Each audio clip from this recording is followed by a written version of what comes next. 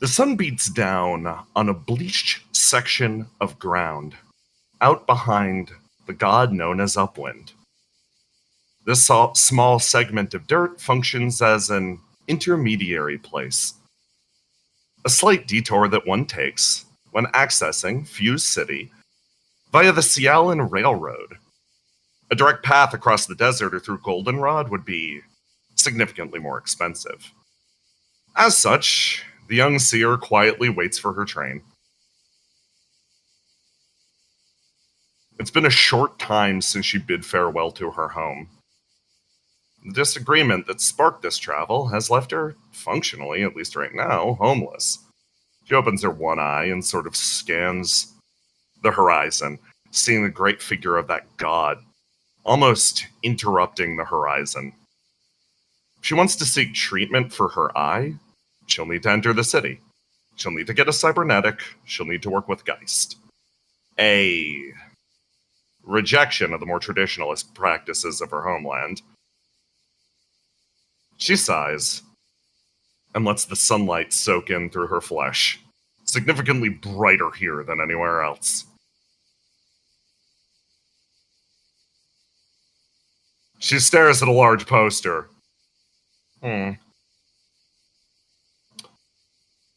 Placing her staff against the ground, she wonders if what she's looking at is correct. This has to be a special promotion or something. Posters in Fuse City can't be that gaudy, right? They're kind of naked over there. Well, there's no guarantee I'll get caught up in, that lifestyle, I guess. I might be going to Fuse City, but I'm Cialan through and through, she thought to herself, as she heard a large, percussive call. Thung! She stands up, running to the end of the train platform, thinking it might be her vehicle arriving. She works her way down the steps and sees a group of people. Damn it. Okay, hit another pothole. Huge risk around these parts. We're gonna have to wait to get towed.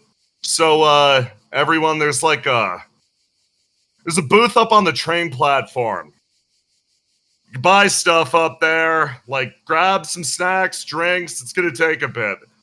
Believe it or not, this has actually happened twice this year. One of the risks was with one of these Belith buses. And then, the bus itself shook slightly, shifting its way with a great grind of metal up out the pothole.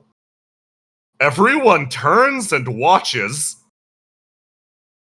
as a girl at the back of the bus slowly shifts it forwards and gets it back out of an area that only machinery should be able to provide.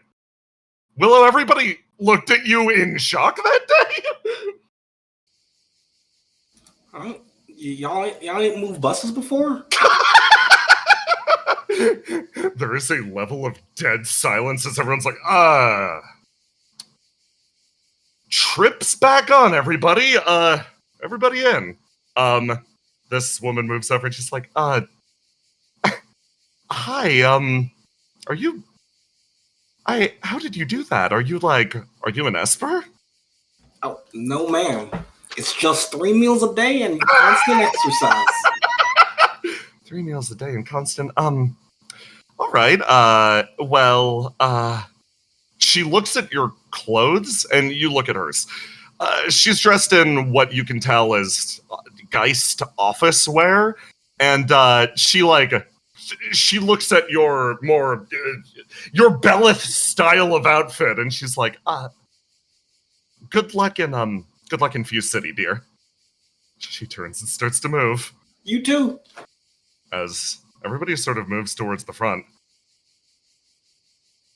The Cialan quietly watches over the line of reeds as, one by one, The members of the bus start to sort of pile in, and the great belching construction carries its way forward over to Fuse City and beyond.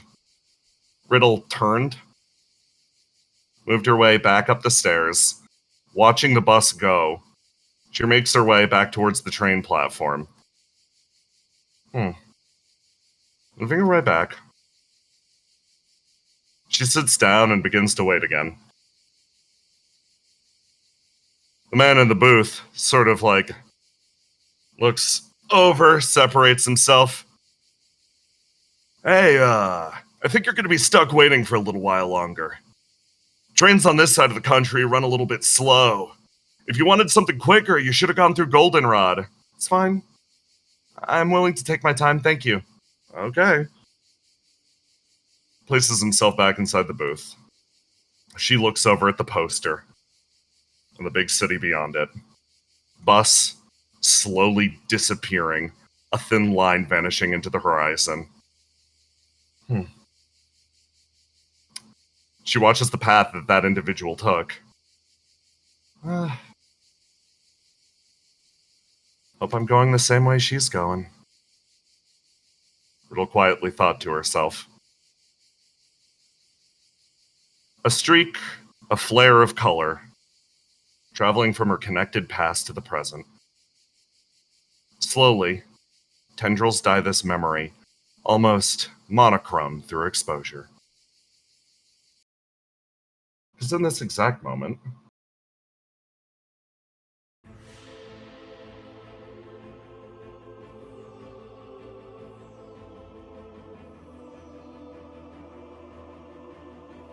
someone whose abilities just fully returned to them is staring through her. Her eyes twitch to the side, and it almost felt like she started to reminisce.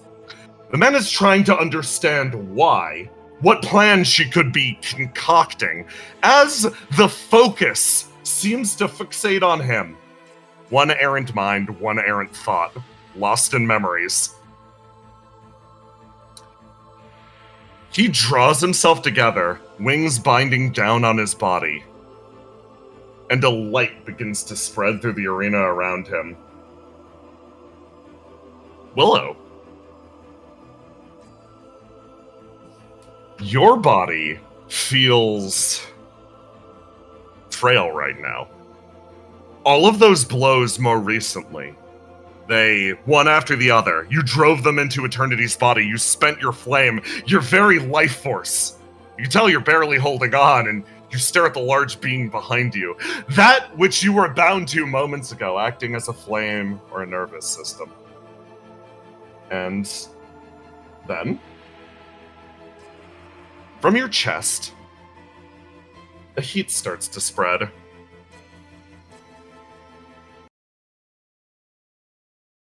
In the depths of the earth. I don't know why it's playing twice. There we go. Weird, okay. Hold on.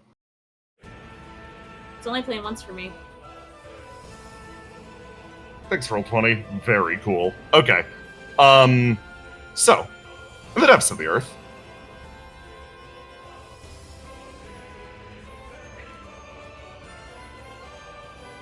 a man continues to wail on the heart of the Ilmarian tree in front of him, driving his spear in again and again and again. The fire starts to burn and leak out.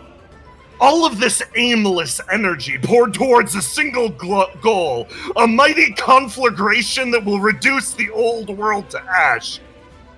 A burst of flame spreads over his body, charring away flesh. But he picks himself up and drives it in again. The flame leaks away, corrupting his very body as Monster starts to rewrite who he is, rebuilding skin into deep scale, a layer of chitin building itself around the exterior of his body. Letting out a guttural roar, he drives the spear in again and again.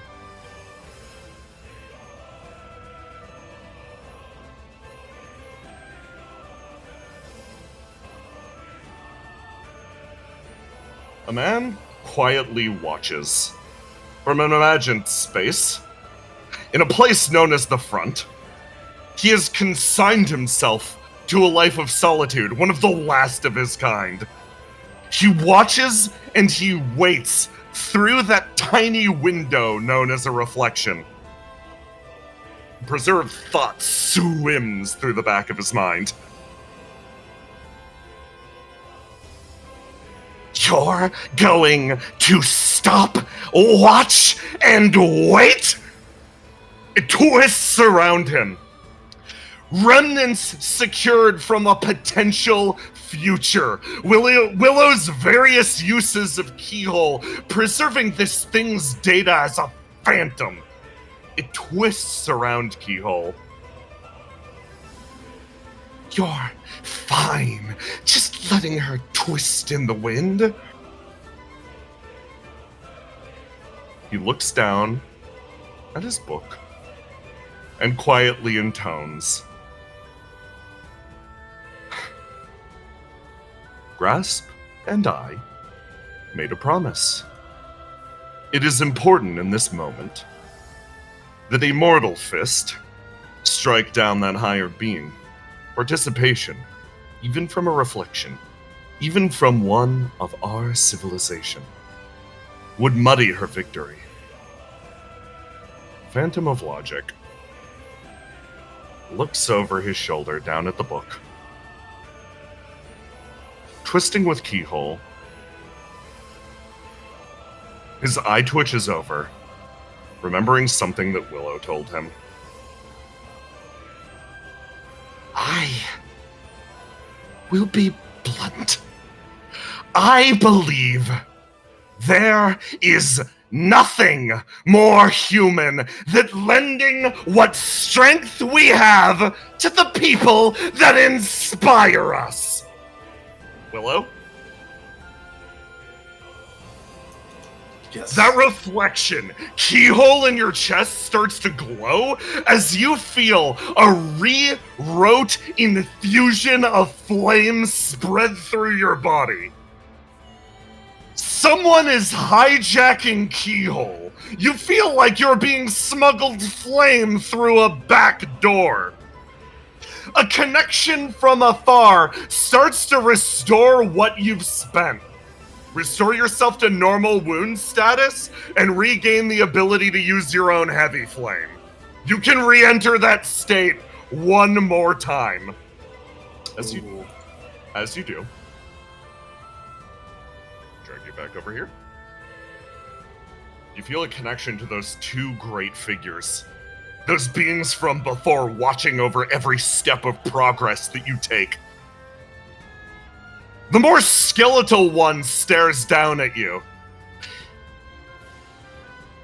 He lifts a betendriled finger and pings at the horn now emerging from the side of his head. Willow Wisp, I have gained an umbilical cord to the cosmos. My mind ready to be reborn in the flame once more. This one over here is content to not move an inch. He shakes Keyhole lightly. As such, what remnants of my tree remain are now yours. Represent the old world as you do your own. I won't let you down. The figure fades as Keyhole turns and looks. The future that you create today is one that you will need to make yourself. I have the utmost confidence in you. I nod. Your flame explodes outwards. Heal those wounds. Nice.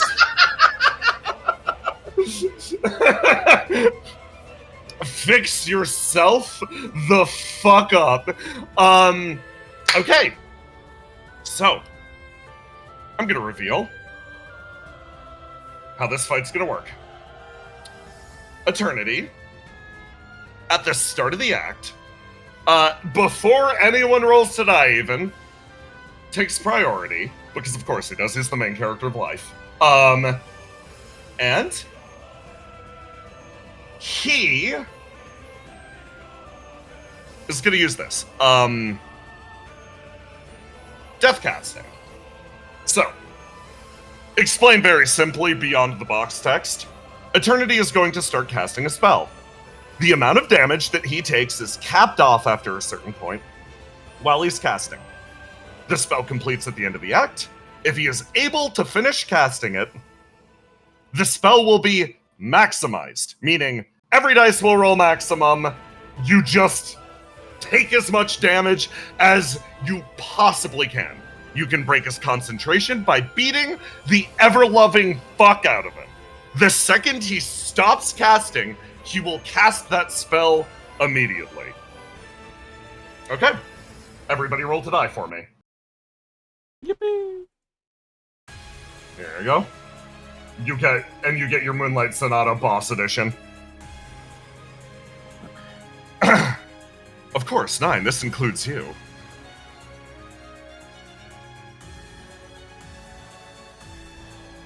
Okay, so we just beat the crap out of him. Yeah, very straightforward at first. At first. Listen, there's got to be some build-up here. Okay. Tiny Swampzilla is under your control if you want to. Swampzilla is an autopilot creature to begin with. You can pilot him directly if you want, or you can just beat the shit out of him. I'm gonna have him autopilot. Understandable. Tiny said, I ain't reading those abilities. Yeah. Dude, they're very... Hold on. I've got a Wound Eternity. Oh, yes. Okay. Yeah, he's wounded. I wounded his right. Yes, okay, perfect. I'm gonna laugh my ass off. So, Eternity sets up his turn and preps himself. Hands pressed together. You see magic start to form. And then something roars through the surroundings as Swampzilla takes the initiative and just leaps on him. Okay, Swampzilla. It's peak. The actual main character. It's peak. It's time. It's time for the main character to meet the main rival. Okay.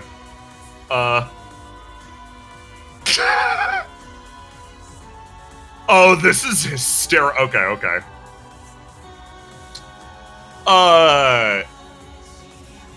He's gonna attempt to use Thrash Compactor to just eat Eternity. Oh my god. My man is going for it, and he rolls spectacularly. Okay. Well, let's see, boss fight over. Go home, everybody. Yeah, Yeah, we what won! So the Swampzilla solo. Okay. I'm gonna use my support action to help.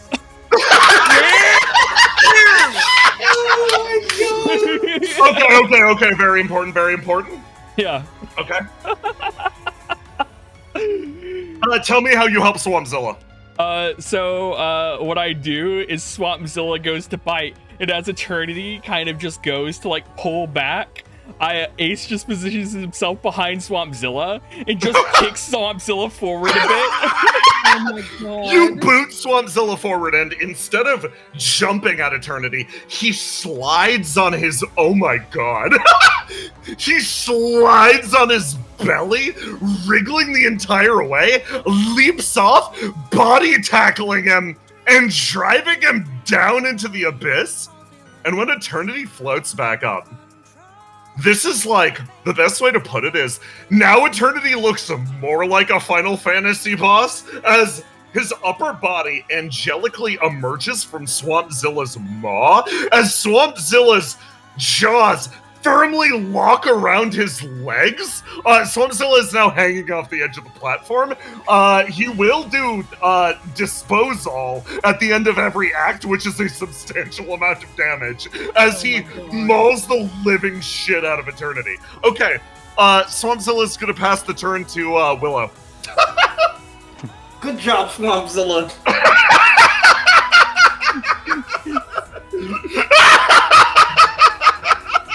know I gotta use the support action to support Swampzilla of all The characters. most important dude, if you look at the party members, 6+1, Swampzilla, he was the key!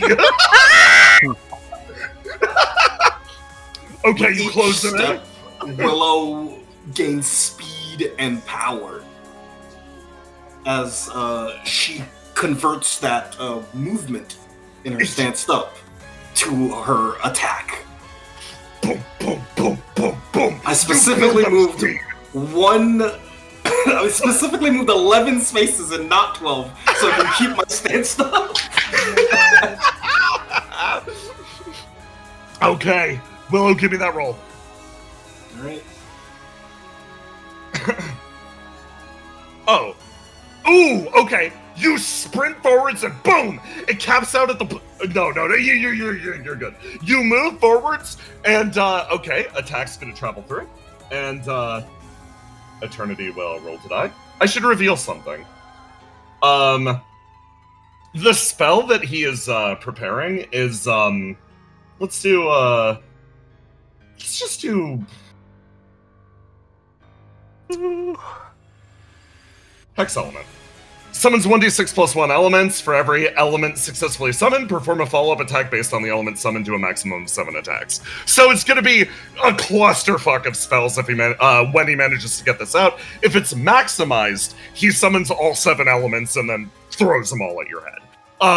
That's if he's allowed to finish casting it. So, you close in, and building up speed, you travel towards him as he raises his arms to guard, and boom! Your attack causes a concussive impact that hits his body. Crossed arms, he feels his outer layer crumble slightly.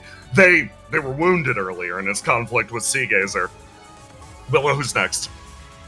Argos. All right.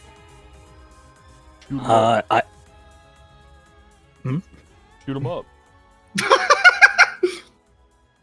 I don't know. That doesn't seem like my style. Going back on mage build, guys. It's over.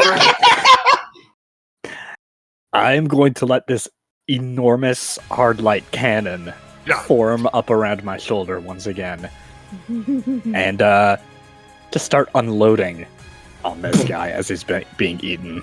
Okay, so you heard me. Give me a roll to do, Argos. Can I scan as I do this? Oh yeah, sorry. First turn, you get a free scan.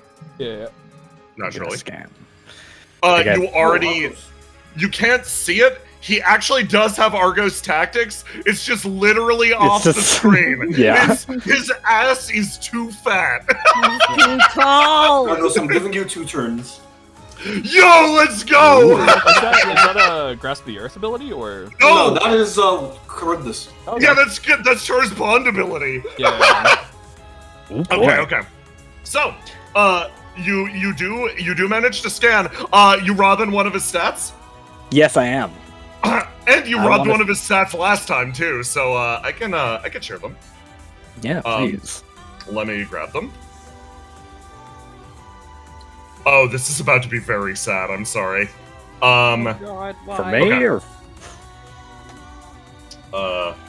Okay. I've got to decide. Okay. So you wounded Red, right? Red's gone. You scanned. Tell me. I'm gonna hit his roll to die.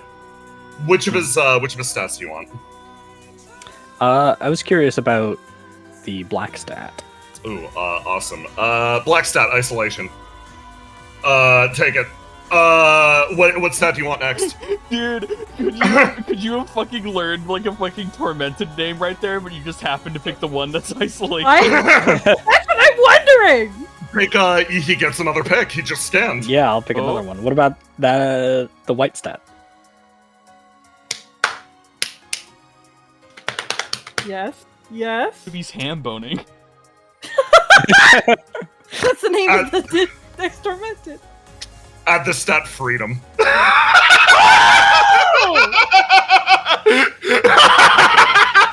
Yeah, bravo, you got me.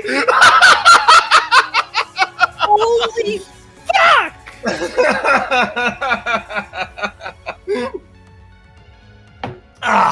There you go. Why, So thank yeah, you. you got 2 soul color bullets. They are both +9s. Delicious. I'll be holding on to these for another 60 episodes. Thank God. All right, and for blasting him. Yeah. Get to blasting. Okay, that's what that initial roll was supposed to be. Oh, okay, cool. So yes, 16. Okay. You lock your gun down, get yourself ready, prep to fire, and I hit his button. 24 versus 16. He's evading this shit. You watch as his body. Something happens, Argos, as he seems to react to the gun that you have. He slides out of the way, and you actually see panic go through his face. Jay, Yes. can I use alternate world viewing and take 5 HP to put a pillar of rock where he was just trying to dodge to? Allow Argos to reroll that. Functionally, yes. You're gonna pay HP for the reroll? Yes. Absolutely. Argos, give me another roll. Alright. Come on, baby. Oh! Oh my god. We love to see it! Okay. I'm a little new with this thing. The attack flies past us. Eternity is dodging each and every one of those. His eyes fixate on you, Argos. Willow, give you another turn. Yes. All right. Fire again. Fuck it. Let's Shoot him again! What are the odds? Shoot him fuck again, bro. Yeah, you know what? I'm just gonna load up this isolation bullet into my new enormous cannon. Oh my god. This is about to be fucked up, bro. At a +9. +9? Okay. +9. Let me go. Okay. So, here's how this goes. I mean, there's no better time to do this. You load up isolation. Not gonna make it, is it? It looks like the attack's not about to hit. Unless I pop tactics. Yeah! Give me that 1d6. Add a 1d6 to that. You need a 3 or higher. Well, you need a 3 to match. You need a 4 or 5 or 6. Let's go! Ooh, how No, I much? got you. You pop the tactics as you're like, okay, I've got to guide his motions. You lock in the isolation bullet as this huge form takes wing and moves around, and then you feel a bump on your side as somebody moves next to you. She puts her hand on the cannon, sort of like flashes you a smile and is like, okay, I think I recognize that one. I'll lend whatever I can. With a smile on her face, add 2d6 to it. She's passing her support to you. So another d6. A 2d6. Oh, thank you, Riddle. You only need a 3. 1. Okay. You're clear! The attack. Everyone puts all of their resources into making this attack hit, and you feel the gun adjust as you're trying to get used to it. It's so heavy, and then Riddle moves next to you, and as the pair of you start to shift, you feel lighter. Riddle uses her own isolation bubble along the ground to allow you to use your momentum while floating through the air to aim the shot, angle it upwards, and simply fire. The attack rips through the sky. Give me some narration on how what this looks like. I think it goes straight up as a beam, and like if there are clouds up there, they kind of like whoosh outwards. And where did it go?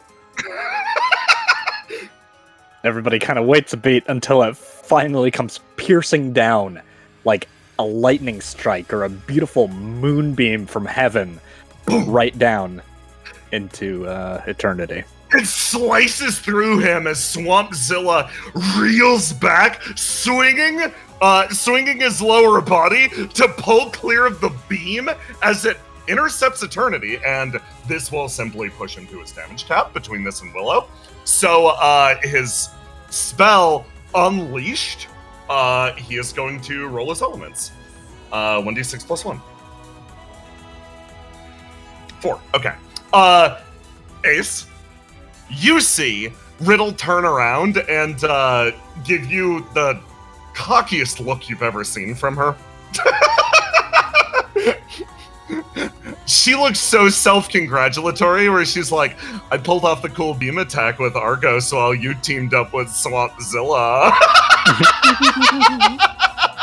I know you're just jealous.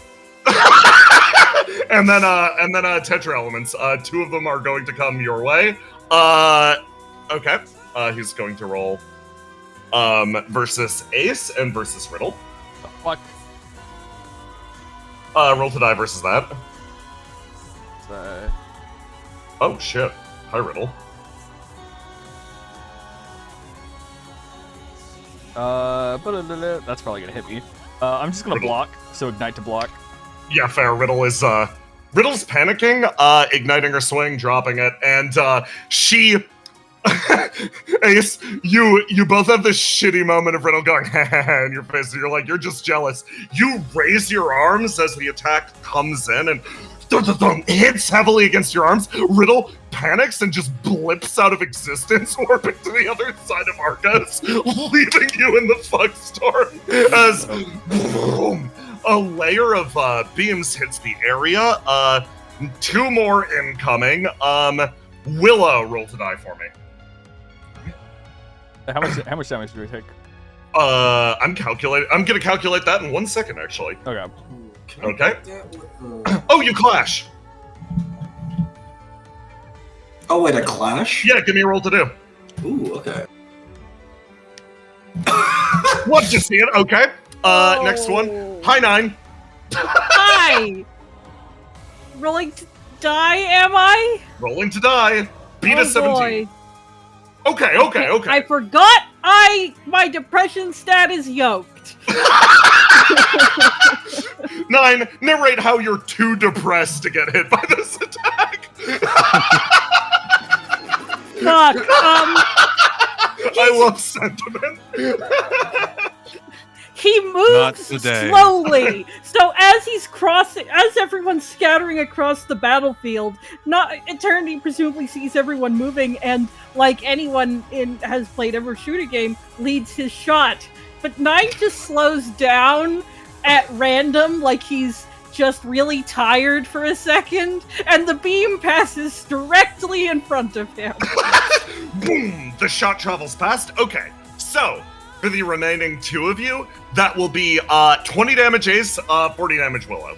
Can I ignite twice to reduce the damage? Yes, you can! Stand stuff is permanent! I don't know how much HP I got. Oh yeah. Hold on. Let me show your bars. Oh. No. You got it. Dang! I only think 34. Let me hit your recovery roll first. Okay, so you get plus 38. And then minus, I believe you blocked, so it was 20. 20 minus. So so it's 14. I got you. Yeah. There you go. Okay. There we go. I'm not dead yet.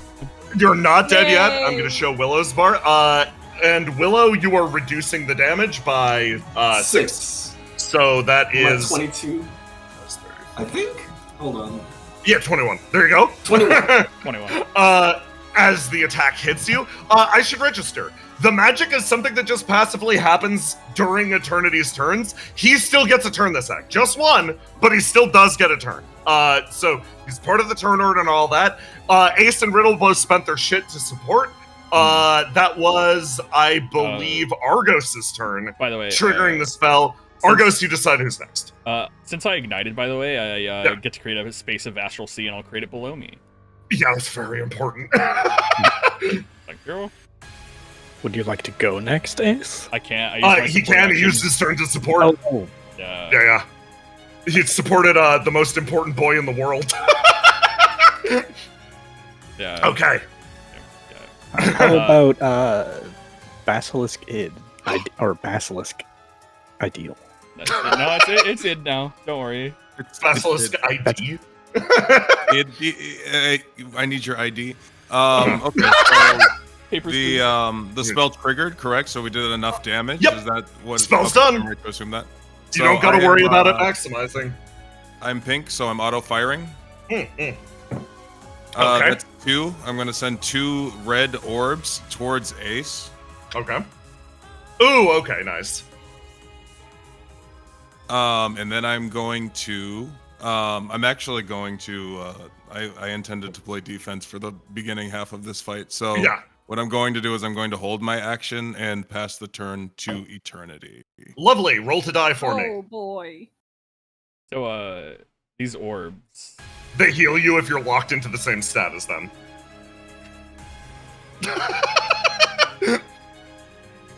You're red, right? I read that correctly. I do not have a red stat. Oh my god. What did I see? I don't know. Willow? Oh, never mind. Send them to Willow. Yeah. That would be waste anyway. What these red balls do? If you hit them, 1d6 healing per ball. Oh. While you're locked into red. Specifically. That's fine, you can get it back at the end of act! Okay. That's my roll to die. 9. Hello. Yes, y'all got hit by a big thing a second ago. Good thing you have a healer on the team who's... Love to see it. I can only see Ace's and Willow's bars. Ooh. Oh, yeah, everybody else, Basil's full HP. Oh, wow. Basil, I'm gonna tell you something. You saw it when he was targeting the spell. He aimed around you to go for 9. He's intentionally not trying to hit you. Oh. You get the feeling the targets at everybody else were deeply personal, however. Okay. Well, let me check 9's movement. It's irrelevant. He can cover the whole map. Yeah. Willow! He's gonna lay on some fucking hands. Roll to do? Yeah, yeah. Okay. If it's less than a 20, it heals for 20. Yep! Oh, wow. Yeah. Yeah, that's right, baby! 9's kit is built for me! 9's kit literally does nothing except heal. Yeah, this guy, he has no combat abilities, so good luck doing the time-sensitive damage. Okay. Bye! Willow, he literally just flies in, you feel a fucking burst of healing energy, he gives you a nod, and then he's falling back again. Okay. Over here? Okay. End of act, Eternity does get a go, so I'm gonna take his turn. Hey, Eternity, what do you feel like doing? Yeah, he's gonna be the fucking worst. He's gonna use meteors. Meteors? Meteors. Like Yeah, as we in, know like, what meteors are. Is he gonna leave the AoE symbols on the ground that we need to dodge? Okay, wait, no, wrong number. 1d4 like plus... it's super meaty? Right? Yeah! Yeah, the classic Is it meaty meteors. or what? Okay. He's going to... Yeah, no, there's 4 of you that he specifically really does not like. So, hi Willow. Doink. Hi Argos. Doink. Hi Ace. Doink. What the fuck Hi did I Riddle. do, Arendite. bro? Doink. So, these meteors will track to your position. They... at the end of next act... This? Next act or this? Next act? act. It'll be the following act. 40 damage, and all creatures within 3 squares, and then reduced by 20 for every 3 squares beyond. It's spread the fuck out markers. There you go. Why are they pointing inwards then? Yeah, you know, I actually thought of that, and I'm like, I don't want to make another one of them. Okay, so yeah, he's targeting you 4 with meteors. End of act. Everybody roll to die. Oh wait, no, sorry. I'll take my turn then, since yes. I didn't. Reveal your action. I'm going to fire the rest of my orbs, so 5 more orbs. 5 more? Okay. Yep. And these will go at Eternity. Okay. 1, 2. And I might as well exhaust because it's the end of the act, and I'll do the 4d6. 46? Okay. Give me 46. Oh, you're gonna use the wound? Oh wait, sorry. What's the exhaust gun do? The exhaust gun is the big thing that you just fire. Let me grab it for you. Let me pull up Basilisk Skid's kit. Yes, please. Look over here. Orb. I will not wound yet. I feel like it is early for that. The eyeball. So your exhaust cannon. Yeah, that's literally what you just did. Okay. The exhaustifier. Yeah. So exhaust your red, and yep. And then at the start of the next act, you swap to a different thing. It's that flowing gameplay style. Okay, good. Got it. End of act, very important. Also, you can pilot Squeaky, very important. Oh yeah. Squeaky, go stand by Riddle. Send Squeaky over to Riddle. Okay. For no reason in particular. End of act, very important. Swampzilla's gonna Thrash Compactor. Good. For 14 damage. As Eternity, mermaid-like, is emerging from Swampzilla, and then Swampzilla enters his alligator death spin, and throwing Eternity around. He reminds me of me. He turns out to be your best ally in this exact moment, Basil, as his body pitches forward and slams through 2 of the orbs. So he takes 2d6. As that happens, okay. Then Eternity is going to... This is very simple. You guys probably understand what's happening so far. Double cast. As death casting, but casts 2 spells. Whenever the damage threshold is reached, the spell is cast incomplete immediately, of the attacker's choice. So now, Eternity is going to try to cast 2 spells, and when you deal enough damage to break that threshold, he will cast one of them immediately. You get to choose. He is going to start to cast Lonely Death, 1d4 plus 1 characters. If they've already gone, grant them a move. If they end this act with no allies adjacent to them, they're killed instantly. Good God. Okay. And then Lottery Virus infects 1d4 plus 1 characters with the Lottery Virus, dealing 1d99 damage at the beginning of each of their turns. Maximize, that's 99 damage each turn. Oh my god. What a fucko, dude. And remember, he Seems also alright. gets turns during his act, and also the meteors are coming down. Okay, start of this act. Who's keeping, who's re-rolling? I'm re-rolling. I'm keeping. Keeping. I'm rerolling. He's re-rolling.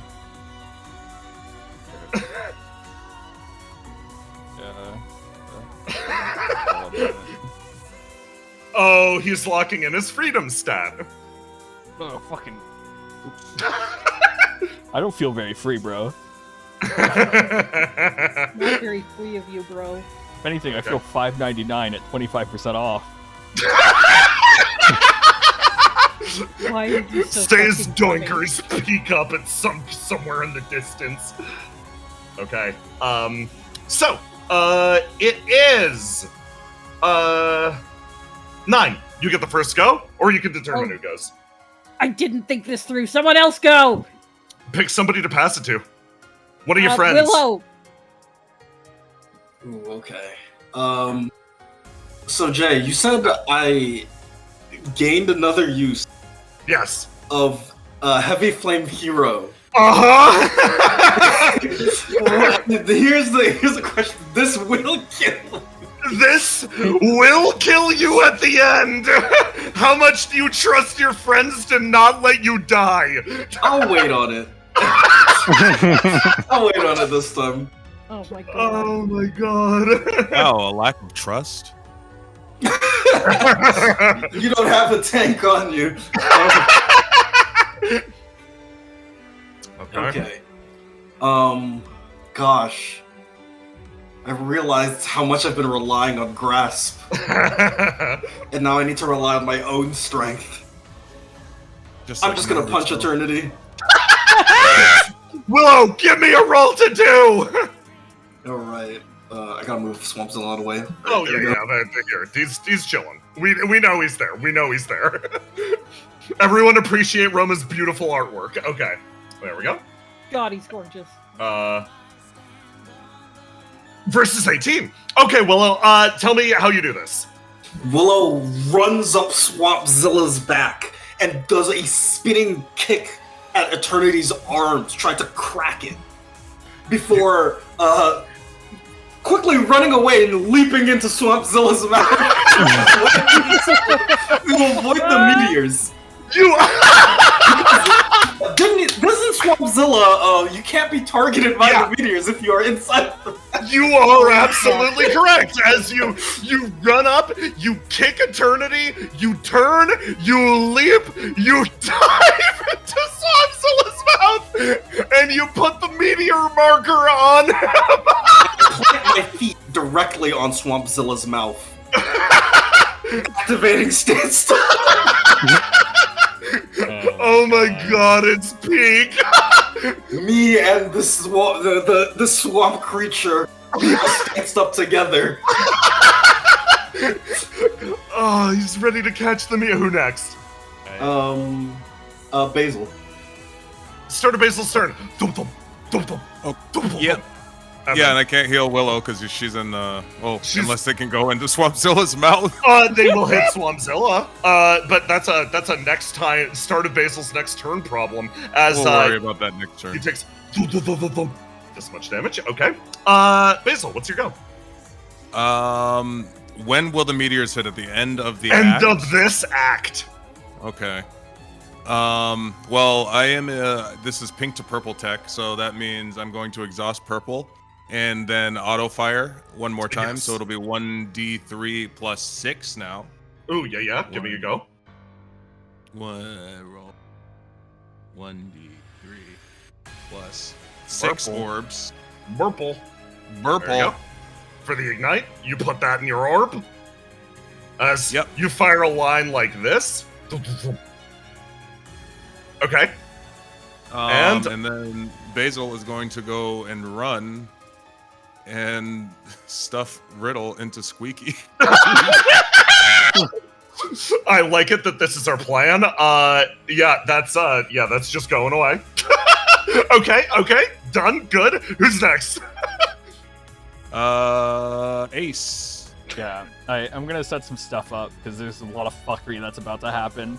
Yeah. So what I'm going to do is as a, let's see, what's that ability called? As an action, I'm going to use Astral Rupture. Yes. So that's going to be 7 squares of Astral Sea, and if I could have those going towards this way. Yes. 2. I want to let you know that there is an invisible cast on my screen because of GM layering, and they look so disappointed. 1, 2, 3, 4, 5, 6. Yeah, okay, you're good. And then I'm going to ignite. Ah, lovely. And this is going to be Astral C7 that way, the left. Oh. 2. Yeah. And then don't worry, I'm gonna do the complication stuff in a second because that's just a normal ignite. So now to ignite my corrupted dice. Oh, lovely. And so what I want is 7 down this way. Okay. So like from right here. Yeah. Okay. Look, you're introducing mechanics that are get far away from each other. Now get next to each other or you fucking die. And so I'm just like, let me just ignore your mechanics. You're building a superhighway. Yes, I see the vision. Yeah, so that's my ignition. So this is going to be 2d6 for my complication. So let's see, 2d6, that's a 4. So my ability glitches. The GM will alter one aspect of your ability for every corrupted dice. So what's up? But how does this superhighway fuck up? How does this portion fuck up?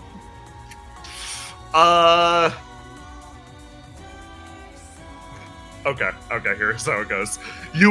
So this area that was supposed to go straight down there, instead still connects, but it comes out over here as it glitches on the far side of the arena, slopping and spreading through that area over there. I'm gonna add a fucking shoots and ladders complication here, as why don't we make this fight more insane? Get your PhDs to beat the Eternity fight. Could you get a gold square and put it like right here, and then a gold square to put it like right here? Never mind. He has a better solution. Shoots and ladders, baby. Alright. And then what I'm going to do is, since I ignited, I can sacrifice the square of Astral Sea, and I'll just do this one right here. And I can do that. Yeah, there's a lot going on here. You heal at the start of your turns too. Yeah. I know. Don't worry. 1d6 plus 3 for sacrificing that square, so that's going to be 9 HP added onto my thing. So plus 9. Yeah, there we go. And then I'm going to ignite my other corrupted dice. So let's see. This is going to be another 2d6 to see the complication. That is a 3. So that's going to be ability glitches again, and what I was going to do is do what I was doing over here, but up. Fuck it up, DM. Yeah, let's go. Okay, you get 2 spaces. Yeah. And then oh, hold on. That's gonna remain like that. You get 2 over there. Yeah. And then down here. What is making happening? Such a mess. Look, this mess is going map. to save us from these asshole mechanics, okay? I think that they're nice. Okay. Enjoy your glitched ass extra dimensional highway. And so as my turn, as my movement, I'm going to go down the highway, go up here, go through the green path, and end up right here. Oh yeah, let me send you back. Okay. Yeah. Okay. I'm gonna drop this over here. Yeah. And so I'm far away from my getaway mechanics, and now you guys can too. And now when eventually we're gonna have to pick the spell that makes us go next to each other or die, we now have an easy way of doing that. It's great. Very easy. Very we can all understand this very complicated graph. Okay, and that's the end of my turn. What the fuck is the healing thing? We still need to do damage to Eternity. Bro, I'm just trying to live. Some of us don't have a fucking Swampzilla to hide in, okay? Like fucking on your high horse, okay? Yeah, we need to do damage. Saying that, I just realized that we need to do it or his spell gets maximized. I got 1 stat left, Tiny. Alright, okay, where's my fucking healing? I forget what the amount is. I believe it's 1d6 for every corrupted dice. So yeah. Yeah. Okay. 2d6. Yeah. It was like it's like something like I have to half it and then like it's like one to go. There we go. Yeah, there we go. Okay, and my turn. Okay, thumbs up. Who next? Argos? Jay, real quick. Yeah. Real quick before we go to Argos, I just want to because I'm not a moron and I still have movement. I'm just going to, because I'm in purple, teleport over here because I don't want to get hit by Argos. Completely understandable. Okay. I believe I haven't gone yet. Argos and 9 have to go. Yeah. 9. Sure, let 9 you go. I'm actually fine to let Argos go because if Argos has a plan, I want to see it, and then I'll do mine if he doesn't. Yeah, that's fair. Okay, Argos, go. All right. Well, I think it's time. Even though I'm in this new body, surely my ESP is unaffected. Yeah. ESP turn on. Okay, you hit it. I don't have a graphic for you in this body with you got it. You got it. As long as it works. I did not think to upload that to the table. Sorry. You are fine. Okay, here. Very mysterious looking ESP. Yes. Who is that shadowy figure? As I burst into fiery shadows, all cool like with my big cool gun. Yes.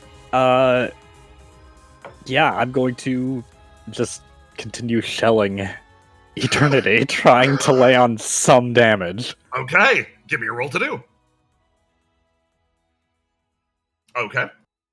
The shot is going to head straight towards him. As are you going to eat your freedom bullet? Is the question. Oh my god, his stats are so high. They're so big. I'm gonna have to. And your gun is so small. Let me. Just trust Argos. You're gonna hit that nasty 18. Boom! The attack travels through. You're locking the freedom bullet in, right? Yeah, I'm using the power of loading my gun with freedom. And shooting eternity. God bless America. A red, white, and blue bullet. The attack hits Eternity, blows through the damage cap, and wounds him. So, you've got a decision to make, Argos. Great. Which stat are you wounding, first of all, of his? I'm just gonna let you know they're all +9s. They're all +9s. They all got different like abilities in his kit. I can give you the quick overview. Purple is about debilitating status effects. Orange is about damage over time. Black is about big damage and knockback, and white is about permanently reducing your hit points. I wonder which one. Wait, freedom? No, white. Okay, let's get rid of that one. Freedom? Okay. So Eternity is going to wound that and heal back to full, as he does. So let's get rid of the white stat. And next, you pop his damage threshold, and he... Oh, I realize how bad this is. He is going to complete one of his 2 spells. So, Argos, you get a decision. Yeah. And we can obviously outsource this to the squad.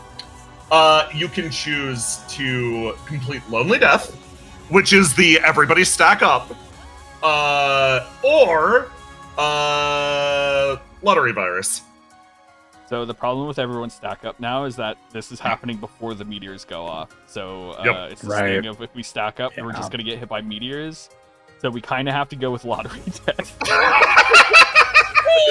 Because either it's 1d4 plus 1 characters, get hit by Lottery Death, or we basically potentially live from Lonely Death if he doesn't choose Willow, who's stuck in Swamp Zilla right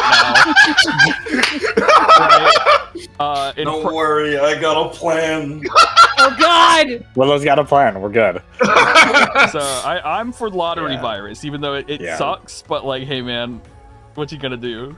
How many people are gonna get infected with the Lottery Virus? 4! Riddle is not a valid target right now. Swampzilla's getting targeted. No. You're taking everything away from me. Swampzilla 9. Swampzilla 9, Argos, and then I'm gonna flip a coin between Ace and Willow. Oh boy. Willow. Thank God. You deserve this one, Ace. Congratulations. Okay, let me mark you with the status. Can I also ignite? So because of this huge, awesome gun, I can't take a move action.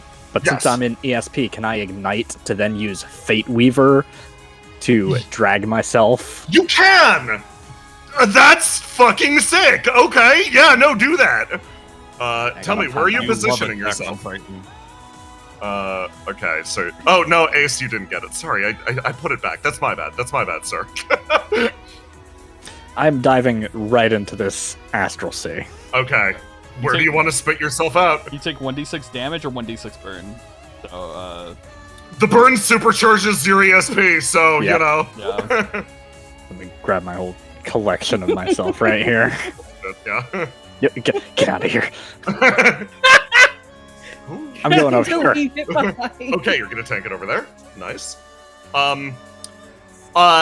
9. Just for context, the meteors hit for 40 damage. Ace is at 40, or Ace is at 53 HP. Willow's at 41. Argos is at 22. Just in case you can't see the numbers. Thank you, Argos. A man flies up to you. A man? A man. The depressed 9 mask. 26 HP back. Okay. Hot damn. Okay, you're almost back to full. And then I have a... Thank you, man. And then I have a pitch. Tell me if... Now, mechanically, I understand this may be out of the bounds, which is why I'm sort of doing a soft, how does this sound, gang? Nine can move real fast with his wings out. Can I grab Argos and try to shake the meteor targeting?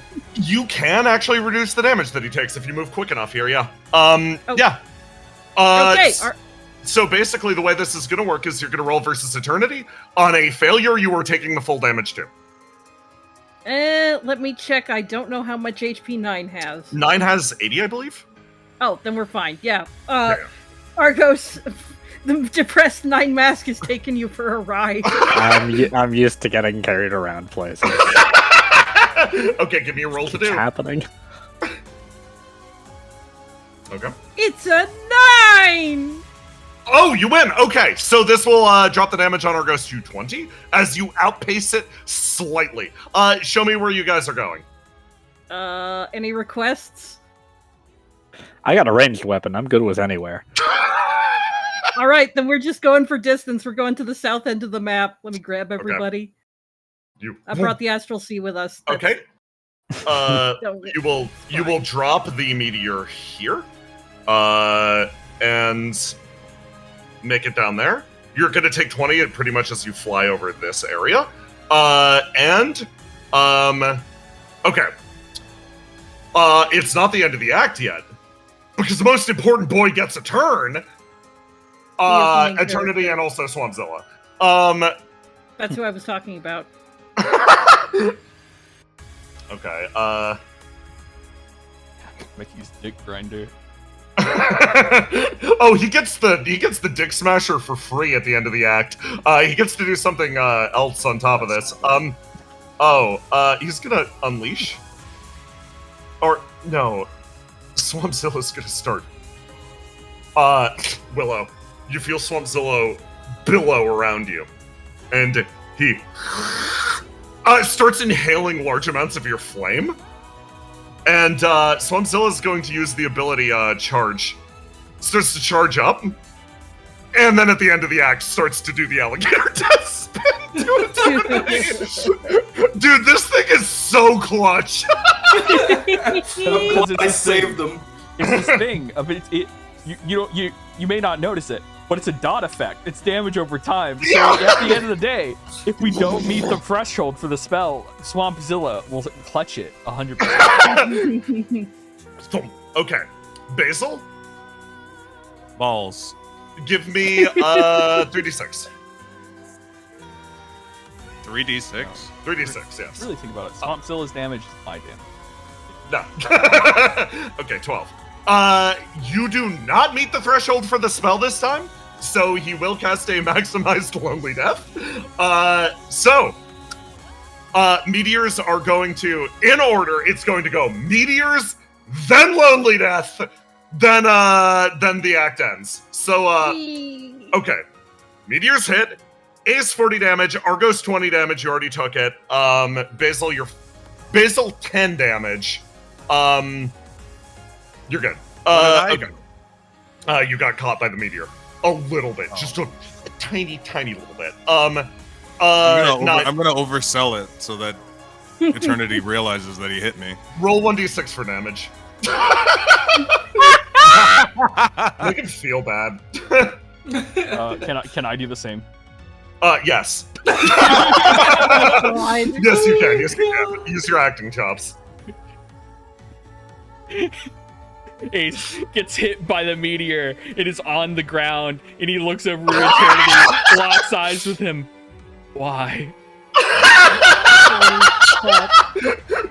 That is a nut. So, okay. Eternity, while he's casting, right? He's got these damage shields that prevent damage. It's basically like a DR. Yeah. He just finished his spell, so he doesn't have the DR. So you're just actually hitting him for real damage, making him feel fucking terrible about this. As he looks over at you. And then the meteors have hit. Over here, Willow. Yes. Swampzilla's mouth snaps shut over you, and the meteor hits him. Boom, boom, hitting his back. Basil, roll me 2d6. Swampzilla! I'm so sorry, boy. He heals for 9 health, I believe. He's locked into red. He's locked into red. You watch as the meteor hits Swampzilla, and then the orbs one after the other. Skin starts to regrow, and he lets out a gaining power as you're like, hold it, keep it together, boy. Then My Eternity. ancestor. Then Eternity is going to cast Lonely Death, maximized. This, I want to say this is one of the least bad ones maximized, but it's instant death, bros. I think Ace is super highway. Let's see. Hold on. Okay, there we go. What is he Hold doing? on. He's casting a maximized Lonely Death. So the way this works is, he will target 5 characters. You all immediately get a move. Yeah. He is going to target. Let's go, Ace. Yeah. Ace, Argos, 9. Ace, Argos, 9. Swampzilla to get Swampzilla's ass off of him so he stops getting mauled. And, okay, he's gonna roll to cast on Basil. He's really gotta overcome his morals right now. It's fine, guys. Let's meet at the cross. Let's have a Jesus meeting. He cast it on Willow. No, he can't cast it on Willow because Willow and Swampzilla would just cancel each other out. Yes. Correct! Oh. Oh my god, is he willing to compromise on his moral for gameplay efficiency? It's time for Are a you roll a pro to die. gamer, Eternity? It's time for a roll to die from Eternity. We're dropping a swing. This is very important, actually. Drop Let swing. the hatred flow through you, Eternity. That one. Basil, Yeah. you see him raise his hand to start to cast Lonely Death on you. And then his head turns and he casts it on Willow instead. Oh my god! Or he already had a lonely death. Okay, so all of you are marked with Lonely Death. It is not a factor for these two over here because they are literally just next to each other. You guys are immediately adjacent to each other. Hey, hey, so what's the plan? Yeah, so it grants us a move, doesn't it? It grants everyone a move, including Willow and Swampzilla, if you want to use it. Yeah, you can just easily fly over here. It's cool. Hi, Ace. Sorry. You. Hey guys. Willow, are you going to use your free move or stay attached firmly to Eternity? I'm staying attached firmly. Me and Swampzilla, we're drift compatible. Remain attached to him as the teeth sink in, and Eternity, he raises his hands, and you feel magic start to spread throughout his body once more. And hey, folks, how about triple casting? Oh, you know. And Jesus. I'm a as non-cast fan, but this is Cast Overcome's like, sweet. And as this magic starts to spread, we're taking our first break. Everybody take a moment, get a drink, etc. Ah! Yeah. This is fucking intense. I'll be right back. Holy fuck. Mage builds, am I right, gamers? God.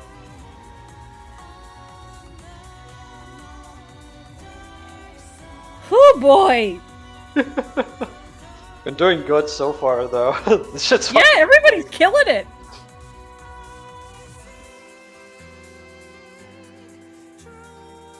fifth tormented name, let's go, yeah. Yeah, we just got that. Just got that. Fuck yeah, Argos. Mage build when you aren't Argos. Believe in the freedom sweep. Death mage build. We love the Swampzilla dot. Swampzilla Swampzilla deserves a warrior's name. He has one. It's Swampzilla. Swampzilla, yeah. It's right there. Freedom fucking instrumentality sweep. Lock freedom. Look, freedom has helped us so much. Look at that cannon. She didn't even mean to. So her name's Freedom, huh? Yeah, right? That's crazy. That's so interesting. It's very interesting. It's yeah, very with like what we interesting. know about her. Yeah. No, I was thinking just that too. I rub my you and me, Robo, we rub our grubby little hands in the corner. That one philosopher gift. I'm back. Yeah, philosopher gift. Yeah. My ass throwing increasing amounts of garbage at you guys and just going, they'll live probably. It's fucking intense, but honestly, I've been loving it. It's kind of nuts. It's really fucking cool. Oh, my favorite is the Astral Sea glitches that officially turned it into Chutes and Ladders. Yeah. That's really fucking good. I'm sending us back to the map so everyone can appreciate how fucking chaotic this is. I love it. This is what a boss raid should be. Yeah, we're playing fucking FF14 up in here. Don't think I didn't notice. Oh, This is like better FF14 because you can add very player correct. chaos to it. You're just correct. Just for chat, what do we know about Freedom? Not very much. Yeah, honestly. not much. Do you have any guesses which Tormented Freedom is? People are saying they think it's the 5th. Yeah. Which is Interesting. really interesting with Yeah. what little We me know and of her Bryn know face. about her. Yeah. I If it's would her, have yeah. thought that it had to be T3, but Yeah, it could be either way. Like it depends on what angle we're pushing here. Yeah, it either way, it's very interesting. Teehee. Teehee. Jackson grabbing that reveal and being like, damn, Yeah, okay, for yeah, real. fair enough. I was just in the bathroom. I missed it. It was really good. It was like, yeah, I'm gonna grab the first one. Okay, that's isolation. Wait, do you mean that if we grab another one, we just get a tormented name? Lamau. Grabs another one, freedom. Oh wow, that's interesting. That's crazy. Welcome back.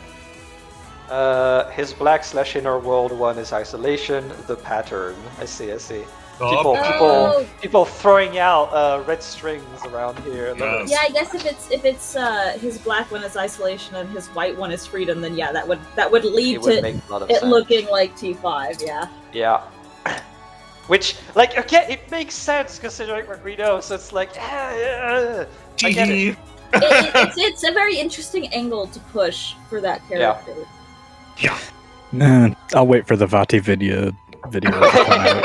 He'll explain the That's lore. us. That's me and Roman. We are. That's me and Brett. You know that one like gif of the philosophers Yeah. talking? That's me and Brett. Anytime lore is revealed, we go into If of the the philosophy. chat. Yeah, hold on, I'll send it. I've returned. Welcome back. Welcome back.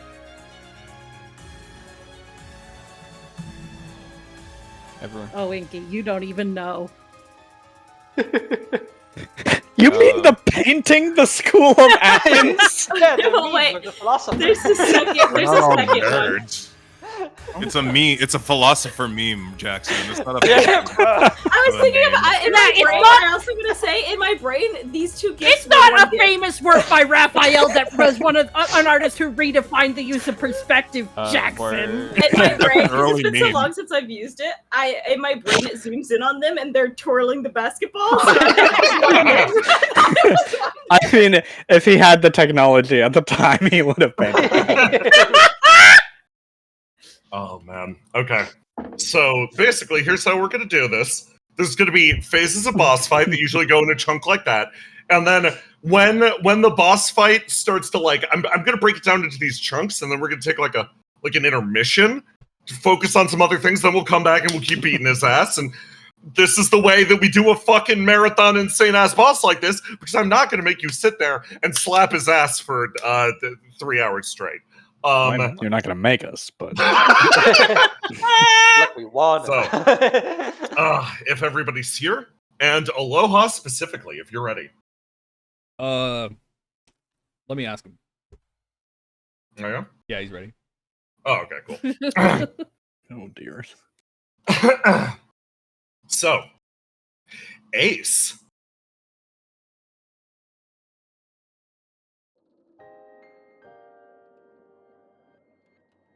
How exactly did you arrive at this location? How did you come face to face with the Tormented? What you remember is a little hazy, but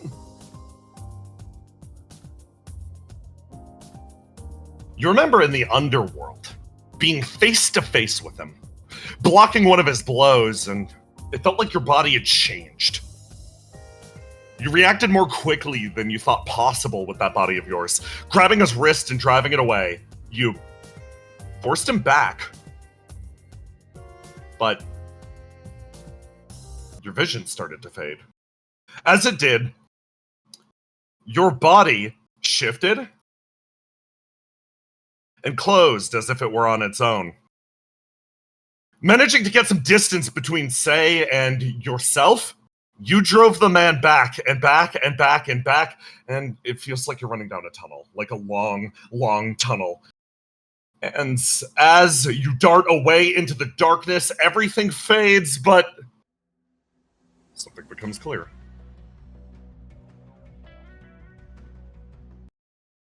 You find yourself sitting on a plane of suspended flame. I need something a little more dramatic. This one? Yes. Individual motes of starlight dance and burst around you, Ace, as you find yourself here. You regain your senses, if only for a moment, as you realize you're not in the physical world anymore. Almost pulling itself from the darkness, you feel a weighty presence, something in the back of your mind closing in. You get yourself ready to fight back against it, but as you look, you see a familiar figure. You get the feeling that, Sei, it's like a vague word, a hushed memory from a dream. Sei said she was granting you freedom. You look at this being at the far edge of your flame. What little scraps of it remain. It looks back at you. You see that shape.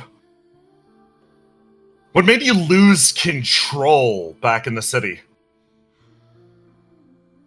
Parasites bursting against your skin. You look at that being wrapped in flame. And you find yourself asking the question, what the hell exactly is that thing? Really gonna stop feels putting myself in this situation.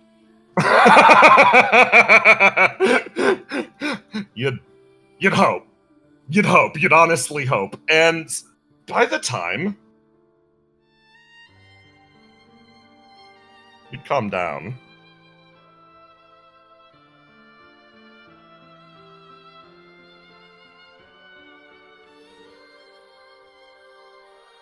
Eternity was gone, but there were clean holes bored straight through the world around. You could tell you made them flee. As you regain your focus, as you come back to, you notice somebody else just standing watching you. She sort of moves forward and is like, hey! Ace walks up and just grabs Riddle's head. Yeah. You really be careful who you meet down here, you know that, right? She sort of stops and looks up, feels the weight of your hand against her head, and she's like, I'm not stupid. If you wanted to rip my head off, you would have done it already. Start pulling. Ow, ow, ow, ow, ow, ow. Okay. Point well received. You see her stop, and she places a hand on your one remaining hand, and she's like, can I count on you for just a little bit longer? Do I got a choice? Absolutely not, but I'd feel better about it if you at least said you were willing. I mean, being willing and wanting to are two different things, but like, Fair enough. I can't. My schedule's looking like a little free. I guess none of us really have a choice, but now it's not the time to get all doom and gloom about it. Yeah, I'm just making jokes mostly. She keeps her hand on your forearm, and she's like, hey, out the other side of this, you might get a prosthetic like mine. Pretty nice, right? Yeah. What, Opiatech too good for you? I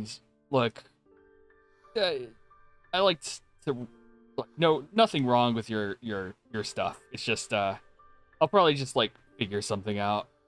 Figure something out? Your arm was ripped off. Like, it's fine. I just after everything going on, I like to rely on my own body, because like, thing that's kept me alive so far. I don't know, I'll just have Verona like regrow me some organs or something. I don't know. It's knowing her, she's gonna throw her entire self behind that.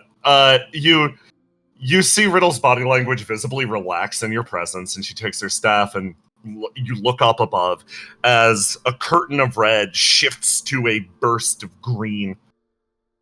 She looks over. Well, as far as what's left, as far as what we even have left to throw at eternity, I don't know what everybody else is planning, but for us, we're sort of barely holding it together, I still think something earnestly. We're still the best solution for this. I wouldn't trust anyone else handling that thing, even if you are still hanging on by a thread. Look, it's fine. I'm not gonna die. Like, yeah, I'm gonna make sure of it. I'll try not to die yourself then, because I'm way more likely, yeah. Yeah, I'm glad we both know, yeah. Regardless, Willow's being loaded up in a cannon right now. The director's firing her like a big bullet. So, the rest of us have to walk our fine asses up there. She gets a free ride and I have to walk? Yeah. I'm dying over here. I'm missing half my organs. I'm missing an arm. Yeah. I'm missing a flame. And yet Will-O-Wisp gets a free ride to the boss? She does. I mean, power of friendship. Who else would you trust to clear the way? Power of friendship isn't gonna make me feel better about this. Ace, the power of friendship will make you feel better about anything. It's my #1 cope. Well, if the power of friendship got me there faster, that would be great. Hey, could you, by the way, power of friendship? Yeah. You got magic or something, I don't know. Power of friendship us over there. She stops. Sort of turns. You see almost her get distracted for a moment. Yeah, you know what? I think I could. It's taken a lot of observance, but I think I'm starting to understand how Eternity's entire thing works. You notice her eyes fixate on you for a second. And then she looks away like, yeah, fine. Power friendship us right over. Let's give it a shot. She raises her hands. Just Riddle. Try not to go full freak. Okay? I mean, even more than you are already. I'm just saying. Yeah, I was about to say. It's like asking a fish not to swim. I'll do my best. She holds her hand out, and her staff starts to glow. And the world slowly shifts in color around her, falling to an almost dusty, ominous discoloration. And then nothing happens. Okay, we're walking. Come on. Can't do magic. Listen, I can do magic. This is just a little beyond me. Hi, Andelaine Vega. The taco truck guy. You notice Andelaine Vega's petrified in place. God, I wish that were me. You make your way towards the surface as this moment connects you with the present, but in the present, a different Ace watches the situation unfold. Down here. God, I love them. You're telling me that Will-O-Wisp gets a free ride to the boss? I don't know who that is, and I don't care. The voice hisses through your speaker as you see Eternity's vessel rise up and raise its long, distorted hands. That light that's been spreading through its body firmly solidified. It's about right now that the guys on the inside hit the phase change. Raising its elongated palms to the sky, it starts to intone something. In a garbled voice through that distorted mouth in its chest. Oh, isolation. What did you see at the heart of the universe? A thread of stars and flame to carry us upwards? Or did you find mankind's fated noose? It swings its palms down on the ground as the distortion spreads outwards, and the ground itself begins to peel back. Almost like the skin of an egg, you feel your machine dragged inwards. Oh god, I knew you sucked, but not this bad. I'm coming now. The world I once loved, nothing more than poison for my senses. I'm leaving, taking wing on Starship Reality. Reeling back its palms, it strikes the ground, and you watch as the world falls away. You're surrounded by stars, your body cascading through the sky before the wings readjust, almost finding you a place to stand. You touch down on something invisible or imperceptible. Your machine re-angles itself, trying to set itself, but it feels like you almost can't get a good grasp of what's happening around you. Your senses, your sensors all fire. Your head screams. And a voice chimes through over your communications. Disconnecting navigational AI. What? Before the voice cuts out entirely. All right then, Judgment Unit 2.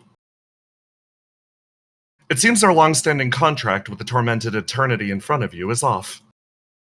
I apologize, but we will be relying on you in this matter. Yeah, hold up. I know it's just like, you walk in here, like, I'm not saying you're giving me orders or something, but, it would be nice to, like, have a name. Oh, I apologize. I am Handler 667. I'm in charge of the 6 series, of which you're currently piloting one. It's shocking to see one of the mass be able to move a machine like that, but here you are, and any port in a storm, I guess. What did I think asking for a name would clear up any questions? That is my name. I know it's your name, but it's just, it means nothing to me.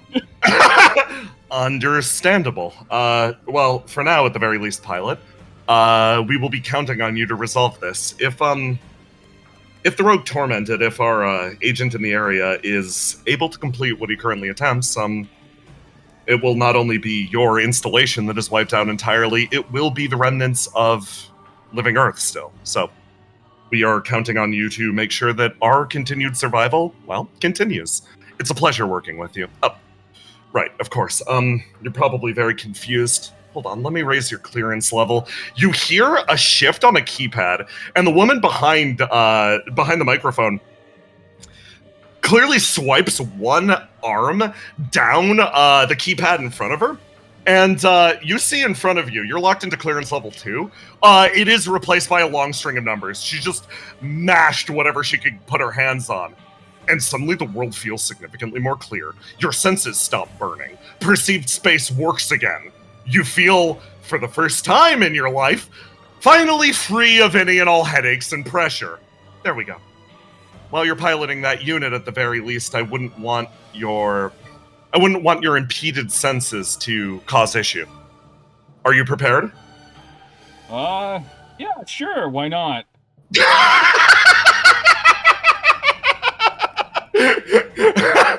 You see Eternity's grand shape twist itself in the darkness. Okay, Ace, you know the deal. I'm gonna do you a favor this time. The 3 dots are your various actions. Spend them. Green! You put fucking green on me! No! No! No! No! The bug is still there? Pilot, I apologize. I appear to have set your gyroscopic sensors haywire.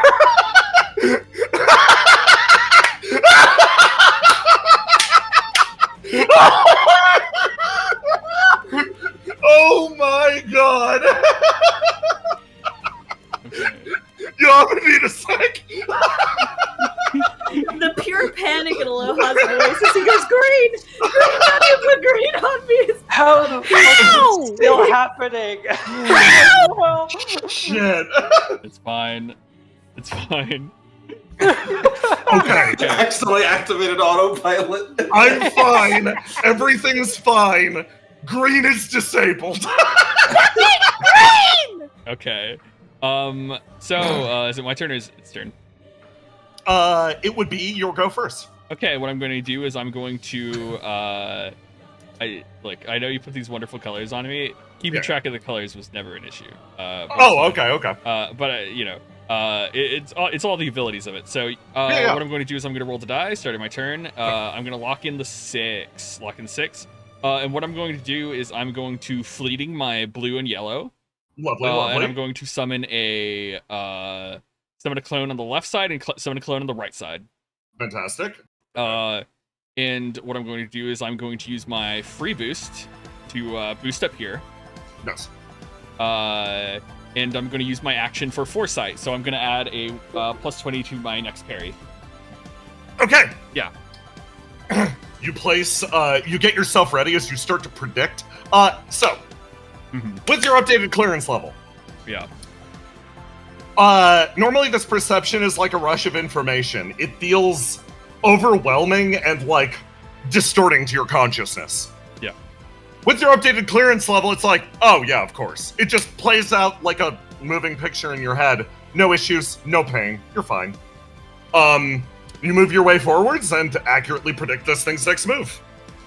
You get yourself ready as that large being lurches forward, raising one arm. Tries to bring it down as your handler actually speaks up again. Again, I apologize for the inconvenience.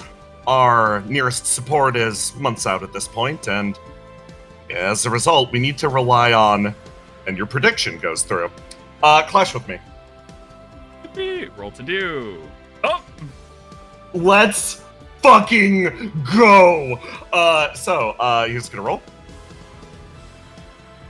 There you go. That's oh my god, he rolled all ones. That's plus 20 also, but yeah. Yeah! It's for the 52! Yeah, tell me how you parry this dude's ass. So as this voice in my head is talking, probably about to say something like, oh yeah, their prediction calculations, whatever. Yeah. Nerd stuff happens as Trinity raises the hand before the punch even goes out. Ace just delivers a straight kick to the center mass of this creature. Chunk! The attack travels through. As, give me a roll to do. Right. Roll to do, that's a 14. You see him, he's gonna raise his arms to block. As he drops the damage he takes, but your form still forces him back, and the two of you almost tumble together through space. I'll admit, you're more adept at piloting that than I expected. I mean, it's kind of like my own body at this point, so... You've merged with the system? I didn't realize one of the masks could do that. You twist through the skies as this being in front of you is going to attempt to rip out your flame. Again? Yeah, the classic. In this case, your body is going to be siphoned. Take 40 damage. 40 damage? Alright, that's fine. Yeah. So that's minus 40. Your flame starts to wisp and rip through the air as it darts into this being, reinforcing the boss inside as he attempts to, like, crush down on you. And his last go, he's going to target you and start charging the beam. Pretty much you see the next stump angle down and light start to grow. So is this one locked onto me or what? It is indeed locked onto you. Alright, so... let me grab the targeter. Is it my turn? Yes. What I'm going to do with my dice, let me know when it's the end of the act, by the way. Yeah. I believe that would be the end of the act, actually. That would be the end of the act? Then my clones get an action. And both of them are going to Vulcan. They fire and... it's 2d4 plus 2, right? Yep. 2d4 plus 2, and then do it again. So that's 14 damage. Okay, so in this, in mech combat, whenever you hit with anything, you could shove them one square with a normal hit, if you want to. I don't think there's anywhere I want to shove him, because... Okay, fair. I mean, there's no really full environment, you know? No, you're floating in literally the void. And this is, like, locked in on me, so it's, like, even moving is not going to really do anything, so yeah. Okay. Yeah, so it's, now it's the next act. Start of the next act. My turn. What I'm going to do is I'm going to... I still have my red 6 locked in. What I'm going to do is I have my blue and yellow back. I'm going to blue and yellow fleeting to summon 2 more clones on the sides. We love to see this. And what I'm going to do is I'm going to... I forget what my basic attack is with this, but... you can just stab him with your sword. Oh yeah, I do have the sword. Okay, I'm just gonna stab him with a sword, so let's see how this goes. That's 14. 14, okay. Yep. This is going to... It's gonna raise its arms, blocking. Okay, the sword digs down into his arms as he slides backwards, and he's going to fire the beam at you. Yeah. I'm gonna switch with the clone on the left. Okay, you. Boom. Warp over here. This clone swaps places and is hit by the beam. As you find yourself in this direction, it's going to start charging at you again. Start of its next turn, it's going to be able to fire that. Again, the voice in your ear speaks up. We might not be able to send you a backup unit, but I think that thing should be compatible with the excommunicator. You say these things like I know what you're talking about. Now, I assume some base level of familiarity with how you're manipulating the hardlight constructions. I'm just that good.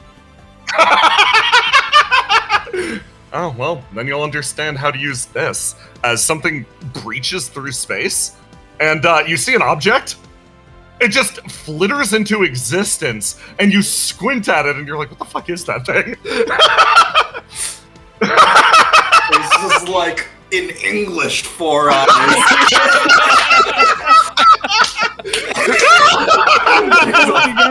speaking my language. So what I'm going to do is I'm going to swap places with the one on the right. Yeah. Yeah.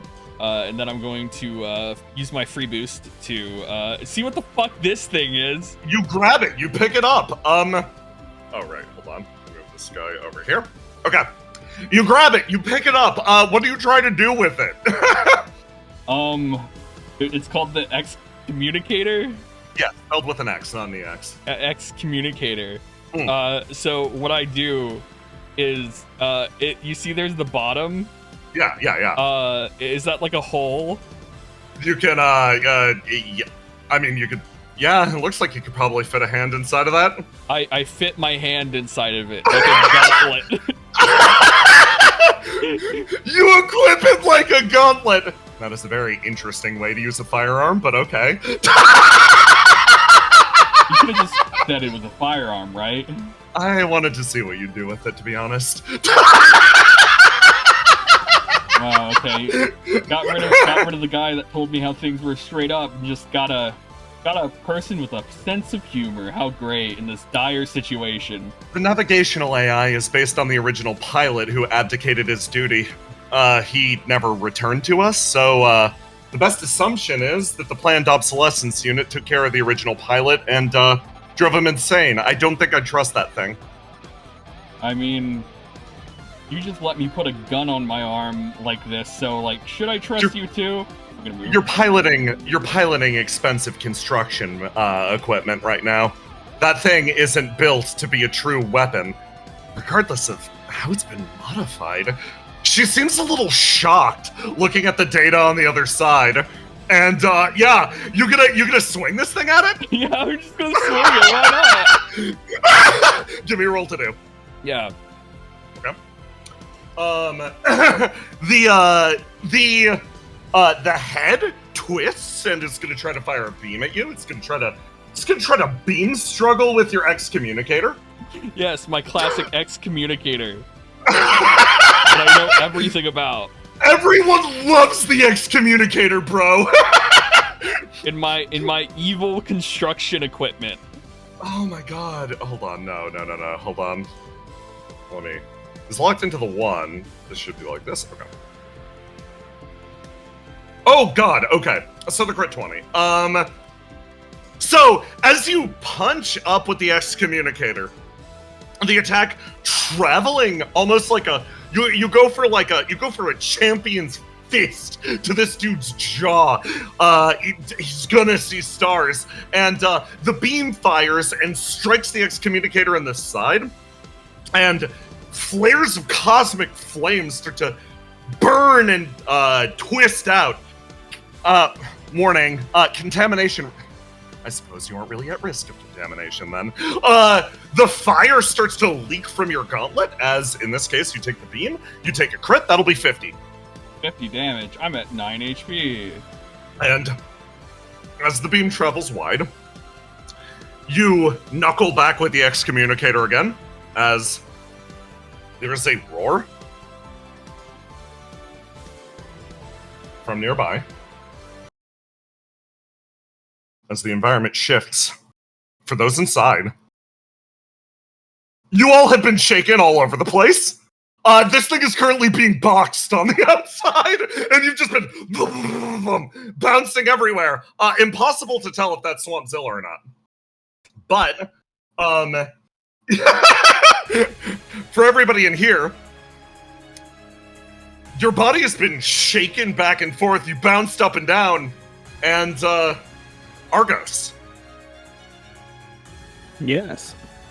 You start to sense a familiar signal. Something's coming from the outside. At first, you thought it was the presence of whatever that large machine was, your scanner relaying information related to that thing.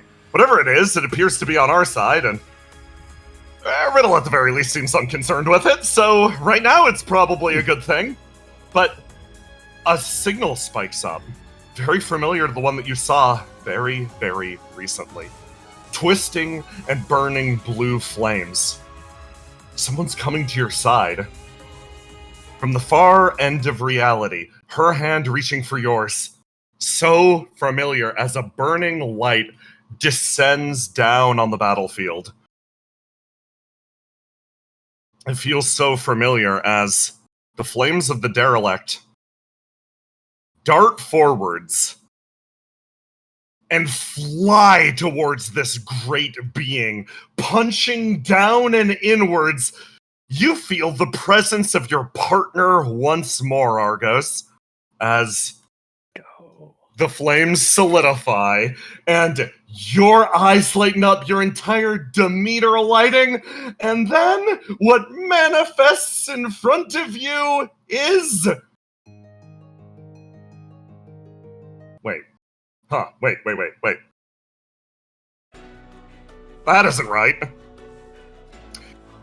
A wheelchair sits there in the middle of the arena as the flame dissipates away. She places herself in the middle of everyone here and sort of like looks around. I'm sorry. It seems like the previous queen has abdicated her position exceptionally irresponsibly. As such, I'm forced to take over my old duties, which happens to be attending to our dear, sweet patron Eternity. All right, everyone, let's do our best. Argos, how do you feel about that? Wow, it's good to see you.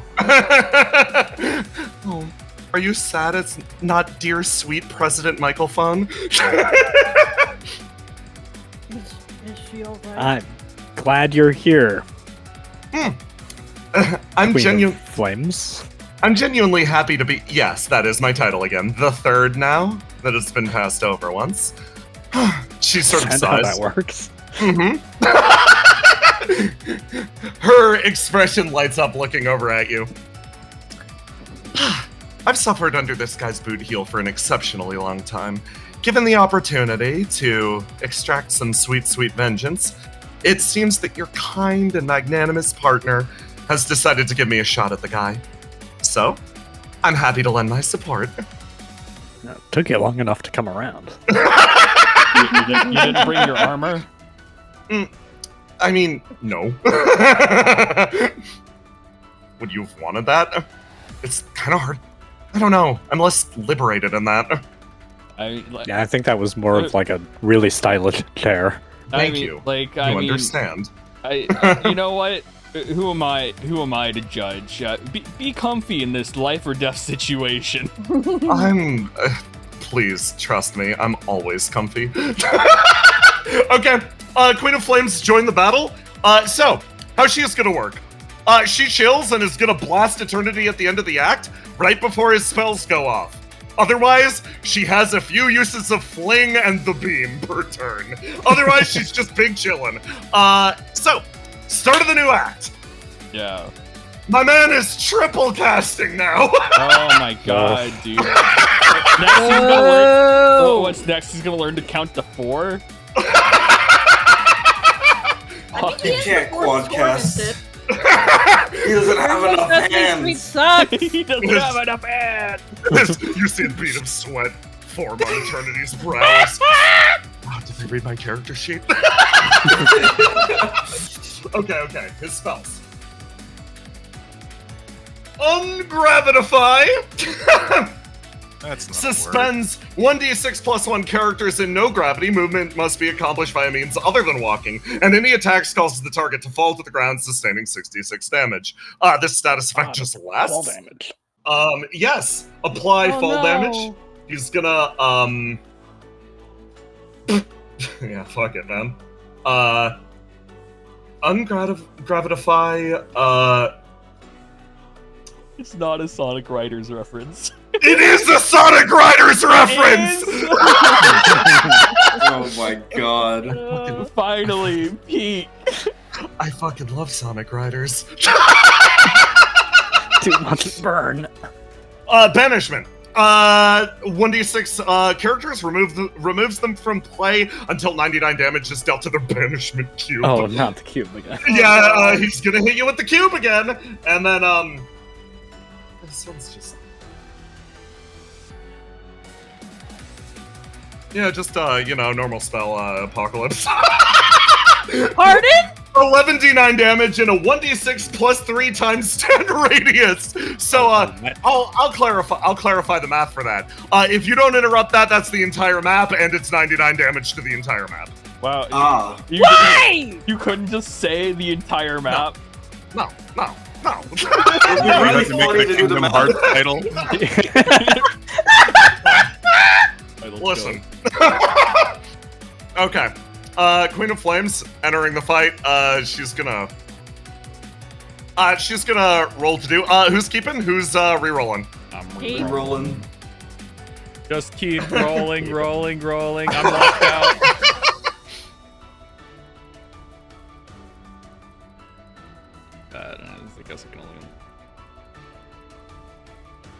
Okay. GM, I rolled the die as a 9. Do I go first? No. Okay. Absolutely not. Okay. We live. Listen. One of the core morals of this story is that we are all people, we are all alive, we are all living, but there is one fact. One irrefutable fact of existence. That Swampzilla is better than us? Yeah. We are less alive than Swampzilla. Okay with that. This is Swampzilla's world, we're all just living in it. Swampzilla's gonna go first. Swampzilla rolls his D99. It immediately wounds. Wait, yes. Oh god. Oh god! No, you should save that, Mask! Don't use it on Swampzilla. Please, God, do not use your save somebody from a wound on Swampzilla. You say that like that's not the MVP. Okay, Swampzilla's Use it to keep Ace from dying. I know. 9 would not, in fact, do it for the bit. You're safe. So we are going to. He takes this damage, and in this case, I'm gonna roll a 1d4 to determine what part of Swampzilla's body is hurt. Okay. The Swampzilla's mouth and Willow gets spat out into the fucking void. That is actually a risk. If I rolled a 3, I would have gotten crushed the teeth, which would have broken his mouth, broken thrash compactor, and thrown Willow into the void. Yeah, that would have happened. Okay. He loses access to God's Blood Claws. So he can't do that anymore. Swampzilla is going to keep charging, and gonna pass the turn to. Let's go with Basil. Okay, Basil's gonna reach into Squeaky's mouth and pull out Riddle. Lovely. Okay. You yank Riddle out. Meteor successfully avoided. Riddle pops out and she's like, she flashes you the quickest smile in the world. Thanks. She pulls out. She's going to use her stored action from last turn, immediately triggering. Roll to do. Wow. Okay. Good job, Riddle. Good job, Rude. Okay. Beats it. Blocking this one. Riddle pops out and actually starts to close the distance on Eternity. She moves forward, sweeps her staff, and starts to target his body with isolation. His space starts to distort around him, and the previous area Argos that you struck with the bullet starts to disintegrate. He is literally turning into sand in front of all of you. He's going to take continuous damage from isolation as it ticks up more and more. That was her stored action. Basil, you still have more stuff you can do. Basil's gonna run up behind Riddle, jump on her lanky skeletal shoulders, and then attack Eternity with her sword. Let's go! Give me a roll to do. And I will exhaust. Yeah. An additional 2d6 damage. Yeah, push your roll. Yep. Is that a specific button, or do I just lock out again? Just hit the ignite button up top. Oh, ignite. Got it. There you go. And then add 2d6.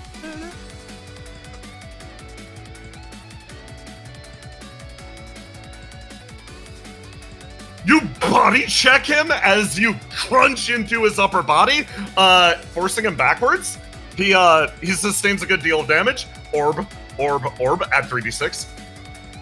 Let's go, Orb Gaming! Orb Gaming! Orb moment. Certified Orb moment. 7 damage. Basil, you slam into him and hit his first threshold. Very nice. Good deal. So, tell me which spell is going to go off. You gonna trip Apocalypse? You gonna trip Banishment, or are you gonna trip Ungravitify? I can repost them if you want. Okay. Yeah. It's very important. Surely, okay. This is to determine which one will not go off at full strength, right? At full strength, yeah. It goes off right now. So, a team, disagree with me if you want, but the big one. Apocalypse? Seems wise. Yeah, I was thinking that too. If it's weaker, Yeah, I don't then yeah. Okay. Just a little Weakest apocalypse. version of it. Okay, so we're gonna roll for the damage. Okay, 52. What do you mean 52? In Oh dear a God. this radius. Oh, okay. Just gotta figure out where he's tossing this. That corner back there is just so juicy. No, it isn't. No, it isn't. No, it isn't. No, it isn't. No, it isn't. No, it isn't. No, it isn't. But Yeah. we don't know which corner Okay. he's talking about. Yeah, Willow. Okay. Yeah, Willow looks really juicy right now. Okay. Queen of Flames is gonna look over at you. I'm so sorry, Nine. Thumbs up. Queen is gonna look over at the two of you, Ace and Argos, and she's like, I've got a very, very serious question. Fling me. Which between the two of you wants to live more? Me. She flings Ace! Look, man, I got 13 HP, and that's my last wound, man. She's going to use her. You don't need healing then. She's going to use her interrupt ability to fling Ace up and out of the way as Eternity parts his hands and those clouds begin to pool over you all. And Argos, it's a funny thing. As he uses this spell, you can tell something. He is emulating the gun that you are firing in order to do this. As the clouds part and a beam from the heavens comes down, and that'll be a wound on Argos, and you're almost wounded, Nine. No, it won't. You're gonna use your interrupt to heal? Can ignite to fly to someone as a reaction and heal them when they get hit. Okay. I don't even have to move. He just fucking sees this beam incoming, looks you directly in the eyes, Argos, and fucking plants his hands on your shoulders, preemptively filling your body with light. So here's how this is gonna go. You are going to drop to 0 HP, Argos. You are going to wound. You are going to then roll to recover. 25. You are at 25 on your next dice. Oh, right, you're back here. I gotta scroll up and find my last roll to die to wound. You're 25 on your next dice. 9, you fly over, roll to do. Let's see if you can instantly fix them. Oh, do I ignite before or after rolling to do? After. Oh, then So hit that roll to do button. I gotta... That should be a 6 plus 9, so that should be a 31. 31! Exactly enough to push Argos over, so mathematically speaking, Argos, you heal the wound you just took, and you're at 6 HP on your dice as you get blasted by the light of heaven, and then Nine's like, nope! And I have 8 hit points, so we're you good. You do! Revealing your bar is a good doctor. So are you. There you go. Okay. Thank you. Lovely. That was Basil's go. Apocalypse is now no longer on the field. Hey, aren't we glad that was the map wide? Yes. Yeah! I say that until you're in the cube. Riddle size, I missed the cube. Don't worry, give it a second. Okay. Basil, who goes next? Riddle can have her regular turn now. Yes. Also, are you auto firing? You put one of your dice in the orb. Yes. Hold on. Let me give you control of the orb so you can position where it's shooting from. 1d3. Okay. And I will position it right next to me. Okay. Lovely. As add 1d6. Consistency. Literally just whittling him down one hit at a time. Okay. Who's next now? Riddle. Riddle is going to... Oh, and I'll send Squeaky over to the queen. Riddle is going to watch Eternity carefully again. She gets that far away look in her eyes. And Ace, you see her attempt the same posture that she did before. When she tried to friendship the guy. Tried to friendship you all to the surface. Riddle is going to... do this one. Okay. Riddle slowly exhales, closing her eyes as Eternity continues to watch, eyes fixated on her, and she's going to functionally delay her action. She's going to pass it to, Argos, go! Ignore this roll. I just need to see Yeah. that. Okay.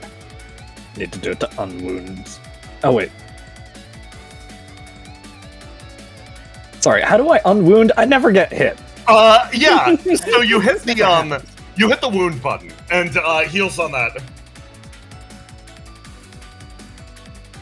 Oh, okay. Yeah.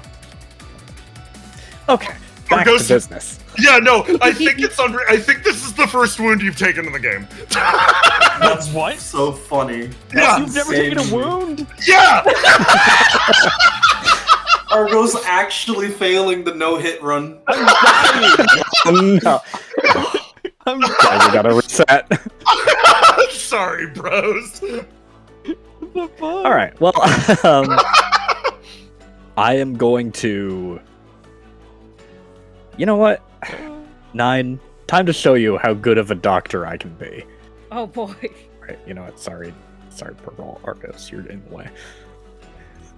I'm going to use this big old cannon and set it to healing mode, and shoot it at myself, popping tactics to also hit 9 and heal Oh us. hot damn. Under fucking standable. So you're using the cannon, right? Yes. Okay. You angle the shot straight up and thung. The shot travels up. Give me a roll to do.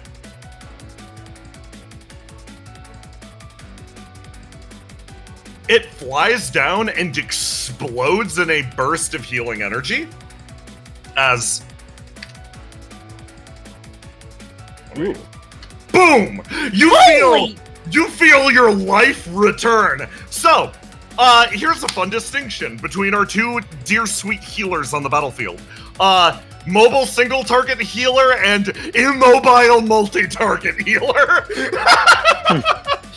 That's a little disorienting. Says the man you just shot in the face with a cannon. Yeah, I gotta work on my bedside manner, I guess. Okay, Argos, who next? Also, you guys are marked with tactics. Boop. Did Ace go? No. No. Go ahead. Okay. Aren't you glad you got saved all the way over there? Oh, right. Hold on, the Queen of Flames definitely threw you in the girt. Look, man, you have a gun. It doesn't matter where I am. You could shoot me. Fine. Watch this big balls play right here. If I move this way, and what I'm going to do is I'm going to use one of my corrupted dice to ignite, like a funny little goober. So this is going to be a dude. Roll 2d6. The result is a 9. Or it's like wait, it's a 6, which means let's see. Is that good or bad? I rub my hands together. I believe you get a glitch effect. Yeah, 3 is my lowest, so I get a glitch effect. So I was gonna create more Astral Sea up here. Yeah. Yeah, what happens? Okay. Instead, you try to move through the Astral Sea, and instead of throwing more Astral Sea up and over at him, you vanish. And Willow, you feel something next to you as Swampzilla. Ace emerges from Swampzilla's gullet behind you with a spray of Astral Sea. Hey, there's not enough space for both of us. You think I'd be here if I want to be, Willow? Move out of the way. Okay, so these squares are vertical. This is vertical combat happening right there. I'm gonna move you to the front. Only the most simple things.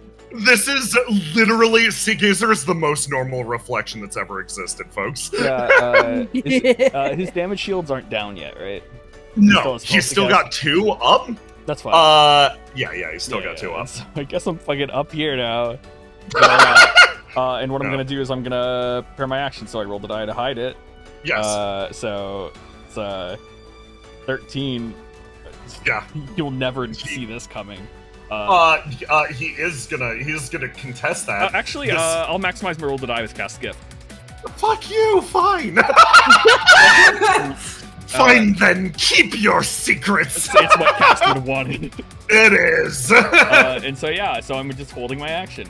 Thumbs up, and okay. That's gonna be the end of my turn. So I'm gonna pass it to 9, who hasn't gone yet. And in return for that, you're going to get a man come in. Damn it, where'd you go? I looked away. There you are. Don't worry, you can travel down the Astral Sea Highway to get to me. Hang on, I've got great news. Oh, do you? Take 79 damage and wound instantly. Yeah, I was gonna ask about that. Yeah. Okay. 9, I've got narration for you. Please do. You feel the virus dig into your body. Lottery virus. This ability of his. This is a recreation of how he understands the Flameborn illness. And 9, as it dings into your body, you think. You remember. You remember how much you've suffered. You remember how much you've suffered not only during this war, but due to this illness. 9. Oh shit. You remember your time as the nurse.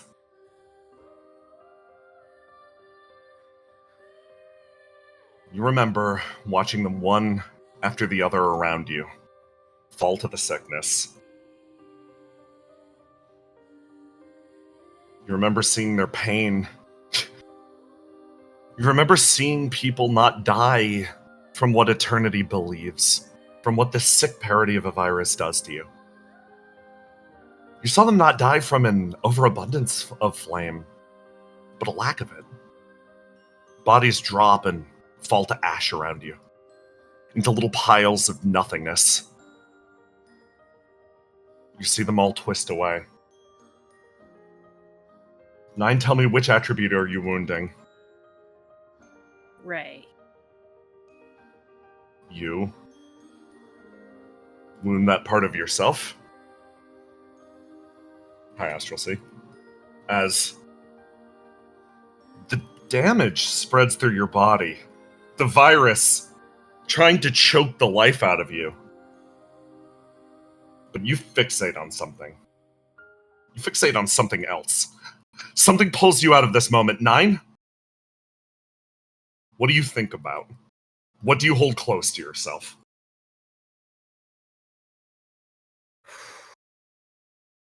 In this moment, in this time, an eternity that he couldn't measure, and at the same time a moment unchanging, when everything fell out of his hands through his fingers. He couldn't even keep people alive. He lost them to something beyond his control when he was supposed to be the healer, when he was supposed to be the hope. He couldn't. But he also couldn't quite bring himself to make the other decision. He came to the precipice, and then he stopped, simply unable to fall in either direction.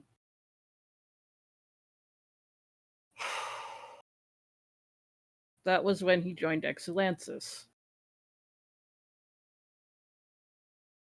You remember those days clearly. You remember as the sun-bleached sands gave way to something different. An empty expanse on a brilliant sea of stars. You said you stood at the precipice. You find yourself standing there now. 9? What do you do? It would be very, very easy. He's always been just one step away. Halted on the edge of a knife. And everything in his body is tired, worn down by the sand. He can't see the world in front of him anymore. There's shadows in front of his eyes. And that was how he stayed in this unchanging cycle. And now, there's someone shining brightly in front of him. 9. Wound your gray and replace it. 9's gray stat is evolving. Burning back into reality. 9, you feel your flame change shape. The person you were giving way to the person that you are becoming. Time has started flowing again. Just gonna quickly unlock that. Hey, 9. And his eyes fill with light. Not his own, but reflected. The mask burned from his face by the damage of this thing Eternity has unleashed on him. And those eyes find Eternity. The reflected light gleaming sharply. 9. This virus that was placed on you. Oh, fuck yes. Love to see it! Is a parody of what you've experienced in your life. You've gained one new ability as your reflection evolves with you. Your ESP changing fundamentally. You gain the ability Purify. Removes all debuffs from the target. Let's go! Let's go! Turns out depression was just a debuff all along. So yeah, everybody who's got Lotto virus, you can one-touch them and just slap that shit off. Yeah, so who else got hit with that? Yeah, it's over here. Yeah, Willow, incoming! Just take the convoluted, astral highway. You'll get there eventually, trust me. Just, go in, take a left, take a right, go up the stream into the swamp. He flies over it. You fucking open through the open jaws to lay a hand upon you, and as he does, he looks directly at you, Willow, looking at you, burning quite literally, and he says, "Thank you."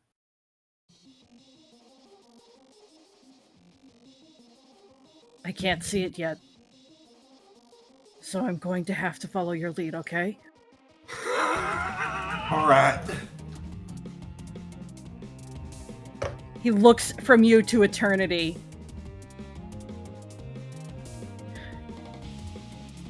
He doesn't get to call himself a doctor. Eternity's gaze shifts at the mass of light building inside of Swampzilla.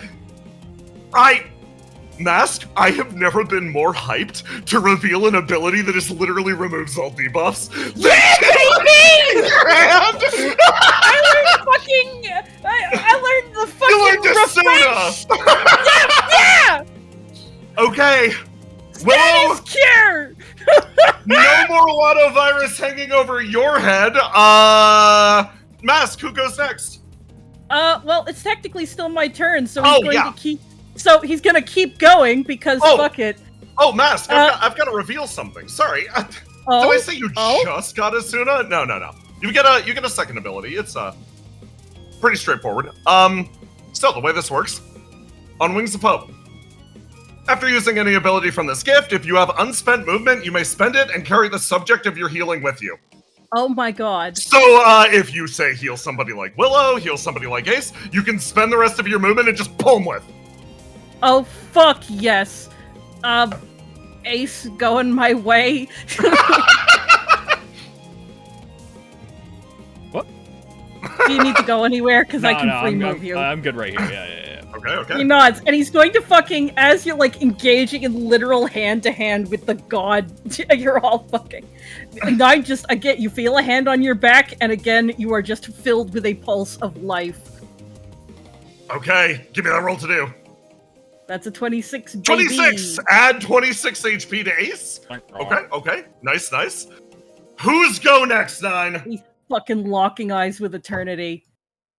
The only people left here is Queen, Willow, and Swampzilla. No, Swampzilla's gone, he's charging. Oh, he's already... Oh, yeah, okay.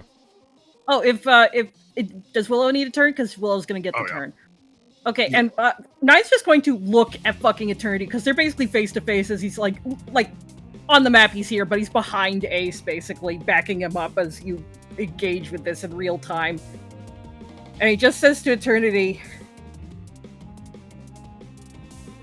"What do you think you're doing?"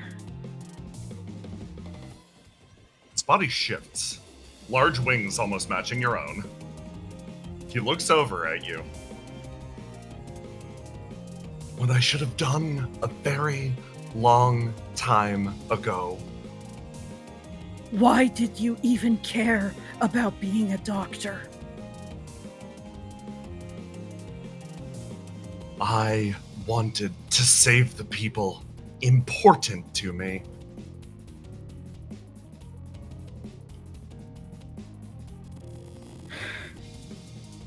And you decided who that is. His eyes meet yours. Empty versus full, overwhelming, with a brilliant light. You never thought what they would want? Looks around. I believe they'd want to be saved. Do you think they think their deaths were worth more than future life? Pauses. It was a decision I made for them.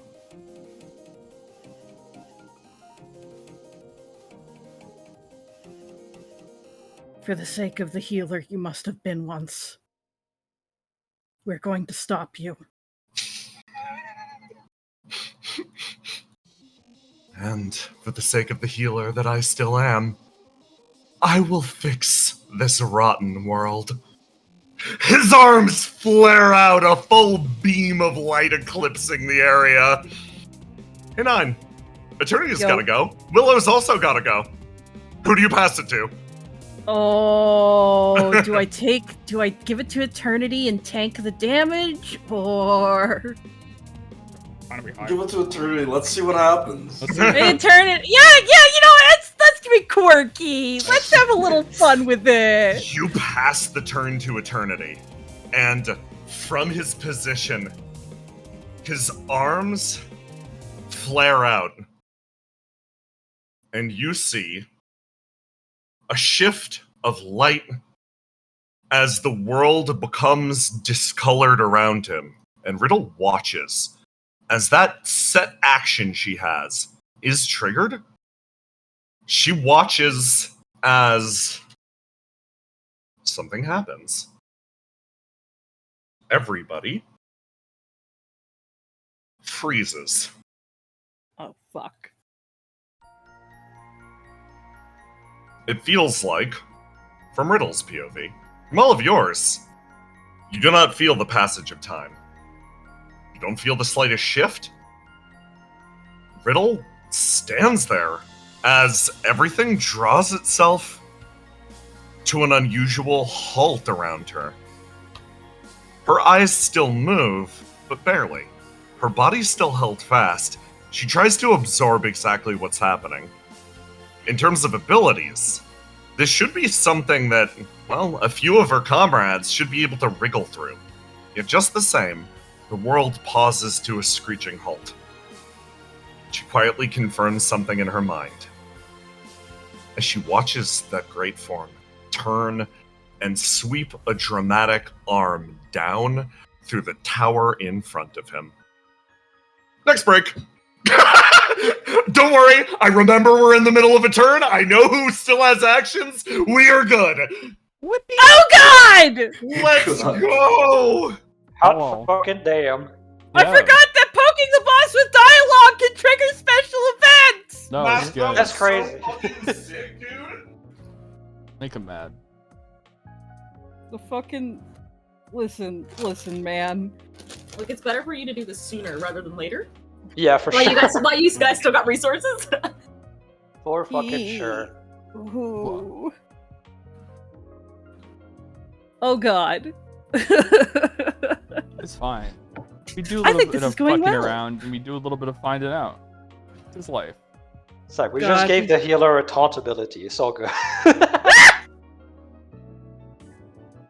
No man, that's just him rediscovering what anger is. Yeah. I am no longer depressed. I am pissed. Oh my God, that's what feelings are? Holy shit. That's crazy. You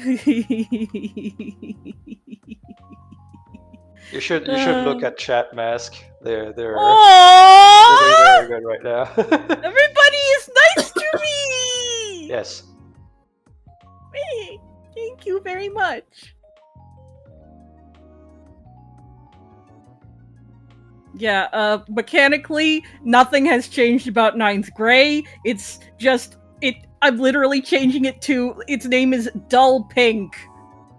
That's funny. It's slowly coming up, man. So It's the halfway point between gray and a color, so...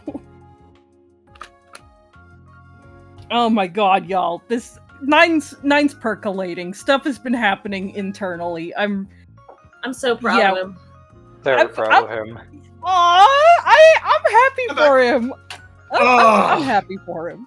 Y'all are fucking incredible. No, you. Bro? Me? Maybe. Yes. Oh! Holy crap! Oh. Oh! Oh. Oh! Boy. Chat, you having a good time? You having fun? You having fun? I have asterisk.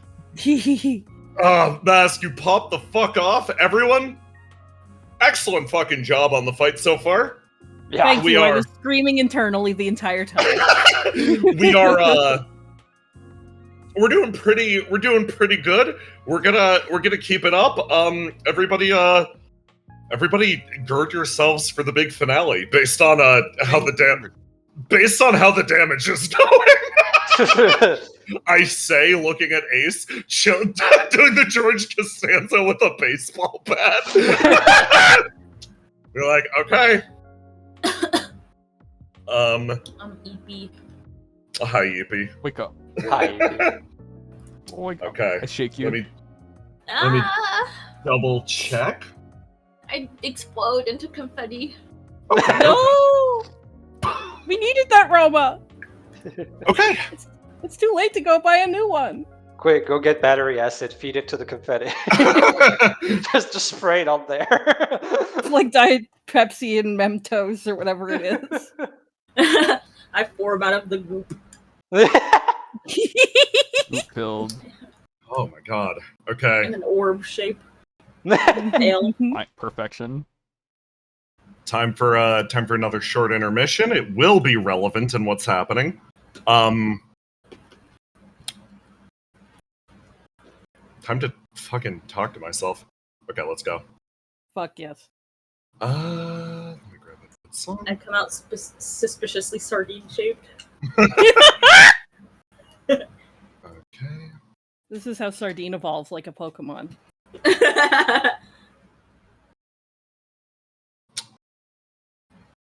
I need a good tension song. I'll give it to you. Who's tense? Whoa. Everyone. Why Oh is my there god. tension? He's fucking it up! Whoa. It's tense. Oh, I'm just gonna go for the traditional.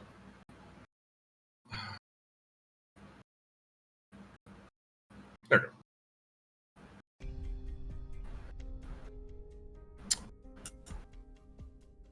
There's a thud and an impact, as here. Someone substantially larger manages to drag the smaller one away from the now no longer burning Eternity carcass. Whatever Eternity did to himself, he pretty much eviscerated this node down to the core to stop the flame from spreading. If Seagazer had continued to apply it, likely it would have spread through his body, but... Okay, Queen Buzzkill. What's up?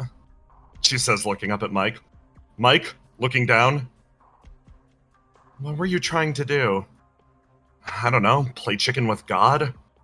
I wanted to see which one of us burned faster. My bet, with how he's... Honestly, with how long and, like, flowing his hair and robes are, my bet was he'd burn a little quicker. Plus, I don't know how fast Plug Suit burns. It's nice that Destruction's lasting gift to me might insulate me from some of the flame. Mike looks over at her. That... So... What? She stares down. What do you mean, what? You were trying to destroy yourself? Trying? Mike, it's a battle. We're always pushing up against life and death. This is what I've been watching you guys do this entire time. What the hell? Mike sort of moves backwards. Listen, just let go. I guess my job's done. Don't you have somewhere more important to be? Mike looks down at her body. She feels the power coursing through her, and then slowly exhales. A tuft of flame forming at her nostrils and pushing outwards. She shrinks down to a significantly smaller size. Nope, I think I'm good. She plops down on the stairs, wings fully grown and unfurled. Didn't we fight really hard to get you that power? Hey, bring it back. She moves over to Mike. Mike's like, I mean, the power is great and all, but there's somebody else sitting on or near the throne that can pretty much take it at this point. Plus, she's got more of a bone to pick with the guy than me, so, like, I don't know, I'm fine. She pauses there. Seagazer, like, looks over at her. Holy crap, like that. She stands up. Okay. I mean, what do we do next? Like, looks over. Isn't your job pretty much done? Took care of a node, right? That's all that was assigned to you. I have a responsibility. Yeah. I think we all do. But I think we can trust the people over there to take care of the rest of things. No, you don't. You don't get it. Literally. She pats herself. I'm the blade that kills Tormented. She gestures at the stairs. Someday, I'm gonna be made here after... She thinks about what the next words she wants to say are. After Riddle Arendite dies. And Ace does too. She splashes into the water. So Mike stands up and sort of closes in on her. Are you sure you wanna do this? Like, don't you feel any sort of dread going towards I don't know, following a script like that? So gives her turns, and her body sort of arcs up. Following a script? What the hell do you mean? She moves back over towards Mike. I was made specifically to take these things out. Ace right now is held together by glue and my goodwill. I can't. I don't want eternity to slip through my fingers, okay? Mike blinks. Why are you so committed to this? She sort of pauses, looks into the distance, folds her arms, taps her foot a few times.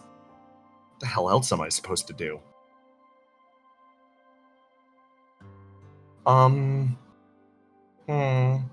Like, thanks. And then there's a spike of pain that goes through her body. She remembers something very recent, actually. Basil's expression. Her eyebrows arc up. Wait. She stands up and moves forward. Huh? Sigizer turns. I think you should be really careful about leaning into the whole blade that kills the tormented thing.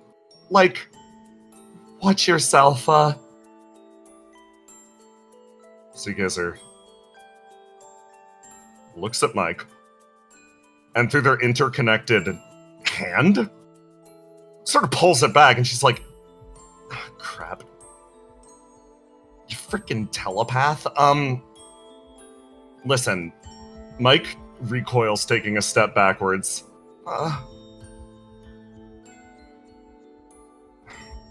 Sigizer stands up, moves over. Listen, it's not that bad, okay? She holds her hands out as Mike feels a memory spreading from Sigizer to her. She takes another step backwards. What Mike saw in that moment, a point of physical contact, a vision from Sigizer's future. It's something simple. What Sigizer can predict, as far as Escalatine is aware, is her creation on these stairs, but running her own numbers. In the distant world 14, a figure lies against a tree. Stuck full of arrows head to toe. The fight finally concluded. Her body can barely move. Blood spills from her wounds. Figure walks its way forwards. She holds one hand out for it. Well, job well done. Every tormented cleaned up, and world theoretically liberated. There's only a little bit left. She whispers something. Crushed throat. Oh, right, of course. I'm sorry, I don't think there's anything I can really do for you right now. Don't worry, though. The heroes of this world, as well as Exulansis, will handle the rest. You've done your duty, so rest well. The man known as Lafadel walks into the distance, leaving her dying against that tree. Feeling the blood pool and spill from her mouth, she feels her end. The end of the blade destined to kill the tormented. She dies cursing the world. Mike takes another step backwards. Sigizer sort of pauses, holding one hand up. What the hell do you want from me? What do you want me to be? What? Do you want me to be Lafadel's ultimate weapon?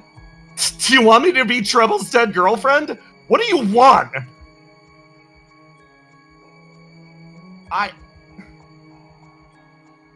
I don't know what the hell I'm supposed to do. Like, takes a step forwards. She thinks. Vision of Basil dancing in front of her eyes. I don't know what I want. I have no idea. I don't... We were all made for a specific purpose, right? This is the one that you got put together for. Doesn't need to be us. We can exist outside of that. I was made to be a girl that I'm not. All of my siblings were. They were...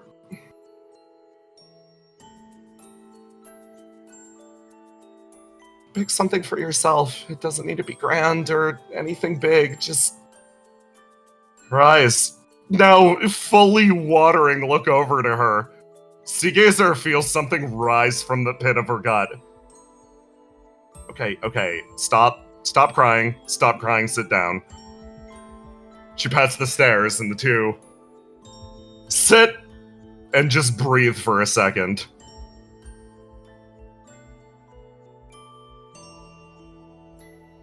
Yeah, there's something I want to do. It's just lame as hell. Yeah.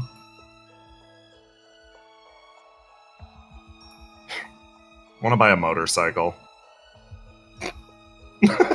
Through her tears, Mike actually laughs.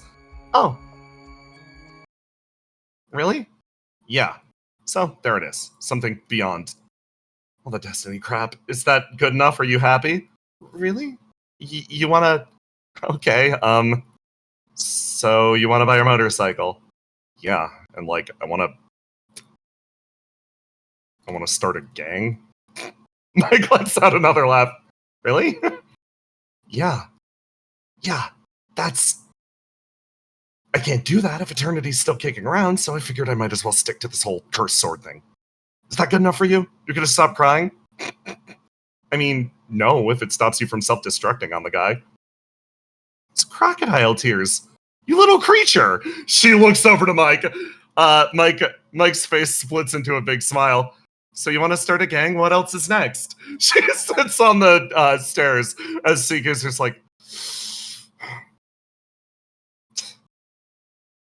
I just want to live. I just want to live. That's it.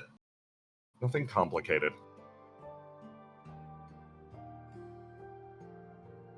You know you weren't fighting in a way to guarantee that, right? Fair point. Seeker pauses. Okay. Fine. She stands. You win for now. But, unfortunately for you, I've got to guarantee that my partner doesn't need it. And like I said, he only exists thanks to my goodwill. What about your partner? He's probably out there fighting tooth and nail. Oh, he'll be fine. He's got a lot of good people watching out for him, and like, I don't know, I think the queen's on her way over. And like, given a choice between saving Argos and anyone else, I'm sure she'd save Argos, right? She knows how important he is to me. Yeah, good luck with that. Seagazer turns. Okay. I hate this. I'm doing this the old-fashioned way, so look after my body, alright? Sure, yeah, okay. Seagazer sits down on the stairs, and a wicked grin crosses her face. As fire starts to spread around her body, and the look of inky blackness overtakes her. That shade darts into the reflection crystal and into the distance, where a battle is still being fought. On this bridge of flame, Ace, you feel a thunk against the side of your machine as someone stands alongside you again. She She clings to the side of your wing, holding herself there and watching the figure in front. You feel her fidgeting back and forth.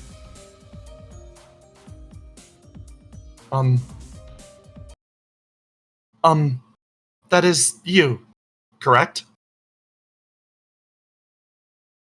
Laughter?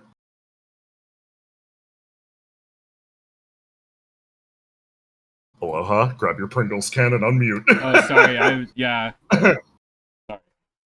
Say? You know you're in the danger zone right now? I understand. She looks over at you, and you feel her fidgeting more and more. It is good to see you again. Yeah?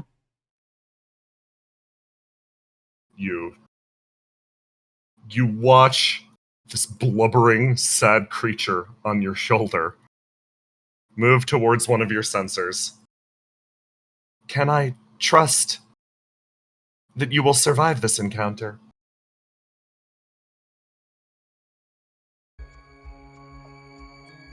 Think about that for a second. Say? Yes. No.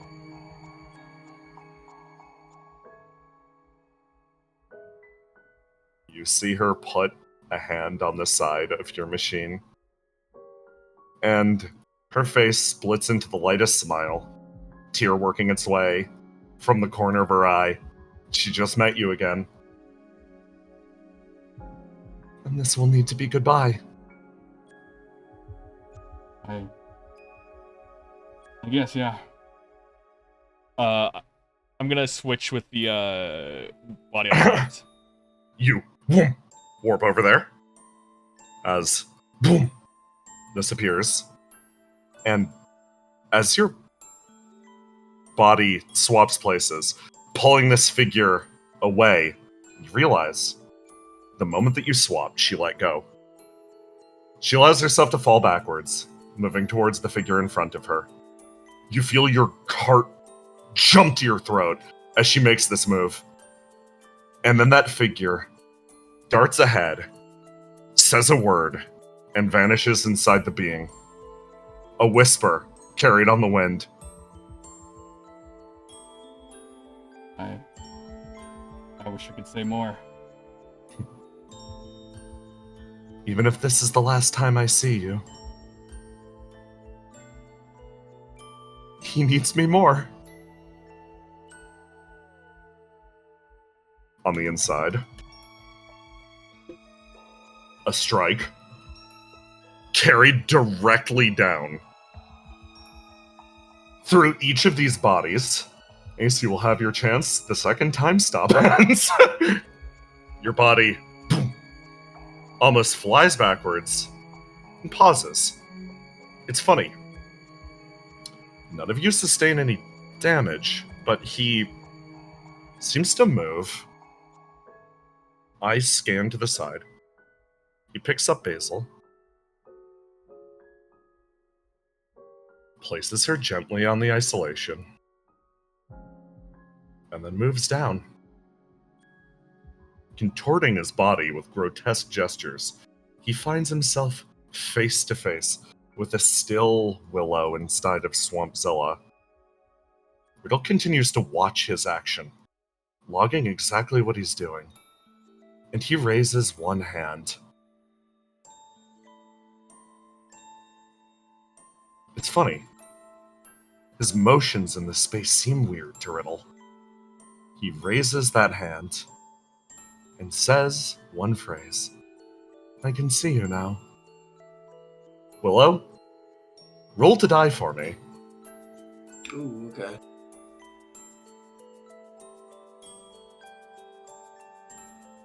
You roll to die, and you roll incredibly high as you feel his hand travel towards you.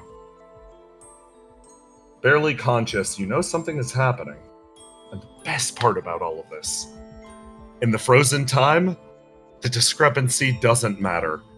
There is a ping against your face as you are able to do nothing to defend yourself. Despite this being the laziest, most worthless blow in the universe, it hits your body wholesale. You take 21 damage as you feel your lungs compress.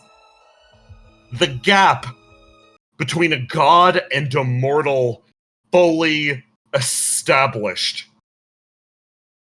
And then time unfreezes. Willow, it's your go. You reel back! Willow exhales once.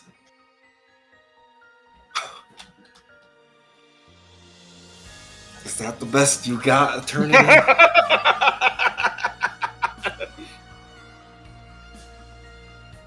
He looks down at you. There is a gulf in power between us. Your determination cannot cross it. That's where you're wrong, Eternity. When you're fighting me, you're not just fighting a single mortal. You're fighting everything that's connected to me. The ground, every single flame and person here. And using stanced up, I store that damage. Oh! And then I'm going to burn it and ignite it. Sending it back at Eternity tenfold. You send the attack back! The lightest impact of a finger as give me a roll to do! Alright. So, this is a bonus with each for how much damage I've taken. Oh yeah. In that case, 21. Your attack travels straight towards him. As he going to ignite. Yes! Roll that 1d6. I'm going to end stance.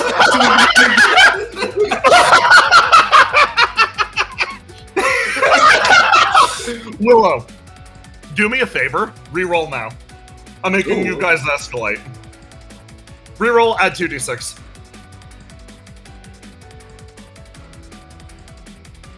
Okay. Are the rest of us unfrozen? Yes, that will, yes, actually, in this exact Can moment. I ignite to assist? Yes, yes, you can. It will sacrifice your next turn, but that's okay. You are 9 and can do this on your own turn. Okay, so, Willow, tell me how this attack goes. So, with her feet firmly placed on the ground, Willow takes this push, this power of a god, and redirects it back into the earth. Like Graf says, in order to take a blow correctly, you need to have the power to push the entire continent behind the other person. So Willow pushes back, with the entire world pushing her forward. Your attack travels upwards towards his jaw and bodily connects, sending a shock of pain through him. You trigger his next damage reduction. Willow, what spell are we popping? We already used Apocalypse. As a reminder, I'm going to reveal this. Ooh, okay. Do we want gravity or do we want jail time? Yeah, are you popping gravity or jail time?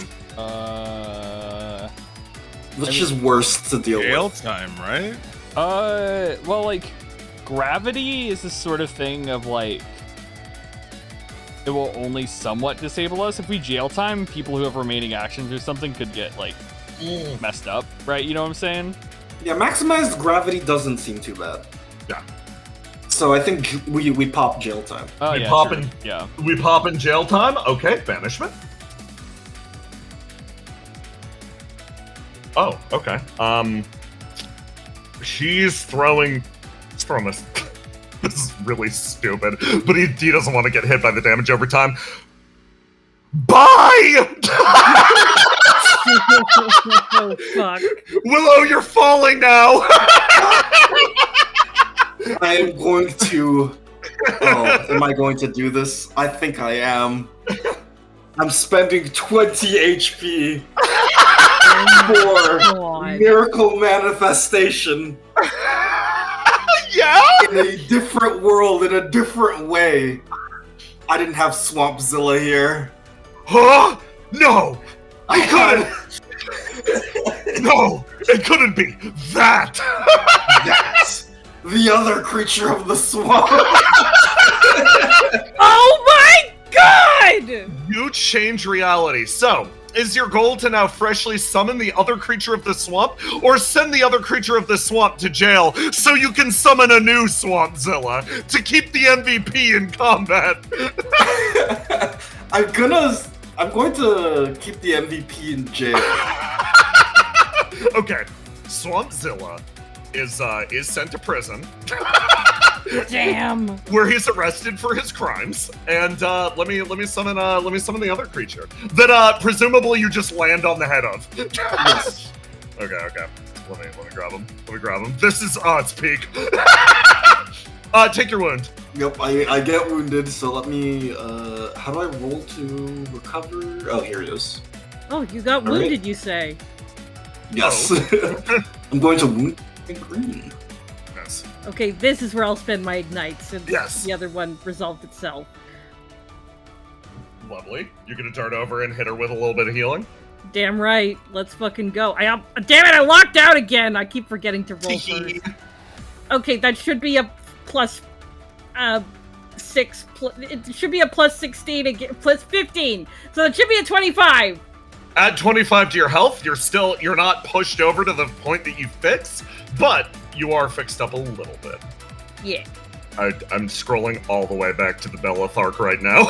I'm so sorry. No, you are fine. We gotta go all the way back. We're going all the way For back. Skippy, priceless. God, we love...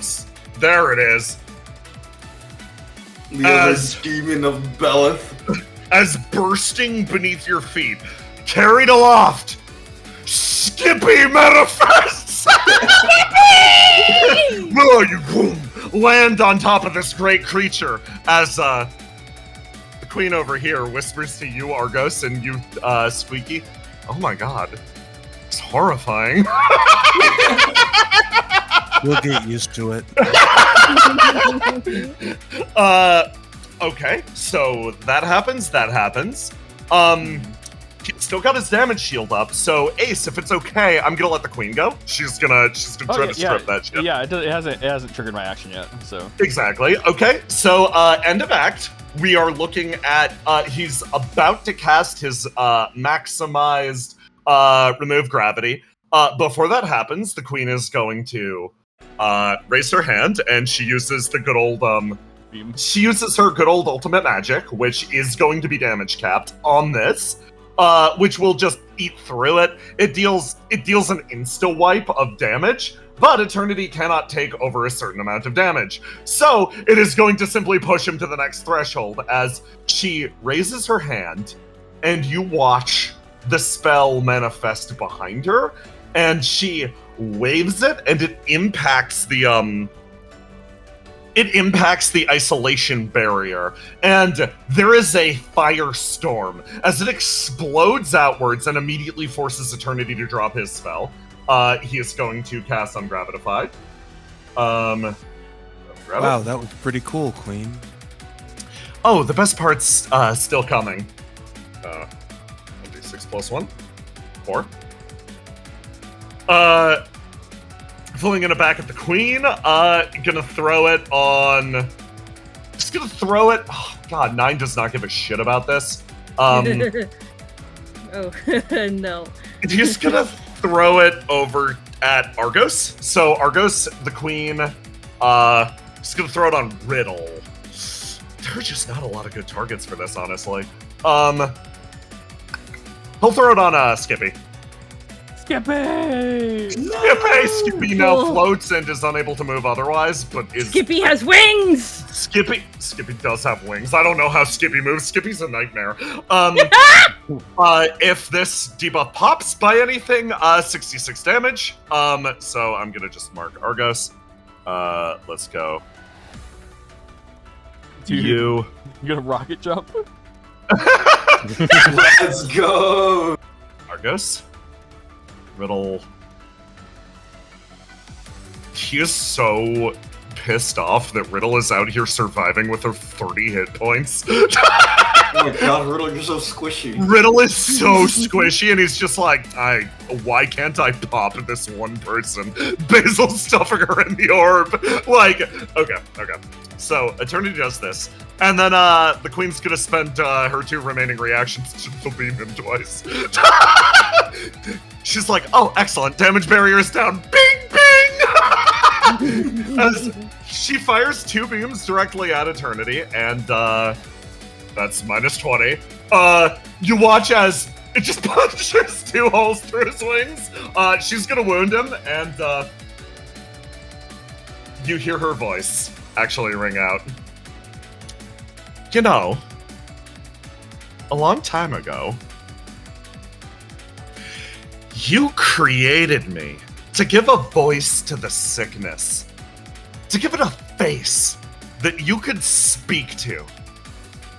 The thing that you most detested in the world. You wanted to resurrect one woman in particular.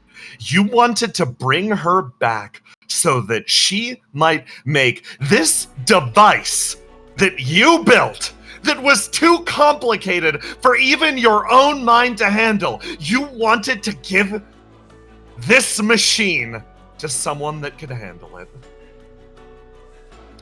You had the chance to try and try again until you found someone that was compliant with your wishes, to find someone that would one day sacrifice every living soul in the derelict to build your paradise. Thankfully, the very first person you tried this with turned out to be that kind of person. But there's a reality I've always wanted to share with you. After generations and generations of planning my revenge, I wanted to bind you up in flame and whisper something so sweet in your ear. You got the wrong lady, blue boy. And then she fires off 2 beams that are going to wound his, let's get rid of his, orange stat. Get the fuck out of here. Ace! Yeah. Does this trigger your set action? If his last shield is down, then yeah. Uh-huh! I mean, yeah, I assume Riddle had the same idea. So, as it happens, Ace falls down into the Astral Sea.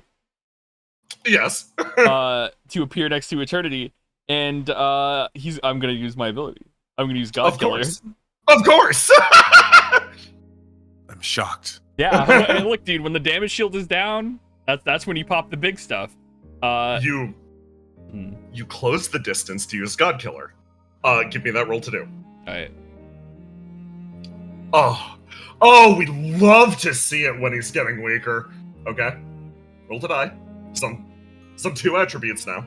He raises his arms, and this will hit him for all of his attributes. So 5d6? Yep, 5d6 on top of it. 14. Okay. Tell me how you close in and sort of cut the gap.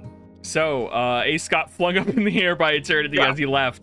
But thankfully, this vertical pillar of Astral Sea was shot up, thanks Seagazer. And Ace, water slides down it, coming back down, seeing all this stuff. It's like, sorry, Willow, interrupting real quick, and he's just gonna launch his remaining fist into Eternity's top of Eternity's head. Just a classical bonk. You boom! You drive the attack in to the side of Eternity's head. Willow, you come to a realization in that moment. His head angles backwards. Grasp wanted something very specific from you.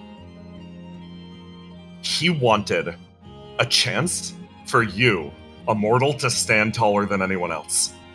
To show the world that your rising star was for your sake and your sake alone. As the aftershock travels through the side of his head, sending cracks and bits of plastic flying off into the distance. You realize what he wanted? Kind of a doomed mission from the beginning. After all, the only reason you made it this far was because you had everybody behind you pushing along too. Ace's attack hits, and his jaw darts to the side.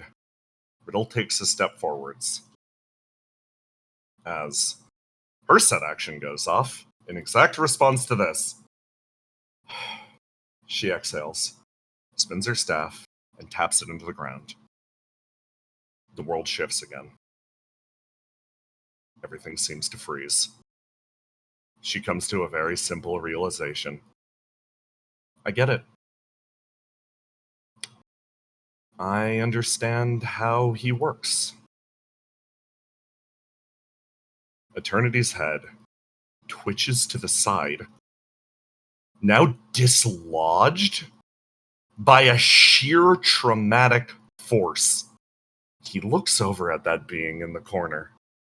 She stands next to Basil. It's not necessarily about stopping time. If it was, you guys could probably just move through it. He takes one step forwards. Eternity. It implies an inability to move on. Wanting to hold something fast forever. She continues to walk forwards. Eternity's body, he tries to shift it, but he finds himself caught. It's not freezing time. He's still stuck in the world that he used to live in. He's stuck in a vision of the past, unable to move on. We can't move in it, because we aren't a part of the world that he sees. It's not freezing time. He's dragging us into his inability to move on. Her eyes look up at that large being in front of her. But I guess I'm kind of lucky in this case, she says with a big smile. The people that I care about, this time that I'm living in right now, I love it from the bottom of my heart. And now, I'm dragging you into my world, she says with a smile. Eternity's body goes rigid, watching that honestly frail figure slowly work her way over. But there's also another reality that I need to accept. I can't hit you hard enough, Willow. In frozen time, you begin to move. So, unlike you, who has to do all the work himself, I'm afraid I'm gonna pass this off to somebody else. Willow, your body starts to move in the frozen time. You start to be able to shift. Eternity looks over at you, and his freshly dislocated jaw hangs open for a second. The look on his face is one of abject horror. How? The thought crosses his head. How is this possible?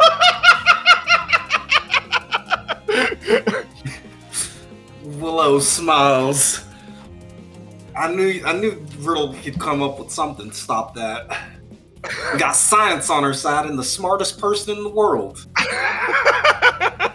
Willow pulls out her lance. I've been saving this attack for a while now. I start loading it up. All my attributes. Click! One bullet after the other. He can't move. He simply has to watch and wait. Kerchung! The Echo Lance you developed together. Oh, when I'm not done with you. I take 20 damage. In a different world, I wounded a different stat. So I have another stat available to load into the Echo Lance. You change You modify your own modification to the world, twisting it into a loop of logic. Your body starts to break down under the sheer force of alteration, your flame whirling and hissing. You unwound that stat and instead wound a different stat.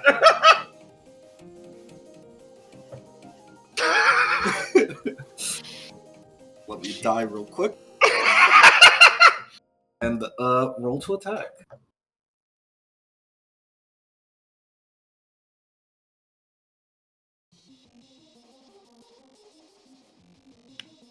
Give me that roll.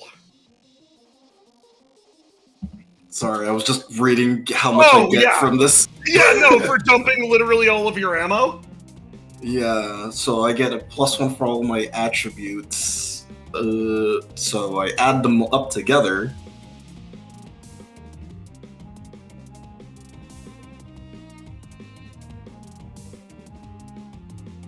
I'm praying. There we go. Yes! Okay! So Eternity sees you coming, and he starts to bring his hand up in slow motion. He can block this, but Willow, the sensation that he experiences is identical to what he just did to you!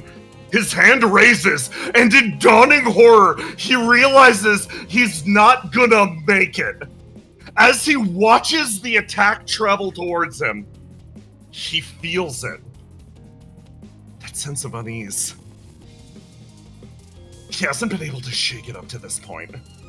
He confirmed and reconfirmed with the people in front of him. Certainly. The people that he was fighting. They were just mortals, right? Just humans, right? Riddle Arendite was not isolation. Will-O-Wisp was a new soul. Not some hidden trump card. Isa's face splits into a merciless smile.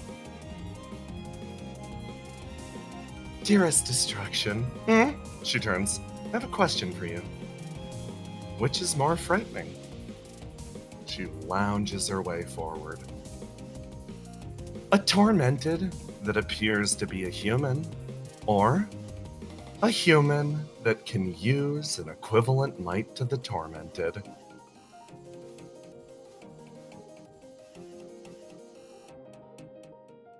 The attack travels past Eternity and plunges its way into his side. He looks down in horror, eyes barely able to keep up with it, as the detonation travels and time unpauses. Everything flushes back into color as Willow, you are sent flying backwards, landing on the platform next to Riddle. She twists, turns, and puts you down next to her. Eternity stands as you both land up here. He looks down at each of you. Disgusting. Horrific. How? Why? You shouldn't be able to! He looks at Riddle and Willow. I can't. Sorry. I need her help for this. She says with a big smile. He clutches at the wound. Raises his wings.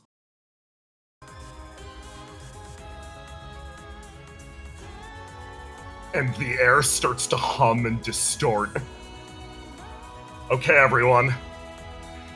Eternity is going for broke. He is nearly fatally wounded at this point. He is beginning to use quadra casting. God, he can count the parts! Moves. So, The number that high, bro. I'm gonna be smart. One more break. One more break. One more break. One more break. One more break. Yeah, I appreciate it's that. all from here on. Let's be smart about this shit. Gosh. Riddle is so fucking cracked. Yeah. Yeah, Riddle and Cash, like, yeah, I'm learning how to use all the Tormented's power. Fucking cracked. I was like, oh, I found the cheat codes. Let's go. Oh, I figured out how he's doing that. Isn't it like kind of fucked up that his power is not stopping time? it's trying to make time. The time he wishes was still here. Come back, yeah. It's Like pretty fucked up. it's like his reflection. It's Eternity of Moments, right? Oh yeah. Gift of moments. Gift of Moments. Yeah, sorry. Yeah. Where he isn't like stopping the moment that's happening. He's kind of almost like making the moment that he's stuck in apply to everyone else. But yeah, it's messed up. When you're eating the food, this time stops for everybody. Mm-hmm.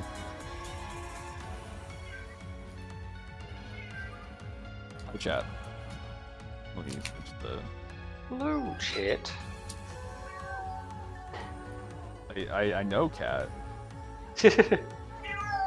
Oh, wonderful creature. Opinions. I love Eternity, dude. One of my favorite characters of all time. Mm-hmm. Very good villain. He's so pathetic. I like that. Oh, I'm back. Y'all are the We're fucking best. Ah. Holy shit, squad.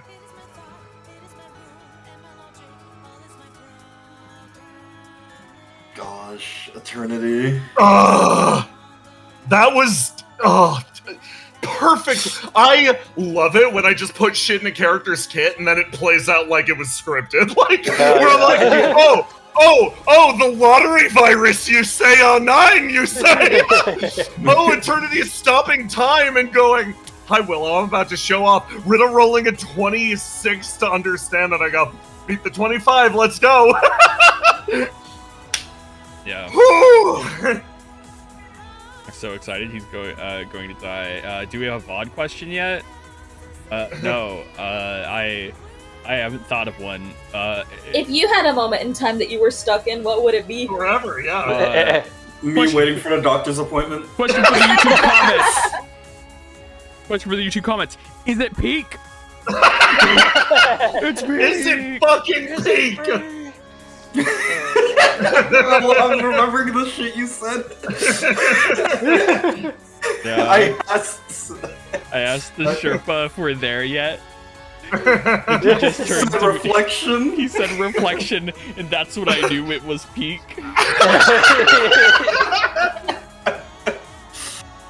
Oh my god.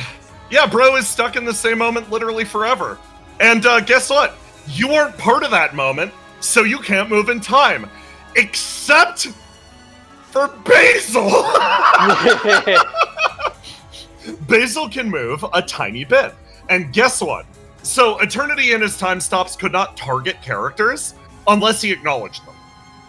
Basil can be targeted, so he put her down for safety's sake. Tiny got him to acknowledge Willow, so Willow can be attacked in the stop time.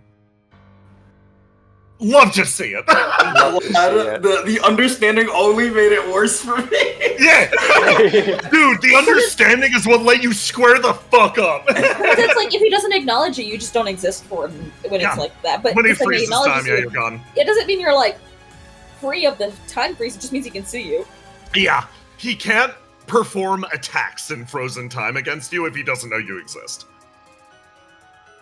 Ace, I'm sorry. Even though you're his new best friend, you were not quite enough. Bro, he doesn't know who the New fuck best I am. friend, he wasn't there. Yeah. Oh, okay. I gotta get a thing or two ready.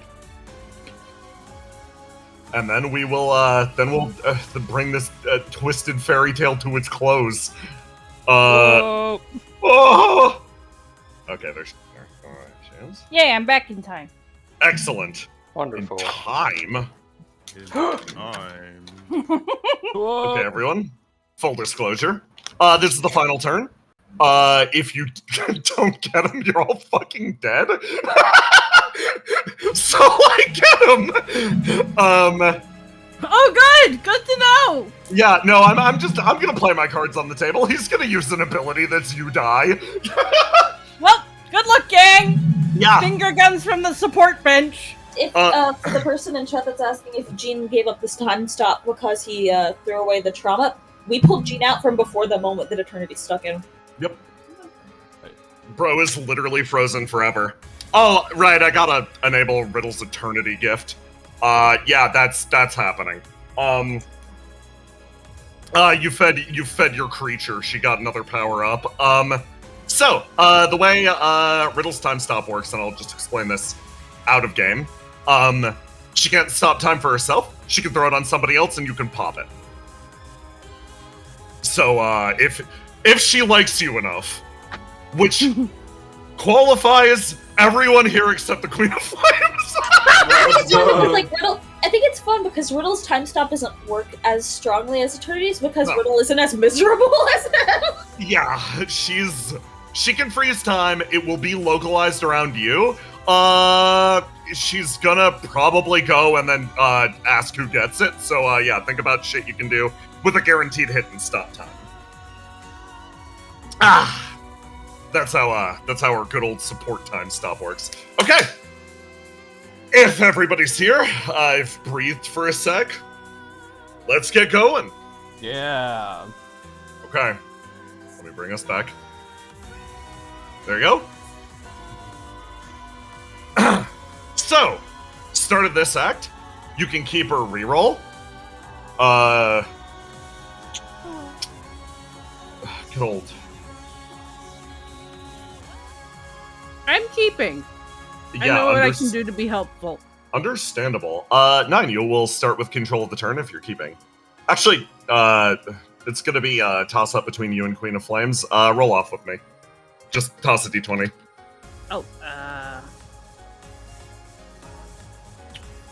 Okay, 9. You determine who gets the head of the turn order. Alright, anybody gotta move first?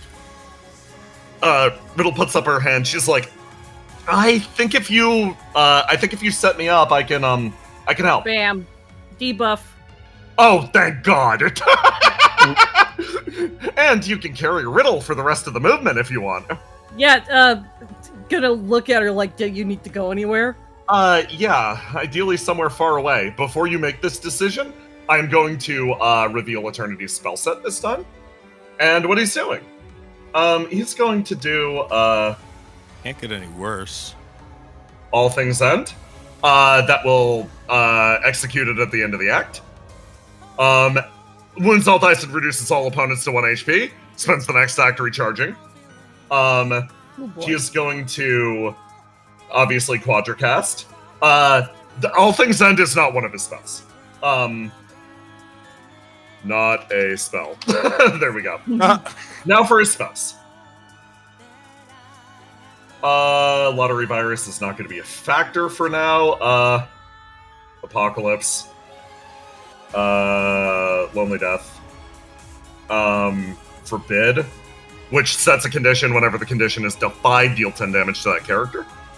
And then Hex Element. Yep, so he's trying to kill you guys. And then he's going to activate or Trumpets. Since it stands to counterattacks from the first person to attack. So whoever goes at him first is going to get their ass absolutely beat. Do they? Yeah. So yeah, that's Eternity's plan for this turn. Mother McFucker. Now 9, complete your turn. Okay, for quick question. Can I do my fucking full healed Pokemon item on... Is that an action? Is that like what That's I your have action. to That's your turn action. Yep. So I can't do it on 2 people who are next to each other. You can. No. It's that is a my one. shtick. Yeah, that's a one. It's trying to steal my shtick single target. No, Very that is fair. one person. Okay, me and Riddle are moving. Okay. Take us away. Okay. You grab Riddle, and you two are going to move. As she's like, okay, I can freeze time, but only for one of you. Who wants it? I have an idea, Riddle. Zero hesitation. It's on you. You two are dipping the fuck over there. Gotta move the squishy. Riddle's gonna be a little cheeky about this and she's like, I'm gonna get this over with. and passes the turn to Eternity. Yep. Who is going to... Yep, meteors. Classic. Yeah, classic meteors. Okay, he's gonna do this. Everybody's marked with a meteor. If you don't kill him, you all die. You know the deal. I'm not even gonna put the meteor markers down. GM, do the meteor also kill him? The meteors do actually hit him too, yeah. I have a funny idea. Imagine. Take me down with me, fucker. Okay, let me summon the meteor assets then. Yeah. Hold on. More things on the screen. Yes. Our final ripple. He will mark characters then. So since these are remember they happen at the end of the act. They will trigger. He's going to trigger them after all things end. So you will all be dropped to 1 HP and then hit with meteors to kill you. Obviously. Yeah, you. Hi Argos.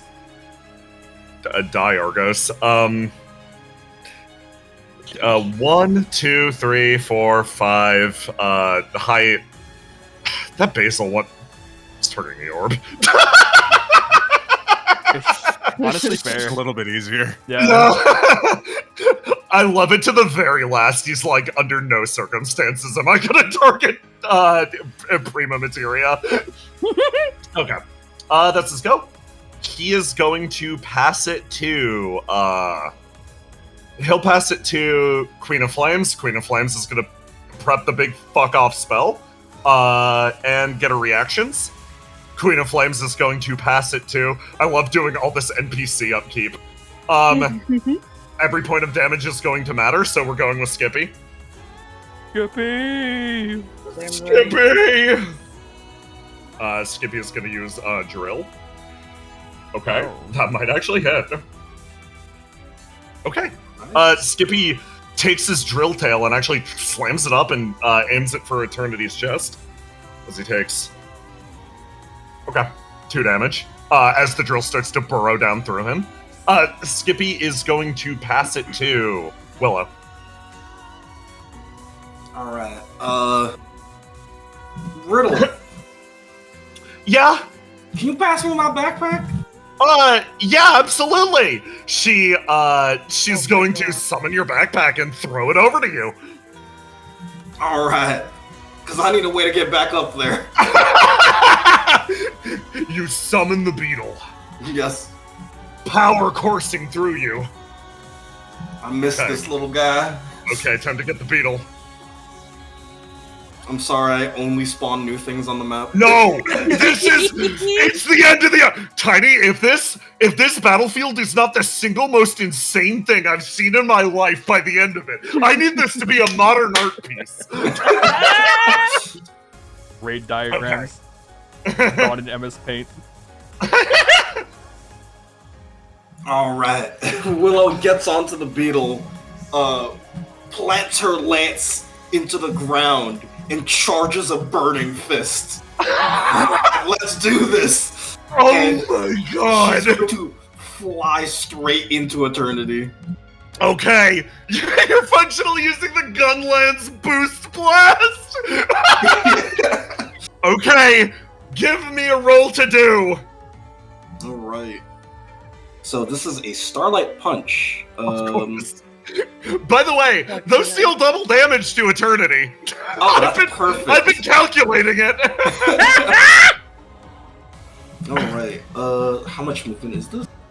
1, 2, 3, 4, 5, 6, 7, 7. Okay. Hold on, let me put the beetle there. Skippy to the back!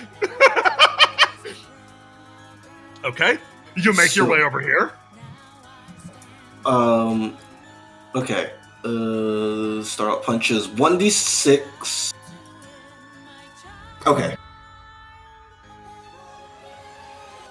There we go. Okay, attack coming at him. 17 versus 17. God. Roll again for me. We're escalating.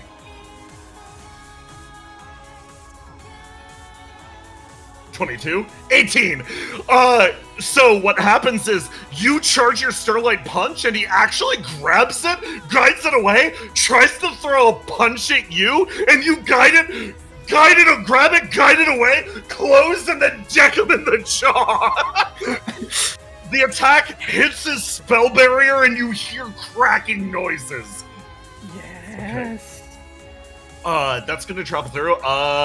That actually, hold on. Let me trigger drill. Oh, okay. I also end my turn stanced up. Of course! Okay. That barely does not crack his barrier. Okay, your attack crunches. It doesn't crack his barrier? It doesn't. It is like. Okay, thank you.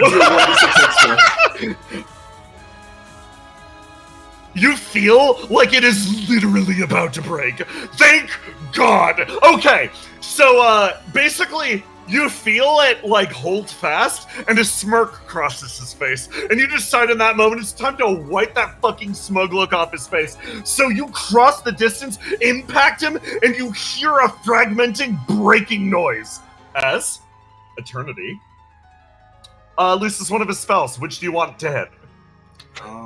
We want to get the worst out of the way, right? Yeah. So I'm thinking Apocalypse. That makes sense. I also forgot 4 trumpets. He's gonna absolutely kick Skippy's ass. Sorry, Skippy has the ass beating of a lifetime incoming. Skippy, no! But, yeah, we're gonna do Apocalypse. So let's roll the damage for that. That's on me for forgetting until now. So we will do the more favorable thing and hit Apocalypse first. And then let's go Apocalypse. 11d9. Oh god. So it's that much damage on 1d6 plus 3 times 10. Okay. I mean, okay. Not too bad. 58 damage. He's throwing that. I'm gonna be real. He's just gonna roast himself right now. Skippy's fucking dead. Okay. So he's going to target the sun himself. So that would be Ace. Ace, you feel the Queen's reaction coming your direction again. She points one of her fingers, and for the second time, she's gonna fling you high into the sky. Your body ragdolls through space as Willow, you are hit with the beam of Apocalypse. It flies down and strikes. I'm gonna use stand stuff to absorb that damage for now. You stand firm as Skippy beneath you starts to fail. The beetle angles back and forth. You take the damage for it, and then Eternity is going to turn. And sorry, Skippy, you're in for a fucking world of hurt. First person that attacks, he Ooh. He boom, one hit after the other. Hits Skippy in the gut, sends him flying in the air, teleports up, boots him to the ground. He hits the earth. Eternity slams the earth with a burst of flame and lightning, grabs Skippy by the tail, spins him, and just chucks his ass out the arena. What, he's got air combos? The long Bowser. Skippy is dead. Eternity looking at the cube with Swampzilla, looking at Skippy, who just, hold on. Let me show out here. And gets ravaged by local wildlife. Out here. Let me just... Ace, you see us.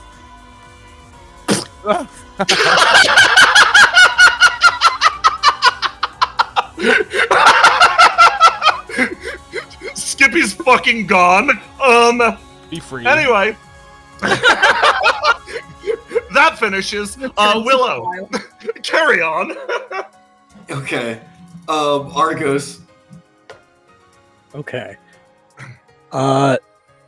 So if I'm correct, it's just myself and the queen who are still floating.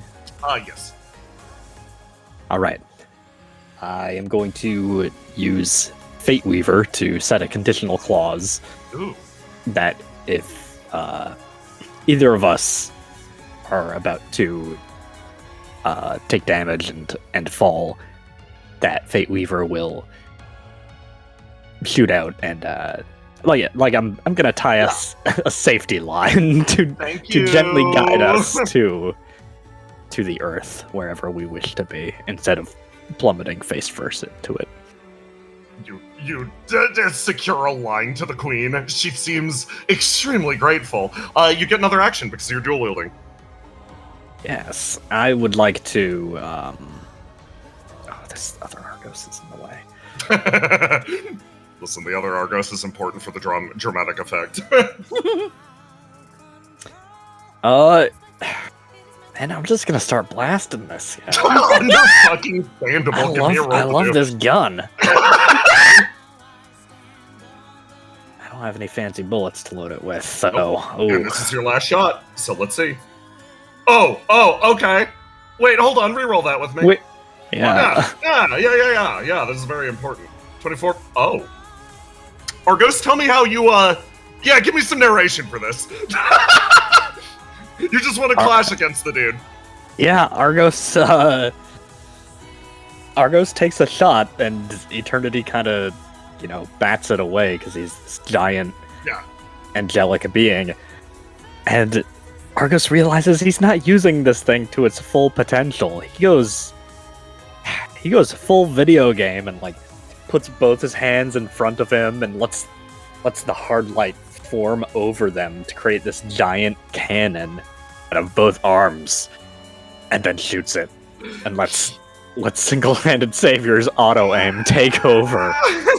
He raises both of his hands and he goes, "You have no idea what you do in using that." His voice is cut short as a donut hole is bored straight through his side, a puncturing wound that explodes out his back. A hole perfectly carved through him. He looks down in utter horror. Argos, you're wounding another one of his dice, and you're popping one of his spells. This thing, have you seen the stats on this thing? I don't need to know what I'm doing. It's on the outside like amen. Okay. So, choose which one you're popping. Hex Element, Lonely Death, Forbidden. Let's see. A bunch of damage, everybody stack up, or he can forbid certain actions and deal an assload of damage to you if you disagree with them. That's so very vague. Yeah. And abusable. Yeah. I'm gonna cancel out. Or, no, it's not cancel out, is it? No. It's use it, but unmaximized. And right now you guys are going for broke on damage, so it's that weird thing of, you probably don't need to worry about one being maximized, because he's either dead or you guys are. So it's choose which one you wanna... Which one seems the less... I don't know, man. Which one will suck least to happen now? Yes. Do you want Forbid? Since there's only a little bit of damage? I feel like Lonely Death, because at the end of the act, if we don't kill him anyways, we're already dead, so it doesn't matter. Right? Because if we use the summons... So you shouldn't waste it on Lonely Death, right? Well, you're right. If we use summons, right, he gets a bunch of attacks right now, right? Yeah. And then there's the Forbid, which is set a condition, right? And so what we want to do right now is... Lonely Death is the one where nothing happens if we use it, right? Yeah, I think you're right. The other ones happening later don't matter because we're already dead at that point where he is, so yeah. I don't need that condition messing with us right now. Yeah, exactly. Even if it's... Two people, strategists, take your instant death at the end of this on top of your instant death. Argos and Ace, die. There you go, take your lonely deaths. And then, he, wounds. Which, between his two stats, I'll roll them again for you. Do you want a wound? Purple or black? Purple. I'm the purple here. You are. Mike, yeah. Yeah, purples. Okay. He only has one attribute left. He is back up to max. There's damage caps on him right now. You guys are gonna need to be smart about how you do this. Okay, Argus. Who you passing to? Yeah, who is yet to go? You've got. I haven't gone. Has Basil? Basil hasn't gone. Yeah, I haven't gone. But I would like for there to be no shields if we can manage. Yeah. Queen will eat one shield. That is guaranteed. I mean, there's only one shield left, right? 2 shields left. Two shields left? Yep. Okay. I can go first. How Okay. about Okay. that? So, what I'm gonna do. By the way, just wanting to know, you said that 9 had a wound negate. Let me double check the text. When somebody is wounded, he can immediately react, ignite, and fly over to them and heal them. Yeah. Okay, and that stops Which the will wound, stop right? you from instant dying. Yeah. Okay, cool. I keep that. Let's just say, if you get killed, I have a once per session, but that will work on We one. might need that for when we all die. Oh, you shouldn't have told me that. You've told me the wrong information. That's fine. It's okay, guys. Listen, we it's win the this last no session. matter what. Let's go. And so, The last fucking session. If not now, then when? okay, so Ace is falling from the sky. What I'm going to do is I'm going to, let's see. I'm going to use one that I've only used once. Dimensional Render. Nice. Okay. May only be performed with one or more corrupted dice. This attack's damage cannot be reduced in any way. And then choose the following: deal 1d6 extra damage, or not. And so what I'm going to do is I'm going to do that. But I'm also going to ignite for understandable for split at the seams. So I do that attack twice. Let's go. So there's gonna be 2 complications. So let's roll 2d6. It's an 8, so that's a glitch. And roll 2d6, and that's another glitch. So cool. yeah. So how does my dimensional render and then also my split at the seams glitch? Luck roll. Okay. Boring roll. Okay, that's more interesting. Now that is far better. Yeah. You feel the clone that you're spawning start to break away, and it feels like it doesn't have quite enough substance as it warps in front of eternity, and he almost holds his hand out to it, seeing this creation of flame, and a look of disgust spreads over his face. That one he is going to be able to clash with is the complication. His only stat is black. So Yes! this is going to be clashing anyways, because I'm locked into black. Oh, I'm so silly. Yeah, carry on. Yeah. So these are going to be 2 rolls to do. So yeah. The fuck. Let me go like this. Okay, 2 rolls Clash? to do. Oh my god, you're such a. Beat the Okay, target. so Oh, let's go. And Okay. then 13. That's Okay, gonna be okay. ignite. So I'm losing one of these. So that's You're fine. losing one of these. One of those hits. One of those doesn't. Let's resolve the one that hits first. You get a clash for double damage on it. Double damage, and that's also the double damage of the extra damage I get on it. Yes. So that's extra damage. So that's 2d6 damage. So that's 3. Okay. 3, 10, 14. 3, 10, 14, double 28. Yeah, you're chunking. You're fucking chunking his ass. That's also unblockable. So you cannot reduce it in any way. Oh, okay. Never mind. The damage shield does not give a singular fuck about. Yeah, you slice through as you literally rend dimensions apart, and he'll sweep his hand and just fucking crush this one. Do you want to reroll on that 13? Oh, I mean. If it hits, it's Smoke him big. if you got him. Smoke him if you I got will take him. 20 damage. Timing! He does not die. Yeah. Okay. So. I didn't know if that was the real Ace or not. Okay, give me another roll. Alright, this is just to add the math like 5. Yeah, that's not good. It's not even better. Boom! no. Oh, you get this time instead of getting grabbed and crushed, this happens. Ace, you watch as you Woo! That dude's gone. Oh my god. Okay. Okay. That's it? Yeah, that's all I could do. I ignited it, I did that, so it's just, there's only really... Wait, Okay. he's only... Nah, I'm good. Okay. At the end of your turn, you feel a sort of pulse travel through space as, it feels like somebody's presence realigns itself with you. Twisting, almost like darkened mist around you. She grabs you, picks you up, and sort of stabilizes you. Sorry, we're doing things a little traditionally now. My body's unfortunately occupied elsewhere, so it's back to good old Phantom Sea Gazer. How's it going? Did you miss me? Why do you talk more eloquent when you're in this mode? I'm bigger. I feel more confident. Why not just be born bigger? I'm working on that. Listen, Mike got bigger when she got stronger. I can get larger as well. Okay. Are you ready? Well, ready for what? Are you ready to take down a god? It'll be the second time for me, so I can run you through it if you want. I mean, sure, but you're gonna have to beat Willow to it.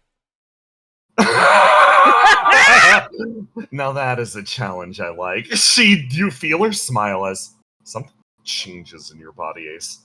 Another crack, and it almost feels like that same presence at the back of your mind starts to boil up as you feel somebody else enter the area, making it in. She finally finds her way to the correct part of this creature's body, and she stops and looks over at Ace, floating up there with Sea Gazer. She makes eye contact with the Shade. That is not particularly fair. I wanted to beat you to the punch. Well, too bad, he's getting my sword. Sea Gazer holds a hand out, and flaring in your hand, Ace, you see Sea Gazer's sword form. Say, over here. Throws a fit, and she's like, I disagree. Instead, summoning a wide array of different fangs behind her, they form, and she throws you one that skates through the sky and moves over next to you. Well, there you go. I guess you can use one of each. Big problem there. You only have one hand, huh? Oh god. Yeah. Okay. Let's set about fixing that then. Sea Gazer moves in, and Is this gonna hurt? No, it's gonna feel wonderful. She places her hand. You take Say's sword in your normal hand, and Sea Gazer sweeps her arms around your other. That missing palm starts to grotesquely, or that it's like the best way to put it is like it's cut in a very similar spot to Riddle's. Your arm down starts to grow something from it. A long protuberance of blue. Individual motes and specks of glass as from your arm stump, what appears to be a horn starts to sprout. It emanates outwards like individual parts of a tree. And then they all ignite one after the other. Where there should be an arm, instead is only a burning mote of flame. There you go, grip it with that. God.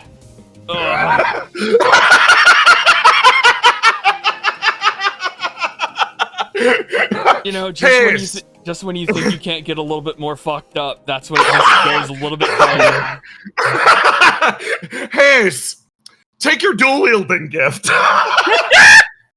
Thank God. So, while you were dual wielding these blades of energy, you get a second attack in this case. You've had your opportunity to use your Sea Gazer move. She hands you the blade and remains waiting around you. She's got her own action, but she's gonna wait on it. You can take a Say action. Swing the Say sword. So one sword completely ignores the barrier, while this sword currently can command it itself. And so what Ace is going to do is take the Say blade, and stab it into the barrier to just try to disperse it through a command. Yeah. Give me a roll to do. Yeah. Let it 14. 14, baby. Add says green 6 to that for a 20. Yeah. My man rolls a 12. As you just jam the blade in, and tell me what words do you say to Eternity? The attack will travel through and hit him too. I'm getting tired of this. Can we just get it over with?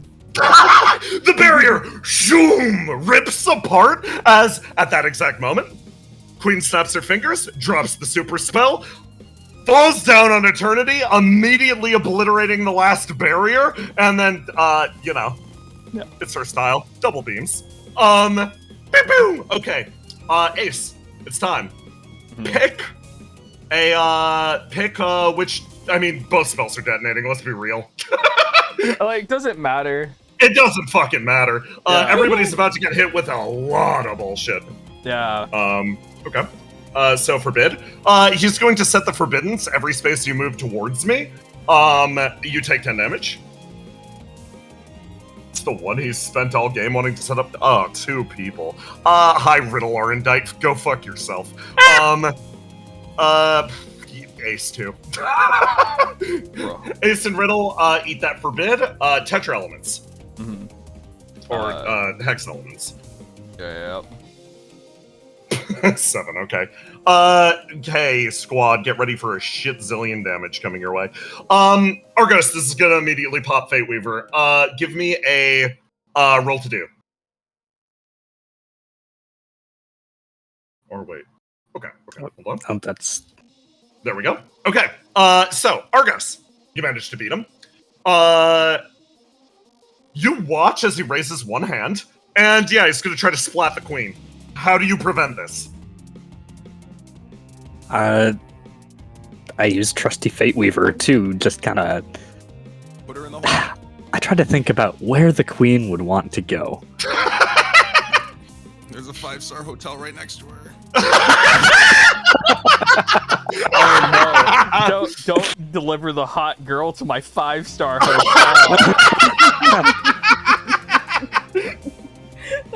I feel like I should get her away from where the meteor is targeting a little bit. Yeah. Where are you sending her?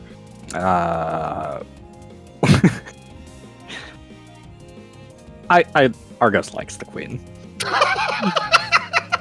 So, and he's not streaming, so there's no point in doing a bit. He's just gonna send her, over here. Over to safety? Okay. Where's your joy? So, what direction was it? Ping it again. Just up. Up. Whoop. You fling her in that direction. Squeaky, you start running after her. Okay. Argos, roll me another roll to do.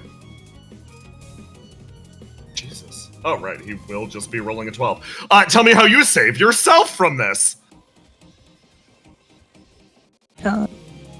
Let's get right up in the action. I shoot out my string of Fate Weaver and heave myself with this enormous, awesome gun right up into the... Well, not too close to the action. Okay. Let's not be crazy. Out, and you slide your way off in that direction. I've got to pick more targets. You know what? For once, I'm not going to grievously wound Say. I think everyone should clap for me. Riddle, die. Do you want us to do it? Yeah. I don't want to clap for that. Riddle will not die this day. Yay! Eternity fires Tetra Elements at 9. 9, roll to die. Oh, right. Oh, no, that's the kaboom. Okay. Yeah, tell me what you're locking in. I think you beat it. Oh my god, you're right. I you have high stats. I keep forgetting 9 is yoked because he's Exulances. Hi, Willow. Beat a 21 with your roll to die. That's not happening. Well, let's see. Wait, hold on. I have stanced up. You've got stanced up. No. Wait! You're so close! I just unlocked from rolling to die. Yeah. I bet I can lock in again for an assist. Wait. No, Willow's getting hit by this and Willow's getting wounded, so hey, 9, you get an action. Hey! Riddle, we're going on a ride! Okay. I love I'm saying all these incredibly excited things that 9 is not saying in character. Dead silent. Yeah, Okay. 9 just like, no, just like fucking Willow. And just letting her know with a single word where he's going before, boom! 9? How much damage is this? That would be, we are looking at 10 in this case. Okay, that was okay. I thought it was gonna hit me at that 99 threshold. Oh! The instant death! Oh yeah, you put it into stand stop! You don't wound! Oh my god, that's terrifying, actually. Me not realizing Willow's in dies instantly territory? Okay. 9, you actually do not move because Willow's not wounding. Oh! Well, Willow's fine. Back we go then. Back you go! Ah! Okay. Ace. Hi. Hi. What's happening? Roll to die versus a 13. Roll to die versus 13. Don't worry, I can lock in. You know what? Fuck you, asshole. Locking in black. Let's make this a clash. Okay. Fucking bring it. Oh god.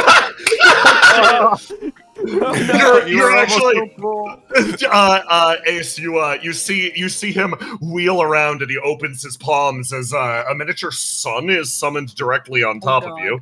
As that'll be 24 damage. Seagazer also starts to scream. That's Tetra Elements. Next, Basil. Shields are all down. Shields are all down. Shields are down. Yeah. Stop time, please. Riddle will hold her hand out and freeze time. Okay. Basil is going to approach. Yes. And she's going to summon her orb right in front of her. You summon the orb. And she is going to exhaust her purple stat. Yeah. Which means that she will do her next action twice. Yeah. So I will ignite, and then I will wound my purple stat so Lovely. that I can trade out Basil with her body for Ideal. Ah, lovely. And then I will scramble to the Ideal sheet, which is somewhere here. And what I'm going to do is I'm going to spend 3 resonance to make 2 Ideals. Yeah. And then I'm going to spend 3 more resonance to make another Ideal. Oh, you're just mobbing him. Yep. Yeah. Okay. And we are all going to use our axe attack, which does double damage, even though it's at a penalty, but the penalty doesn't matter because he's frozen in time. Yeah, exactly. The attacks will hit. So something horrifying starts to happen. You and narrate what this looks like to me. So what Basil basically does is she reaches both of her hands into the eyes of the orb and she pulls out Ideal and they switch places, meaning that Body Basil has to bear the weight of the cross for a minute. Yeah, no, she's going to the zone. She's going to the zone, but we don't need to worry about that because we're about to solve all of the troubles right now with our axe. Okay. You arm up with your axe. Now, I believe the axe attack... What's the axe attack bonus? The axe attack will double the damage that we do. Okay. So, roll to do. 4 times. And, yeah, we're doing it 4 times. 4 times.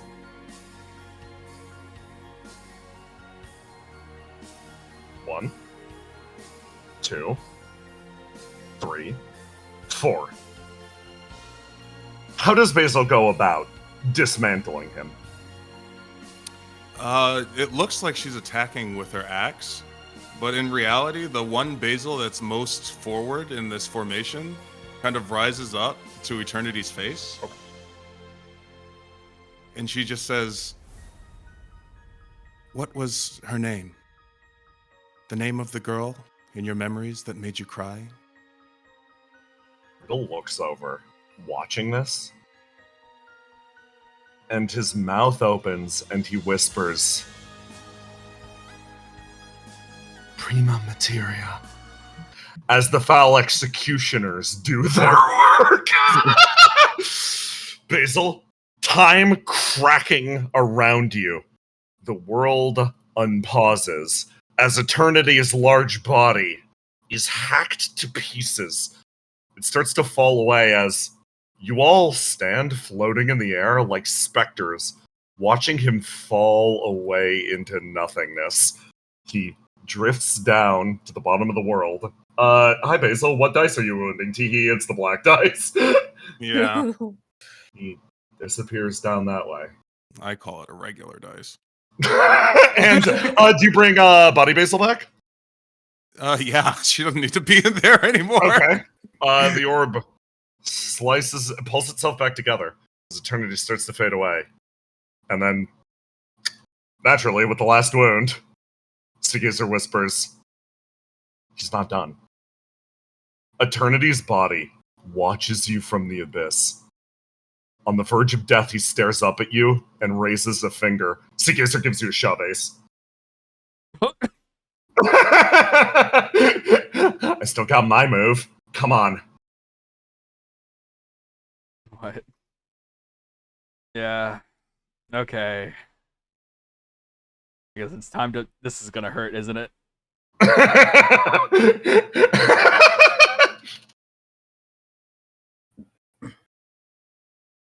You.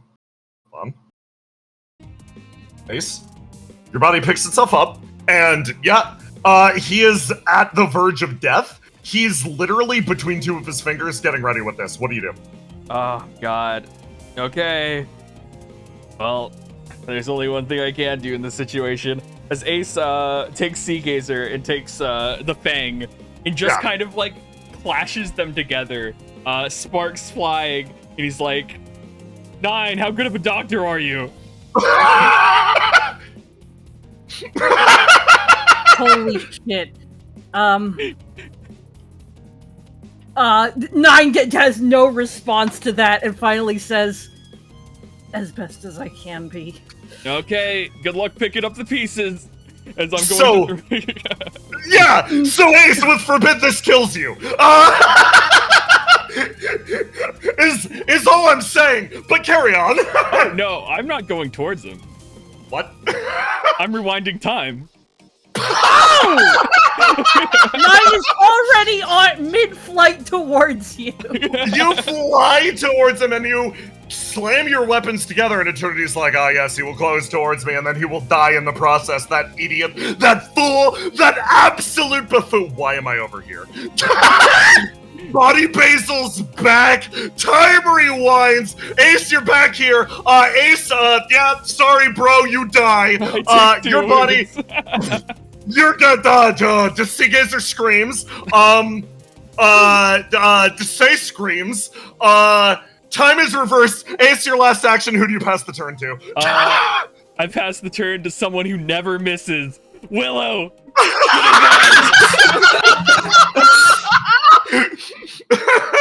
Alright. All that damage saved up. I'm going to unleash it, taking that.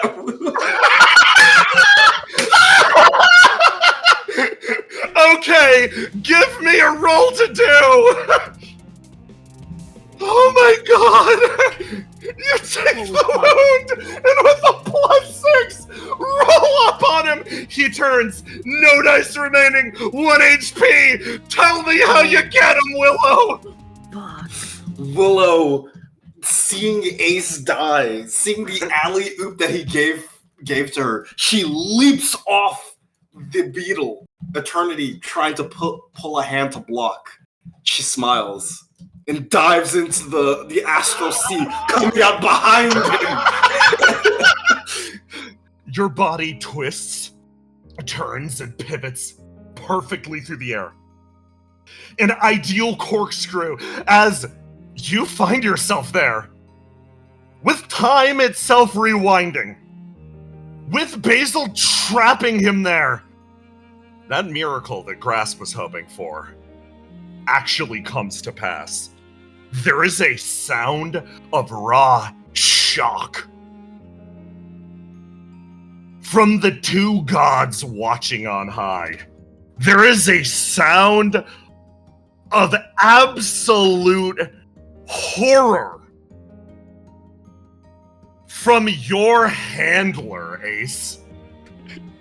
Her voice echoes through your ears. I don't believe it. One of the masks managed to strike down that thing? That thing that not even we could beat? You're more of a threat than I thought. Yeah. Look, here's one thing you gotta learn, right? Just because you fail doesn't mean you're, the best of the best. Sometimes, eventually, enough time will pass. Someone better than you will come along. That's fine. Just gives you something to strive for. Eternity watches as your body careens towards his, and a smile sort of cascades along his face. Basil, your body is produced from the orb, and you touch down getting ready to counterattack, to getting ready to do anything, but he looks over at each of you, blow traveling towards his head, and he smiles. Willow, you pick up a burst of flame from the man in question. It connects to you, and he passes something along. He looks over at Riddle. I pass you now, my most potent curse.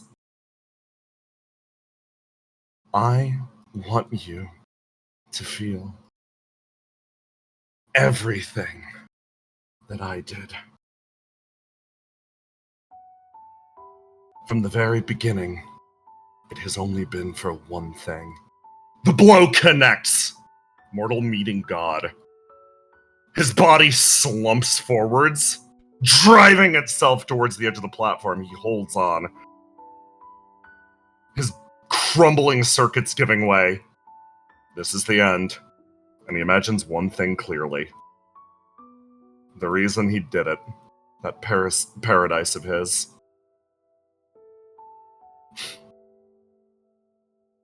With a smile, he turns and looks at each of you right in front of him. I wanted to build a world where I could see them again. Friends I held so dearly.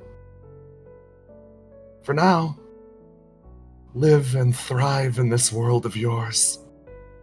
But no matter how hard you cling to the moment, someday too, all things shall end. He lets his body collapse into the void below, giving way, no strength left. He looks over at whatever that creature is.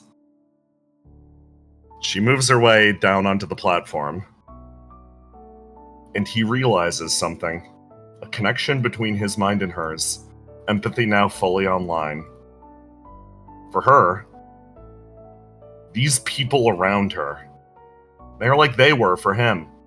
She moves her way forwards, saying an imperceptible line as he slips away into the void. His ability. The ability to perfectly preserve the world. It's not something you master until it's too late. You never understand what's precious until it's gone. His form fades away into nothingness down below. His last curse carried aloft on the winds. Riddle turns to each of you. We did it! And the curse bears fruit almost immediately. 9, you grab Ace as Ace's body starts to flicker and shake. Seagazer yelling and crying as he disappears in your arms, vanishing into nothingness. No.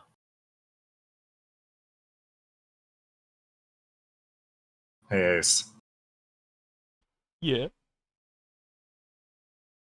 You knew it was coming.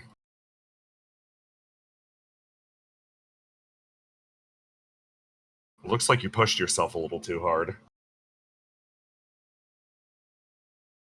Maybe.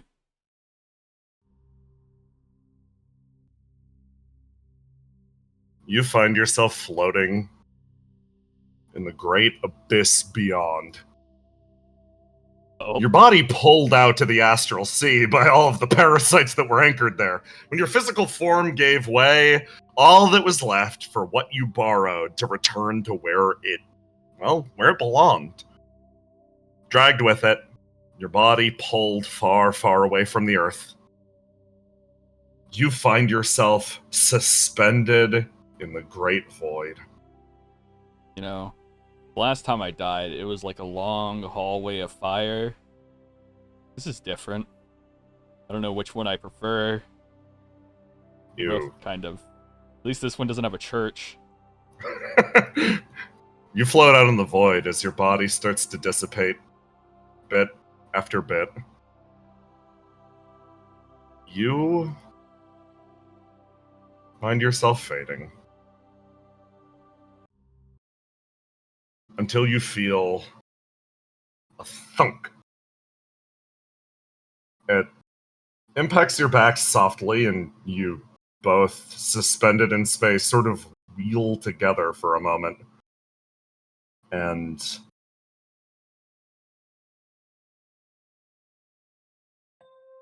you.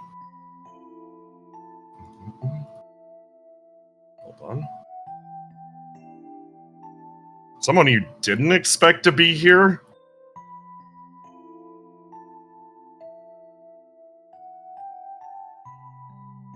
Finds their way over. Huh. I finally caught you. Oh shit, you die too? Nope.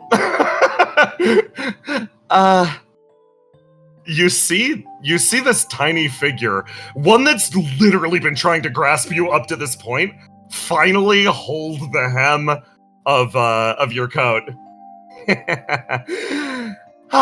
Okay, big relief. I thought something like this would happen, so I secured a little bit of help getting over here. Can you really bank on me doing something this stupid all the time? Not you necessarily. Could have been everyone. Anyone? Riddle, Basil, Willow. I know what type of people you are, but I figured at the very least, I could tell how much you were hurting, particularly lately. I'm just kind of happy my bet played off. She stops. Hey, stop being shy. Yeah. Okay, I asked for a little bit of help. Okay, that's fine. I mean, I kind of owe it to you after I stuffed you full of parasites. I mean, yeah, I guess that was you. Yep. So, this is me officially returning the favor. I kind of spent the last of our flame getting out here, though. Mm-hmm. So, we're stuck. What do you mean we're stuck? I mean, it's not like I expected to fully get out of this, but like, yeah. You know, you guys showed up, gave me a glimmer of hope, and now you're saying, oh yeah, actually we're kind of fucked right now, right? We're a little stuck, but it's okay. So you guys are like, looks over, like, what do you mean we're stuck? You came along so willingly. Yeah, it'll be fine. This is with a big smile. Because even if we've gone this far out, they'll still guide us home. She looks over at you, Ace, and holds her hand out for you. Yeah, I can't say no, but yeah, sure, yeah. Okay, I'm gonna ask you for something really uncomfortable. I need you to listen. Just to the best of your abilities. I'm well known for being very good at that. She sort of tightens her hand on your palm and is like, good, then this shouldn't be an issue. You, Ace, do you try to listen? Why not? You open yourself up, and as you do, you feel pain lance through your body again. You find yourself faced on opening yourself, something inside, something outside, everything is so overwhelming. This feeling boiling up inside of you threatens to take over for a moment, and what do you do? What is this thing? Ace, what is this thing to you? Let's see. Never really thought about it. I guess it always felt like a looming threat, but it hasn't really hurt anyone. Kind of like a ghost. It doesn't feel exactly real. The number of people who've seen it is, you can count on like one hand. So you think hard. I don't know. I always thought it may have been some sort of possession, something planted deep inside of me as some sort of protocol to destroy certain things, like how it goes for Riddle or Lace or something like that. I don't know what it is. So all I can really do is ask. What do you think you are? It opens its mouth, and with a whispered, pained voice, I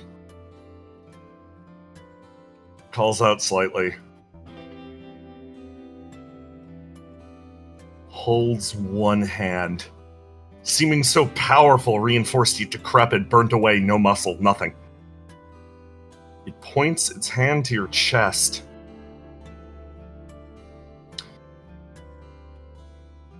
I am everything that was taken from. There's a flare. Ace, this thing in front of you, it's like a pearl. The first thing that crosses your mind is a memory from your childhood, your father, training. A memory of moving to Fuse City, treated like an out-of-towner. A memory of something beyond that. A memory of fighting back. A memory of picking up a brick. A memory of running from the cops. That's nice. Look. Okay. So that's who you think you are? I don't know. Ace just kind of like sits down. You can sit too if you want. It stands and almost hangs its arms as if assuming a more passive stance. I kind of always wish someone asked me this when I was young. What do you want to be?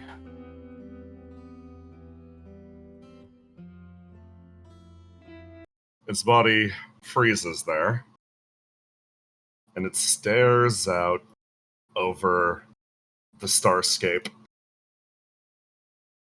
It points a hand. It's not able to communicate with you what it wants to be. Rather, where. It wants to go home. Go home, huh? Am I home? He shakes his head. Not right now. Well, alright. Ace stands up, stretches his, like, decrepit back now. Ugh. Then, I don't know. Guess I have a job for you. He looks over. I don't need you anymore. He stares. What is home? Do you even know what it is?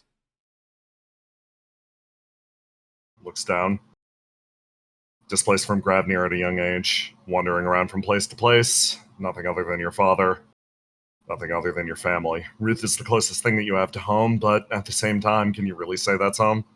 All of these feelings rush across your mind at once. Ace puts his hands on his own shoulders, looks him in the eyes. I I'm still trying to find that myself. So how about this?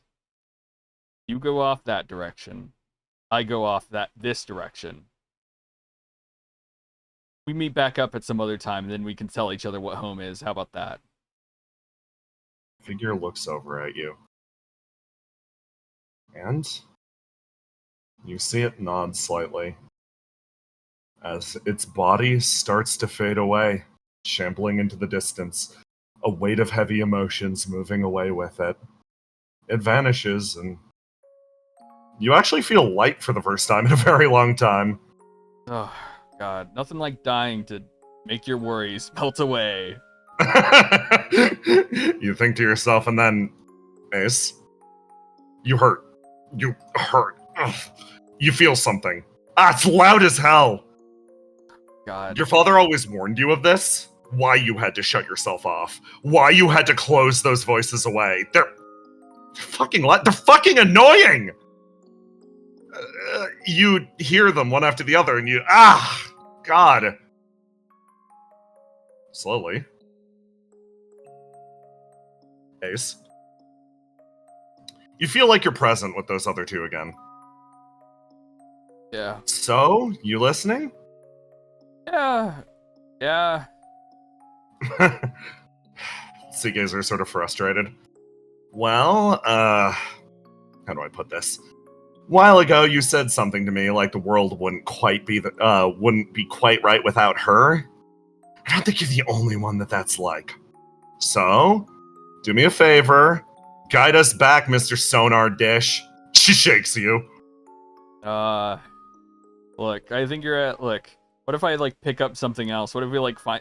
Do you think aliens exist? I mean, I guess, like, you know... Oh, you want to go off deep into the astral sea with me? You all are going to confront your emotions, whether you like it or not. I guess.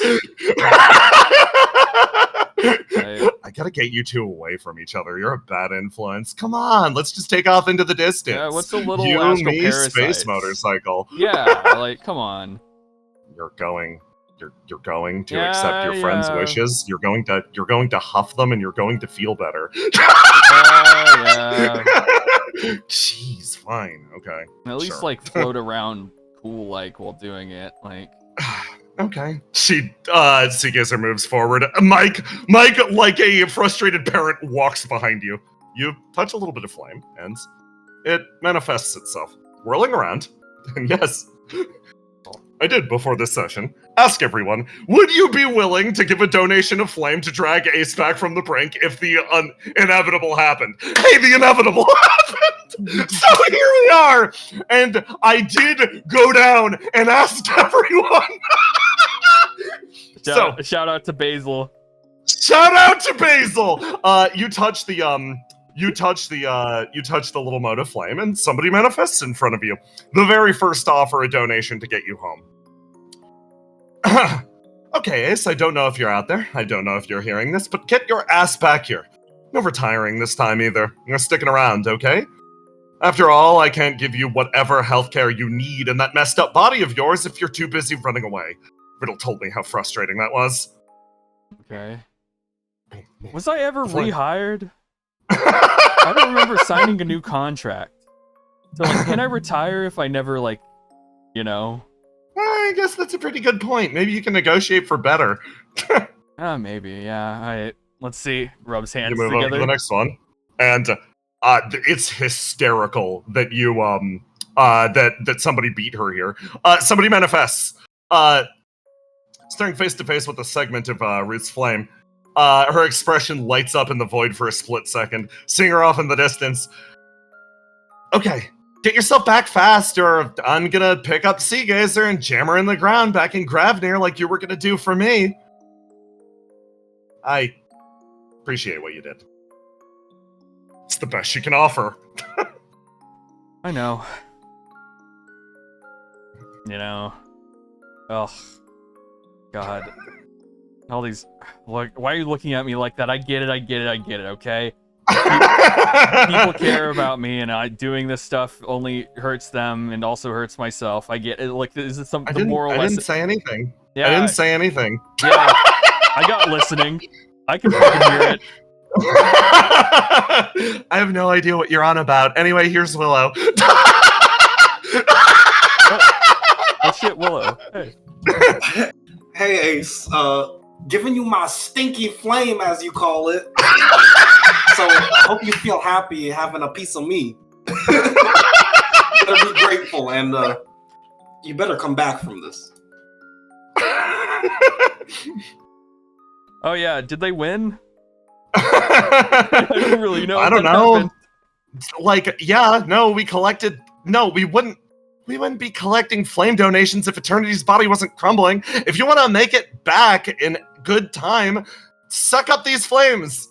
Look, all I'm saying is it's like kind of like a thing of like I'm collecting the flame, like maybe my dead friends or something. It's not your dead friends. We literally collected donations for this. It's like a life buoy back. Basil manifests. Yeah.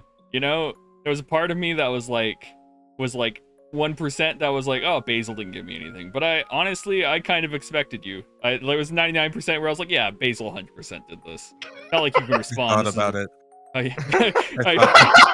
Yeah, she does this. She does this. I thought about it, and you have unreconciled business to attend to, so enjoy having me inside of you again. Yeah, I guess Excuse that's me? fair. You had to be there. Okay. Mike just watches you as you move over to the next one. And you actually reach out and touch this flame. And this one manifests in a surprising way. Even getting this working was something of a trick. Hey, Ace, genuinely, it was nice to work with you. Or the other you. Regardless, if you're just gonna be... If there's going to be a world after this war, you better fucking be in it, man. I don't want to go and explore the surface with all the clingy types. She has flame? Mike actually, like, looks over and she's like, and with a smile, she's like, I mean, I guess if you believe hard enough. No, it's, you know, people who can manipulate flame can probably pass it along. Sigizar whispers over in your ear. Speaking of which. Yeah. You see someone stare up over at you. To the nice man that has helped me repeatedly. Despite us having no prior obligations, you are very important to me. I hope you make it home safe.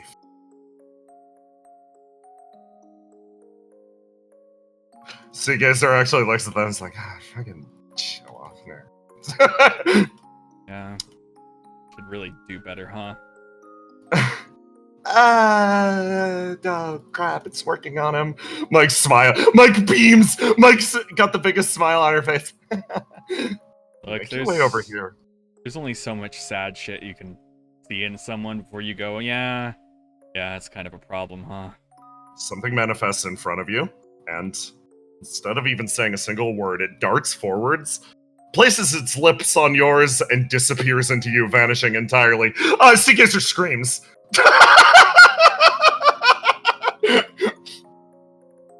Moving on.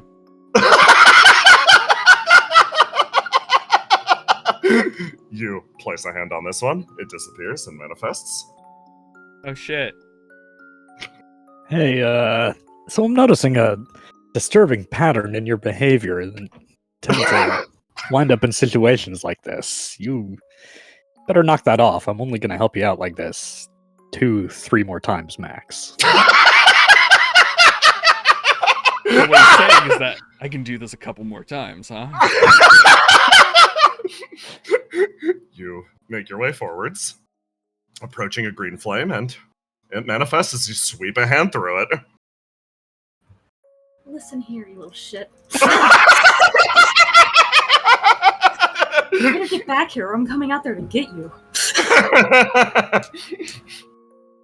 Yeah, fair. I mean, it's nice to have the same plan as my mentor, I guess. Mike says with a big smile. Look, it's fine. Like, what kind of surprises could be here anyways? You slap the flame. I'm gonna be honest, I just add a little bit to spare.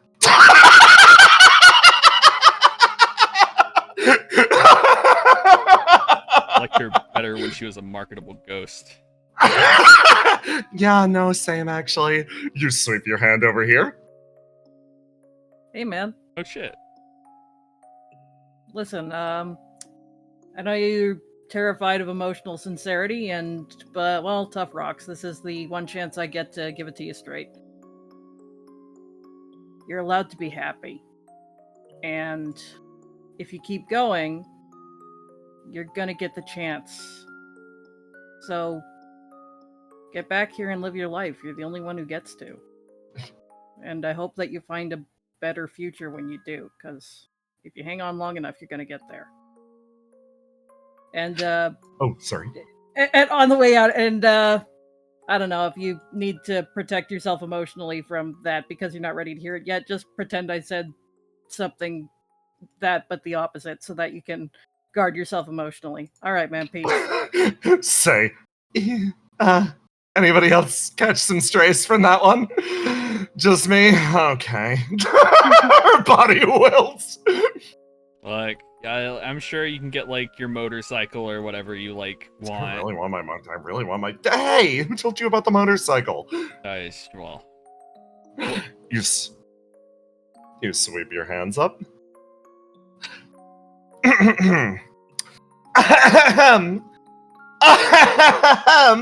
She draws herself to her full height.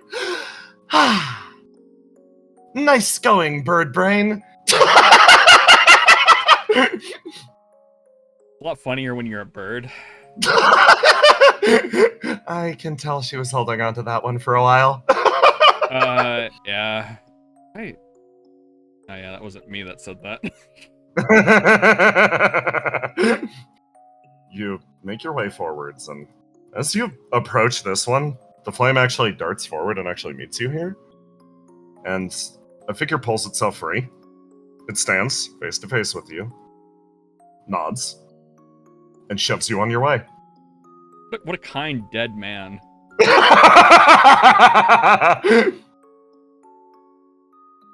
You make your way down. And Ace, you hear and feel an impact as your body floats backwards. Mike screams. Seagazer also screams as you float through the air, a gunshot going off as you see something manifest in front of you. A great set of flares in the distance as your body floats through space. And atop that wave of gold,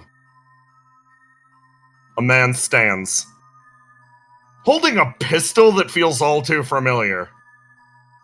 Hey, sorry, didn't feel like donating my flame directly, so I thought I'd just show up. You had to shoot me? Huh.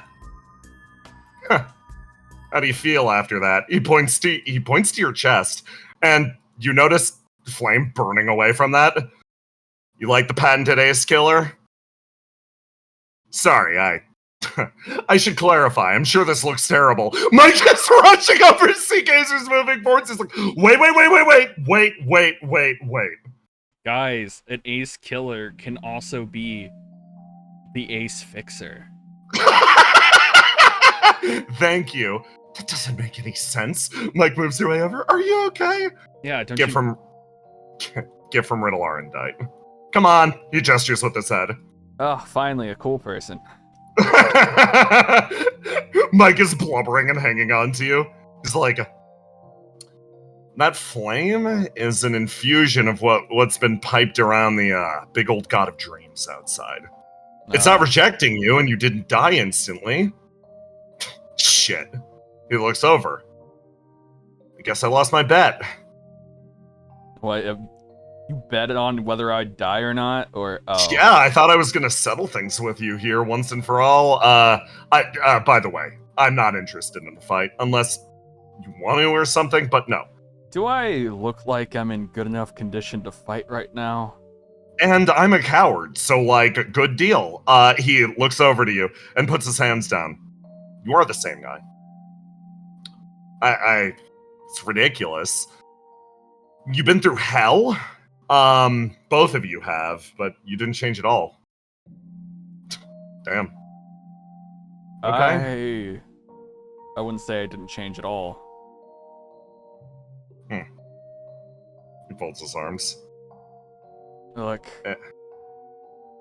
it's just, no matter what happens to me, whether it's, I don't know, whatever he went through or whatever I went through, I'll always be me. Visibly sighs, and then, like, shoves you on the back, propelling you forwards just a little bit more. Yeah, you win. I split in two the second that badger jumped on me. That's your problem. You let the badger jump on you. I simply would deflect it. Mike's like, but you're okay, right? Ace, you feel the flames circulating around your body. It's not enough to, like, oh man, Ace is magically cured. No, it felt like somebody splashed you with cold water. You feel good. Like, some of the parasites inside of you that Seagazer put there are dying, and instead your own lifeblood's returning. I mean, it's enough to get me to the next stop. Yeah, according to Riddle, it's going to be a long and agonizing process. So, settle in, bud. This is, actually, all the kind words, yeah, it kind of convinced me to never do stuff like this. The journey, the trip, is going to be agonizing. Hey, it's not too late to turn around and run back into the Astral Sea. Yes, it is. Yeah, but it is too late. It's way too late. That trip's going to take a lot longer. Fine. Like, okay. What would you find out there? I don't really know. You think, Nothing. Like, Andalane Vega, like, drifted off during the conflict and there's, like, a burrito stand out there or something? God, I hope so. Besides, no way what's out there is any better than what's back here. Okay. Back to reality, then. Seagazer holds her hand out for you. Oh, yeah. Thanks. All of you. I guess I forgot to say thank you. Mike's expression softens significantly. Golden Knight takes a step backwards. I'm obviously excluded from that, seeing as how I'm the one that got you in this mess to begin with. Look, honestly, hard to say, but dying was the best thing to ever happen. So far. Yeah, there's gotta be something better out there, right? Okay. You want me a tour around this world, huh? I mean, do I have to? You have a friend now. You have Mike. Mike can show you, sure. Thank you. She takes her hand and darts forward. GK looks back over at Mike. Thanks for slapping some sense into me. He runs forward and disappears as Mike looks at the spinning starscape behind, allows her wings to unfurl, and falls backwards into a slowly correcting world. Eternity's large body starts to fall away, the city covered in a new layer of ash. Slowly, one by one, everything starts to dissipate. The shadow that the tormented cast, vanishing. Epilogues, Roma. Well, yes. The great body's fallen. That shape collapsing into nothingness. You manage to work your way down to the forward base as a cry of victory is raised. That body collapsing. Cam is sort of walking in like he's like distracted, like he's just kind of staring off into space. Gene works his way over it. Well, that certainly brought itself to a rather climactic resolution. We probably need to get to the surface, start dealing with, start dealing with the wounded. Danger hasn't been seen, and he pauses as Lace turns over, looks at you, and a figure springs to life. We did it! We did it! He says with a beaming smile. All right. Everything's going to be fine from here on. He turns over and he looks. The look of loss on Cam's face, sort of crossing Serv's expression. Oh, right. We did lose a lot today, but, There's a moment, it feels like Cam sort of zones in and looks around, actually hearing what Serv is saying, seeing Jean, seeing all these people, and his eyes just start tearing up, tears falling down his face as Serv starts to celebrate, and the realization of what's happening actually finally hits this person.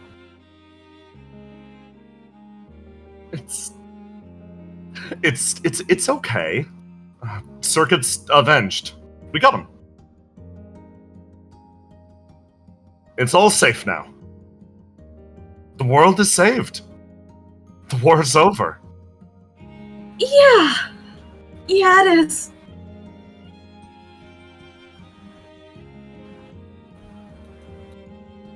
In a hospital room, one person walks in. Breach transferred to a new suit. Sort of closes in. Pixie turns. Justice is okay if that's what you're curious about. I don't think we need to worry about anything else. How's the body preparations coming? Breach takes another step forward. Pixie stops. There's something I actually wanted to talk to you about. Breach takes another step forward. I'm in love with you. Go out with me? Pixie stares at Breach. Okay, I don't know how to say this, your tongue was in my mouth yesterday. I thought that's already what was happening. No, that's why I thought I should say something about this. Oh my god. You're so stupid. Pixie grips the side of her mask and pats her on either side of the face. As in the old world. Okay, still one last guy to claw out of here. Remnants of this tower are kind of a mess, but if I'm right, he should be around here somewhere. Colt rushes over to a junk pile. Yo, Cal, I found him! I'm on the wrong... I can't find the damn map. Oh, yes, of course. Move him for me. Of course. Colt places his hands in the junk pile and starts to yank, pulling free a large figure. Puh! Ugh. Okay. Tower destroyed! World saved! Charybdis holds up his hand. Oh, crap! My face! My kissable face! Crap! He pats himself down. How good Sophia's plastic surgery? I want my locks back! Well, sorry, just, Cal's like, after digging him out of the ropes, just like, wait, sorry, so... I just need to clarify right now. The thing you're worried about right now is that people won't want to kiss you. That's the most distressing element of everything that's just taken place. My face is literally teeth, man! What do I do? I thought I had a chance. I mean, my face was teeth before, but I thought I had a chance. I mean, yeah. World saved. Job done. Cal stands there for exactly a second as says, okay. And then he's going to lean in and wait, following body signals of consent, he's going to kiss Char on his upper lip. You kiss him on the, like, it's leathery, and he's like, oh, huh. Yeah, nothing wrong with that. Now, there's a fish guy who's probably going to have feelings about that, but I think under the circumstances, he'll understand. Yeah, no, man, you still got it. Don't worry. Pats him on the shoulder. Oh, okay, cool, nice. Okay, I still got it.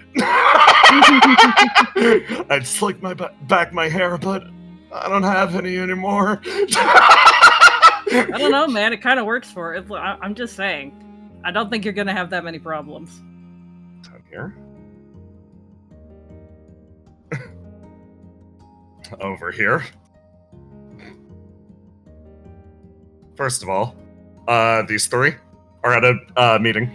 So, as far as evacuation goes, I was turned into a statue. It was great. Mateo, do you need more tacos? You look hungry. Roma, you are up. Maddie just standing there like... You were turned into a statue? I came face to face with the Great Tormented, I'll have you know. And Elaine turns on his heel and comes back. Anyway, Helena, as we were saying, your teleporters union. Let's continue to discuss terms. I have all day. Yes, you've made that quite apparent. Mateo, do you want another drink?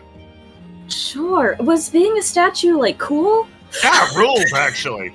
Eternity ran away because he was too afraid of me.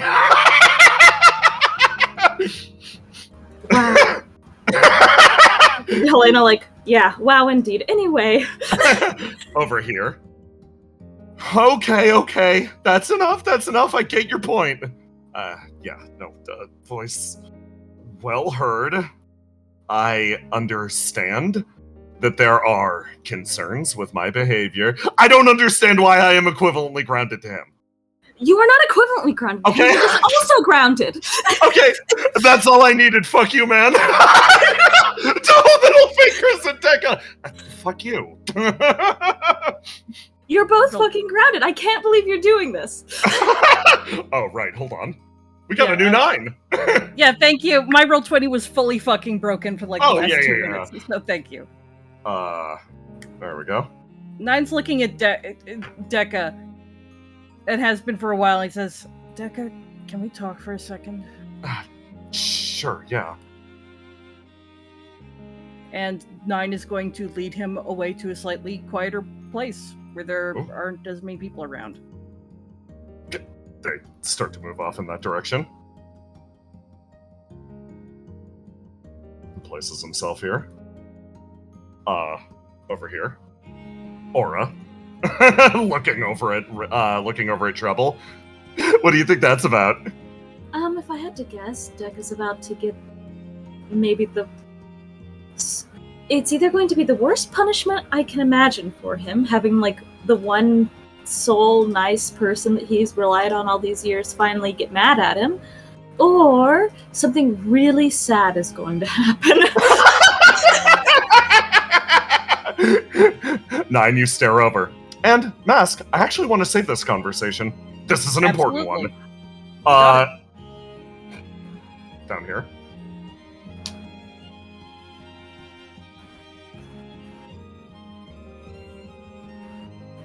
This squad, finishing their eternity, sort of sets themselves up.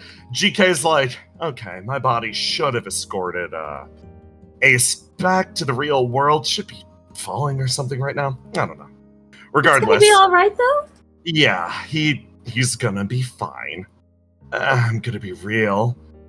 I saw the shape he was coming back in, and I was going to The temptation was actually to kiss him on his face and say, "That's for kissing the rabbit insteed of me, you coward." But it just isn't the same while I don't have a physical body. You're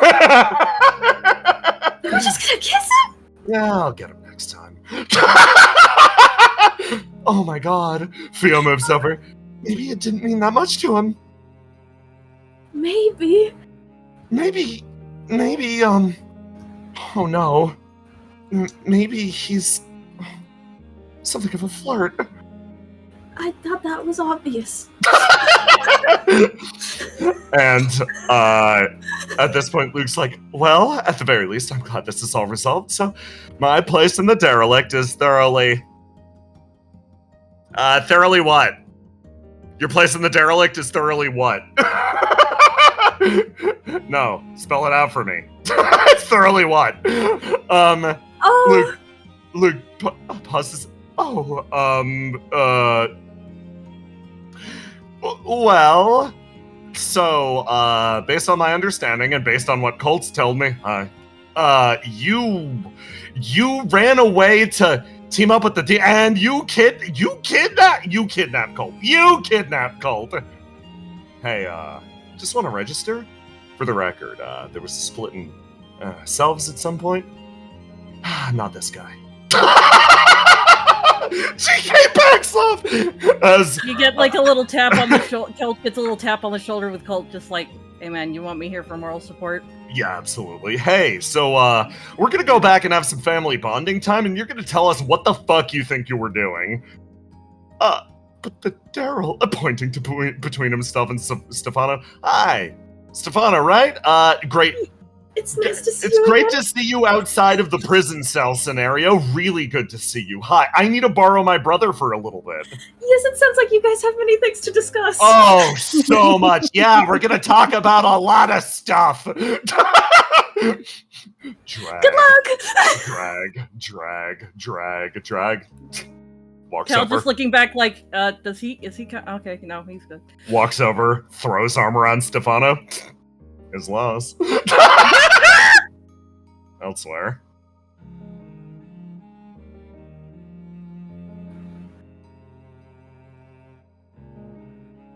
Melly slowly opens the door.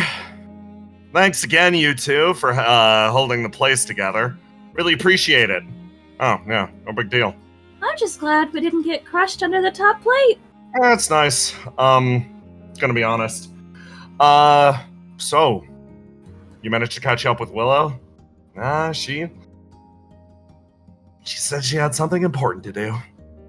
Oh, Well, I don't know about you, but my plan is... Silt Islands seem nice. Yeah, I really want to go check the Silt Islands out.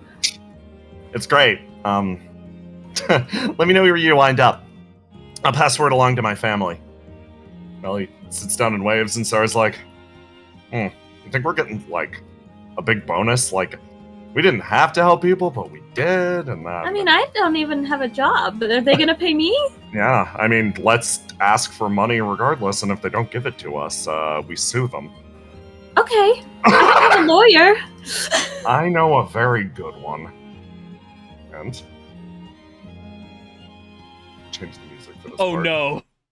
A good lawyer in our games? And Elaine Vega! So, one person finds herself sort of standing at the edge of the coda. Willow, you're still burning. Grasp's last gift, boiling in your system. You helped out all you could, but you were told to rest. You're on the verge of passing out, after all. And you look out over the coda. It doesn't seem so dark anymore. War's over. Doesn't feel right. Doesn't feel real, even. Your body shakes. And somebody actually walks up alongside you. Hey!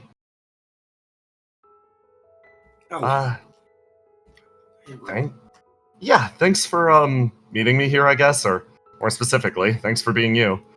I can always predict where you'll be in moments like these. She says with sort of a smile. Easy to read. A little bit.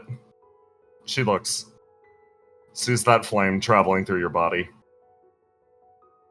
Normally this is the part where I'd say something like, he really trusted you, or you're carrying his will forwards, but I'm gonna be honest. She takes a step backwards. I've been curious about something else. That burst of power that you received. It's from all of World 12's energy. Even the energy of the old world being focused on you. I don't know how to say it, and I'm normally not the type to do something like this. But, a long while ago, I watched one girl lift a bus out of a hole, and I was thinking one day it'd be pretty impressive if I was as strong as her. She actually takes a step backwards, pulls that sword out of her staff. So, do me a favor. I've come a long way from that intern that needed to be protected. I was only doing it for prosthetics. I want to see the full strength of World 12 face to face. And you can face the full strength of 2 Tormented. Willow's face lights up for the first time since they've won this war. You mean you're actually gonna come for training? Well, it might be your training if I win this. She levels their sword. And Willow, the flame inside you almost delights at this moment. You thought about it. Your day is back in Station 1. As those days dart away behind you, you reminisce about the person who was too frail to be deployed on missions, now standing toe-to-toe with you. There's a reality. While the rest of Station 1 fell away, there was one person that stayed fighting. So, what better meter stick to draw yourself against? She draws her blade, you draw your fist, and Tiny, roll me 1d20. You both have nothing left in the tank. We aren't gonna cower it out and fade away. It's time to decide. In that moment, you see her draw that blade, dart forwards, and your fist connects with her face while that blade swings in at the side of you, and the 2 of you collapse over to the side. Someone that was always your equal in a field that you never expected. The brains and the bronze. You fall down, collapsing, laughing your asses off.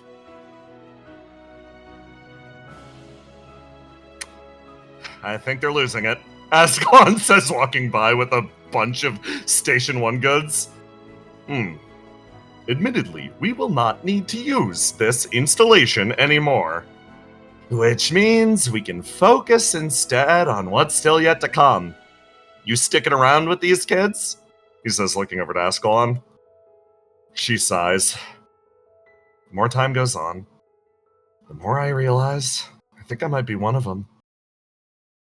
Oh, okay. Well, good luck breaking up that sparring match. I think even you would get ripped to shreds.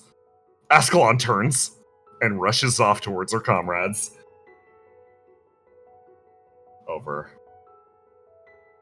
here.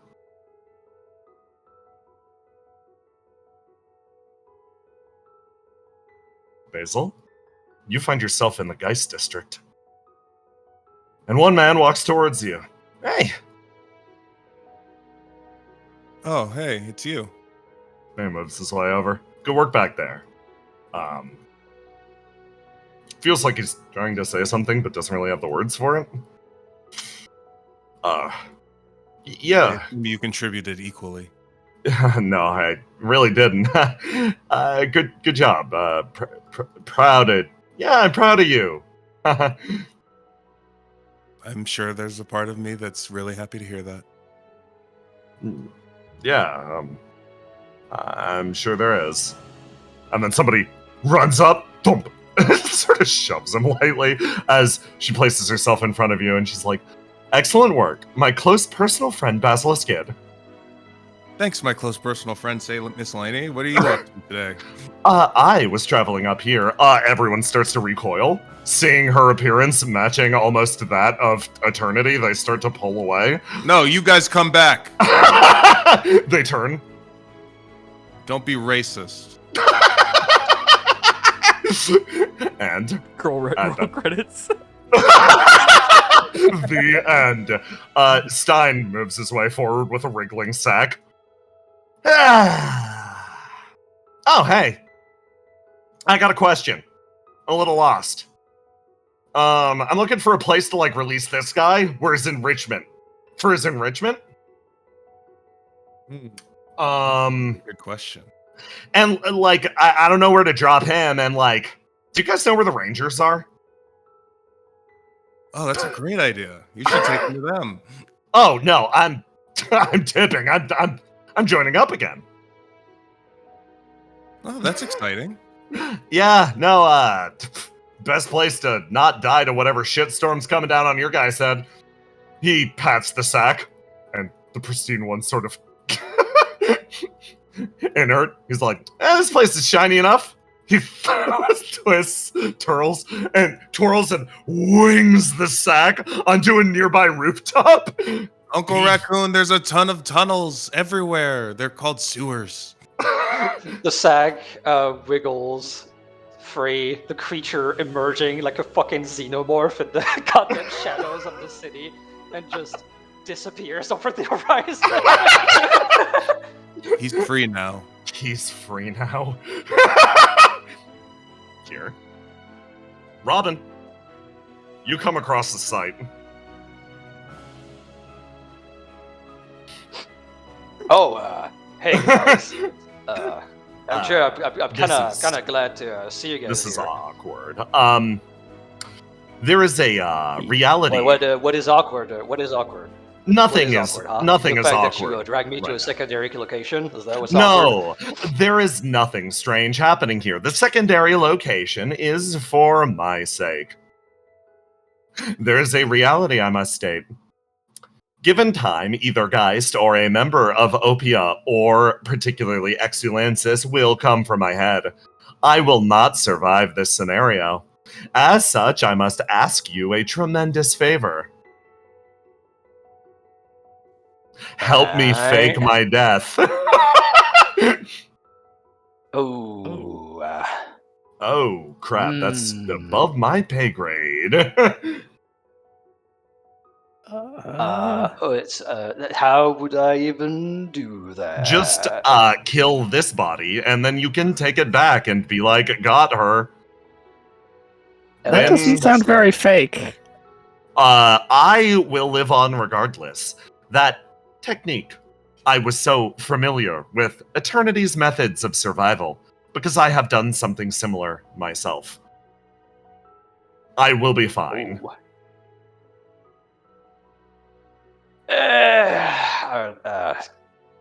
Okay. Sure. Can I, call my supervisor about this? I mean, I get the feeling that if we call the supervisors, that's not really, faking the death anymore. You know what? Fine. You kept your promise, and there was no deal beyond that. So that makes sense to me. Okay. He kind of gets closer. Well, gotta make it look real, I guess. Kind of just thinks about it. So that doesn't hurt you, right? No, it will not. Okay. All right. Here I go. He places both of his hands on her shoulders, unhinges his jaw, and bites her head off. Holy shit! God.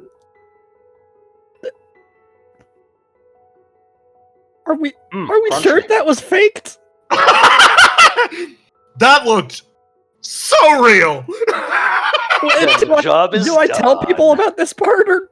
Yeah. Oh yeah. Oh my god. Yeah. Oh my god. Okay. Yeah. Not gonna forget that for the rest of my life. Slings the body over his shoulder. There we go. Witnesses and everything.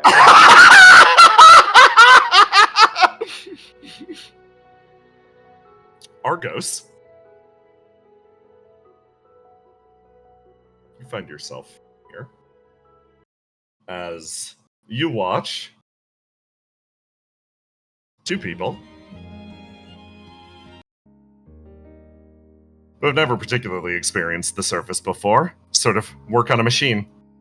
Yes, it's just a little to the left. Right, okay. There we go. You're back online. I think you're sort of runs out. Oh my god, Uno, are you okay? Theo watches, looks at the robot. The robot turns, looks at her, looks over at Yulilara. Uno flashes Theo's smile, turns and walks towards Yulilara. The pair sort of walking off into the distance. Well, that was nice. Theo turns. She's like, I didn't expect this day would come. Eternity's body is still crumbling, and with any luck, that'll be resolved soon. Verona says nobody should get close because it's technically toxic waste. But why did you want to get close? I was curious about what it was like, she says with a big smile. You see someone actually behind you? No, I'm a little curious too, but... Move her way away. As she moves her way over to a tree and simply sits beneath it.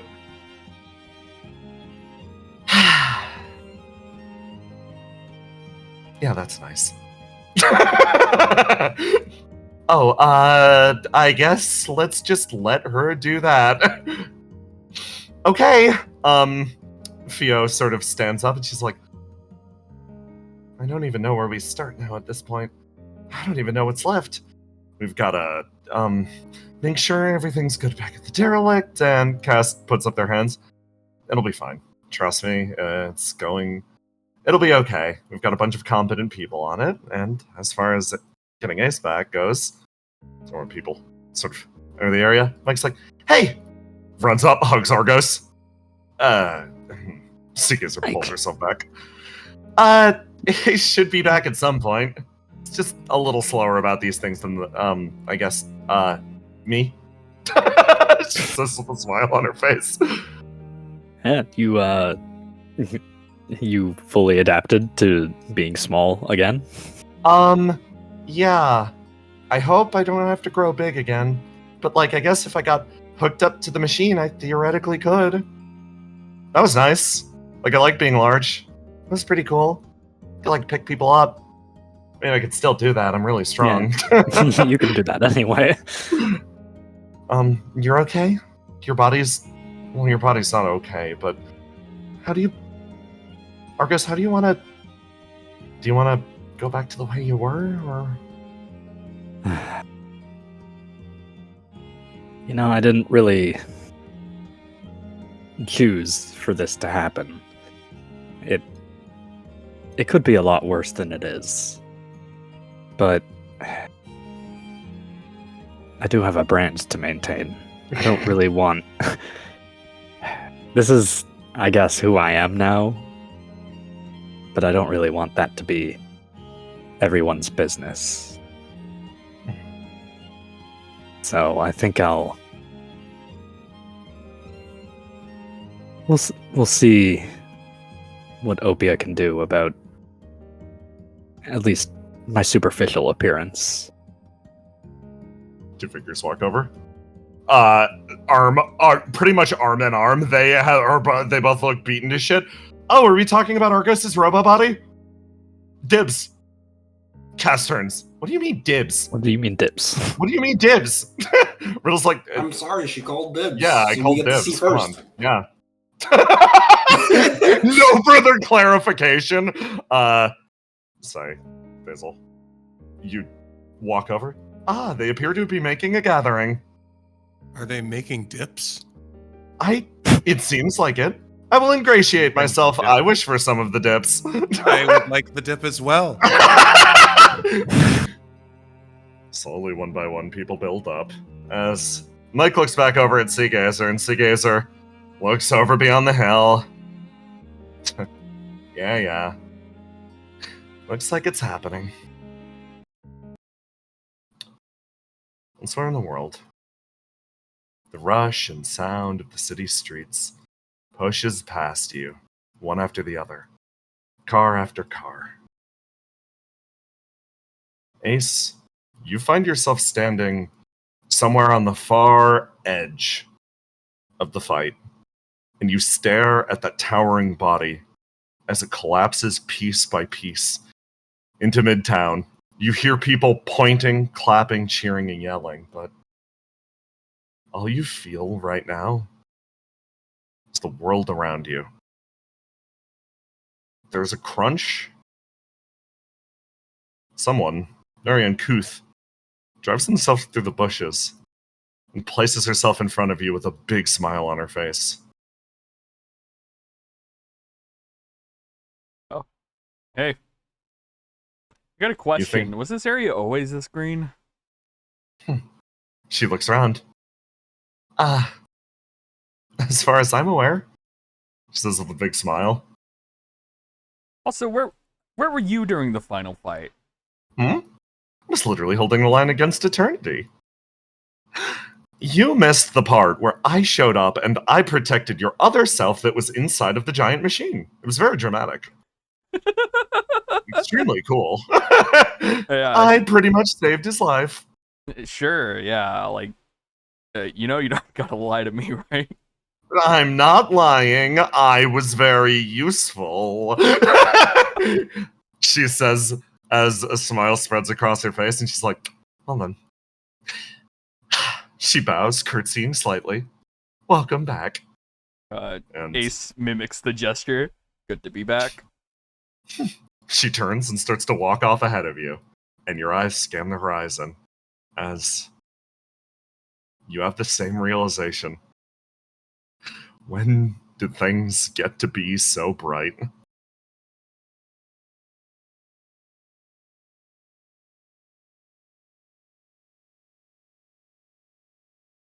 Basil. Grab some music.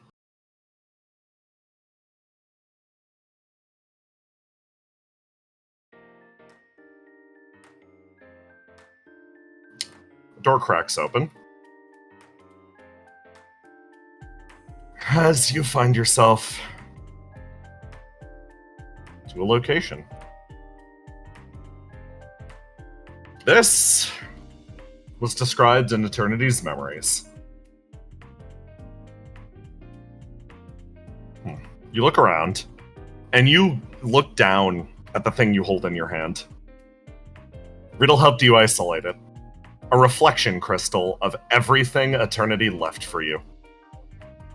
The location that you're supposed to put it for him to pick it up is here. It's a few rooms away from you where you used to stay. You think? I did stay here, huh? Well, that's what they tell you. Where would be a good place? He's gonna be mad enough, being made of flame and all. I guess right here. Put it down in his seat as door cracks open. Yo, Basil, we gotta head out. The big meetings today. Alrighty? Yeah, I'm sorry.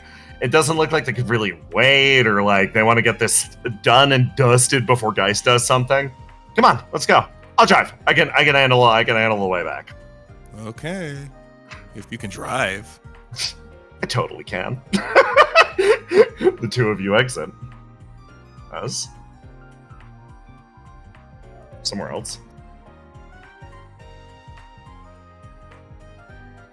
A motorcycle drives its way across the desert.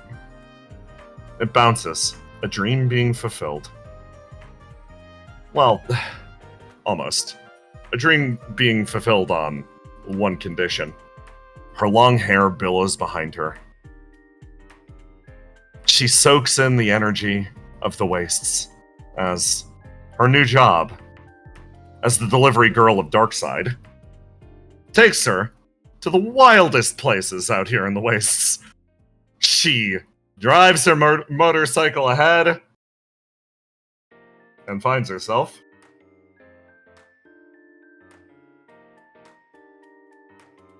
opening the door on two individuals. They're just sitting and watching a movie.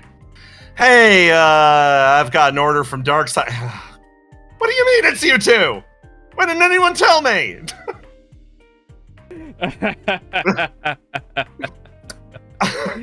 List watches. There is no indication of laughter. So, Ace puts his legs up on the stool in front of him, hands behind his back. Good to see you again, Ace. Why aren't you down at the derelict? Your presence is being directly requested. Why are you up here? I go where I please. That's what I said, and then I got stuck delivering food to you! I mean, you know. It's good to see you again, Seagazer. Yeah, it's good to see you too again, List. By the way, really grateful you kicked me and Say out of your apartment. I'm sorry, I will not have you staying on our couch. And oh no, I tried my best to fight her to let you guys stay, but unfortunately she is definitely too strong for me to handle. Yeah, fine. The dojo's good enough, I guess. Where do you want the food? We want the food? It's just like a Why do you guys even want this? I thought you'd be like watching your weight. You ordered enough for like 5 people. Ace is currently in recovery. Also, the food's free. I'm eating for 2, okay? What does that mean? I'm gonna put it over here. Thank you. I'm gonna go down to the derelict. You guys are free to do whatever it is you're going to do. Yeah, you want me to put in a good tip? Yeah. Yes. Okay.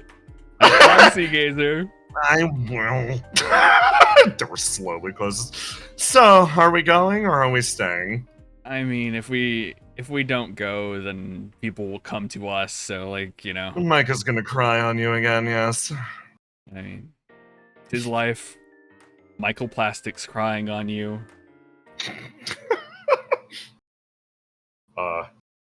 Meanwhile, at the bottom of the world.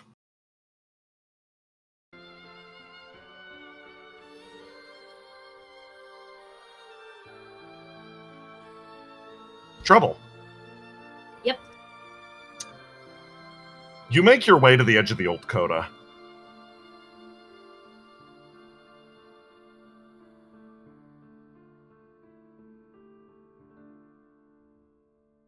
This is where you're set to meet up with her. Yeah. After all, you made a promise. A lot was taken from you during that battle. It's time to take it back. Well, more specifically, it will be. Once one final matter is settled.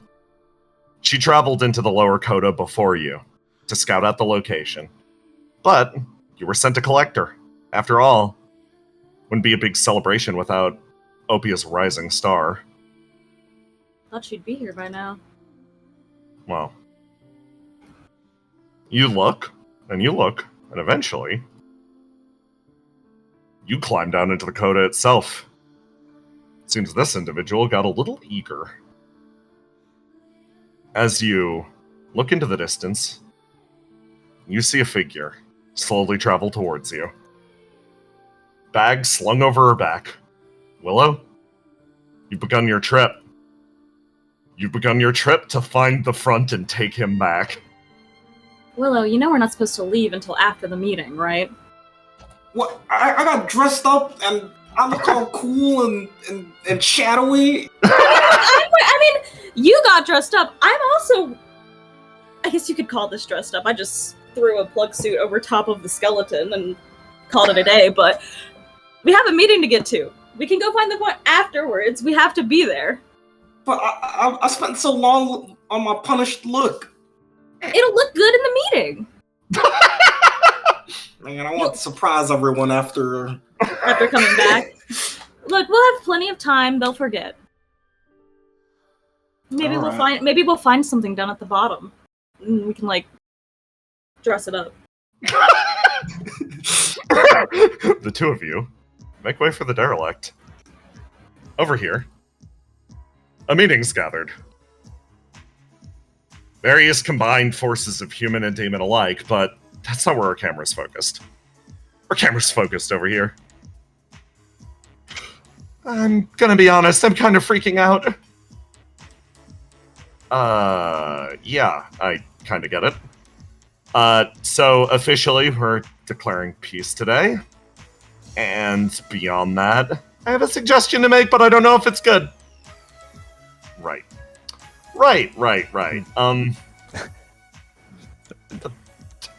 Confidence is important. Do you wanna run it by us?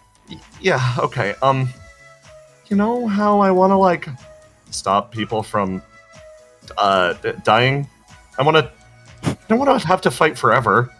So I was hoping we could use the derelict to, like, make sure that people don't die for good. How do I workshop this into a workable idea, you guys? I mean, it's a workable idea already. I don't understand what's wrong. How do I workshop this into an ethical idea? Well, it could use a little more zazz. Oh. But I think it's a good start. It's a presentation. Some presentation. Okay. What do you guys do to make ideas like more ethical? Riddle opens her mouth and Argos, you just before you clap a hand over her mouth before she can speak. Okay, ethical. Well, I usually think, is this ethical or not? And then I think about, what would Riddle say about this? I'll remove my hand from Riddle's mouth. Give people a choice.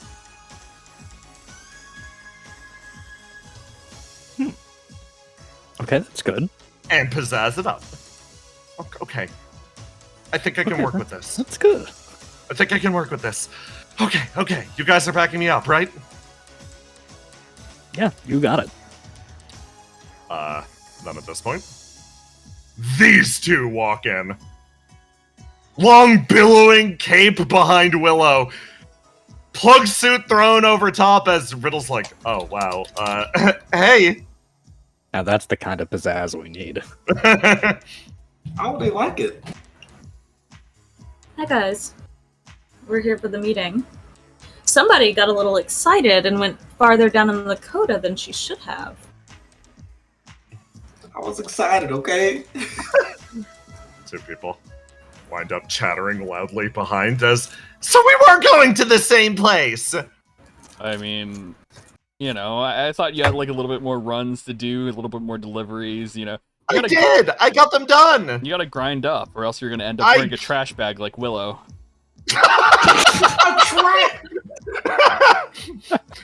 Hey Willow, love the luck. I don't have legs. Oh yes, of course. You hold on, let me presents trouble. There you go. You'll walk in as last squad sort of joins up. Oh man, we're the last ones here. Oh crap. That makes it the coolest. Yeah, that's true. Sigister like looks over. Is that what you were trying to do? To be the last one in? Huh? She jabs you with her elbow, Ace. I mean, is it really the coolest if it would be you? Yes! Because I'm excellent. Just like Willow in her trash bag. When you're actually cool, you don't have to try. Yeah, don't listen to Ace, Willow. You're sick. You're sick as hell. Thank you. Someone likes my punished look.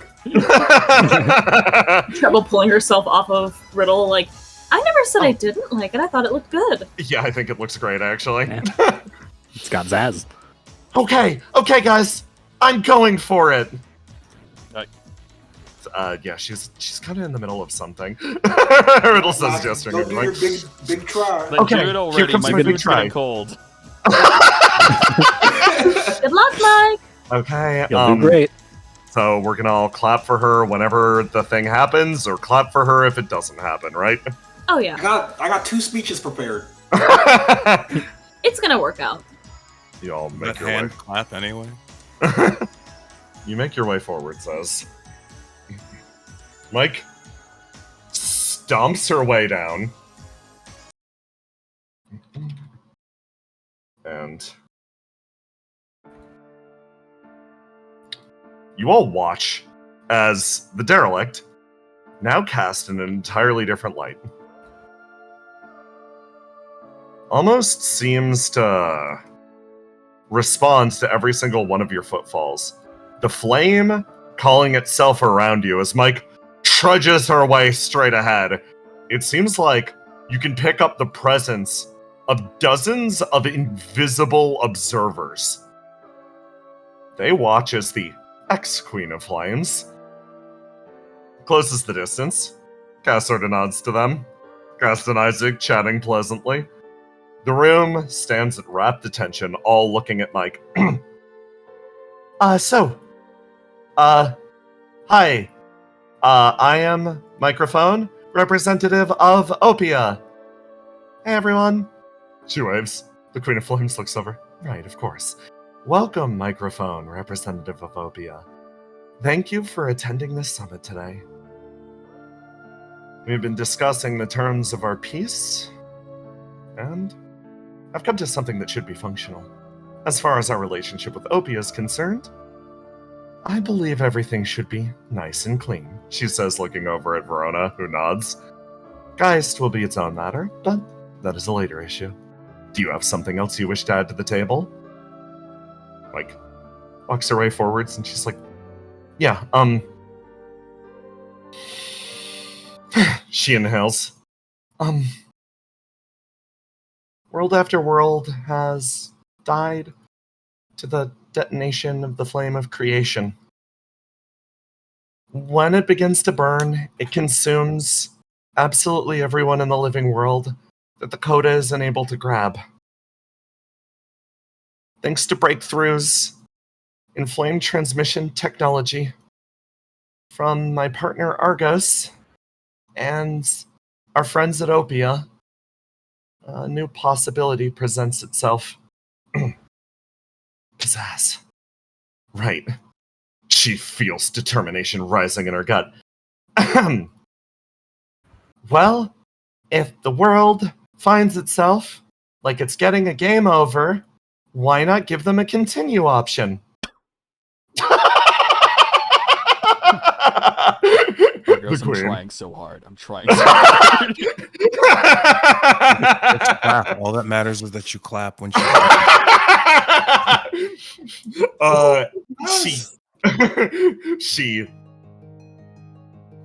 She sort of clenches her fists.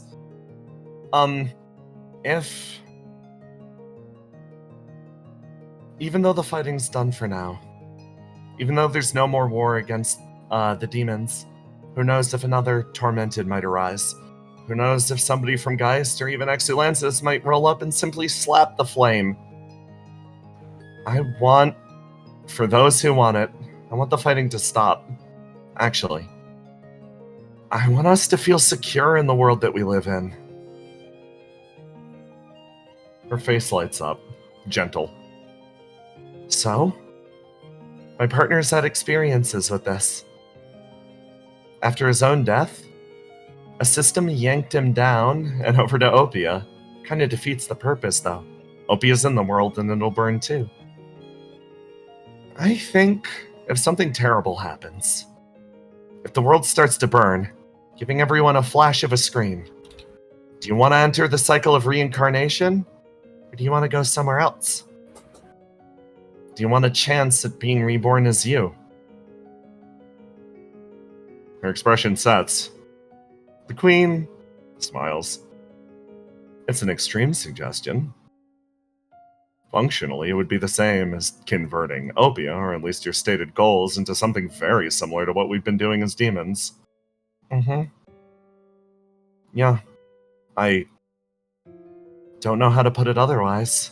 She looks down at herself. At first, I thought of the demons and the demonic courts as leeches holding on to the underside of the world, desperately clinging on to a world that wasn't their own. I don't think there's any shame so long as you continue living. I don't want anyone in this world to have to give up because of circumstances outside of their control. This derelict might not be perfect, but I don't want any more people to die to this war.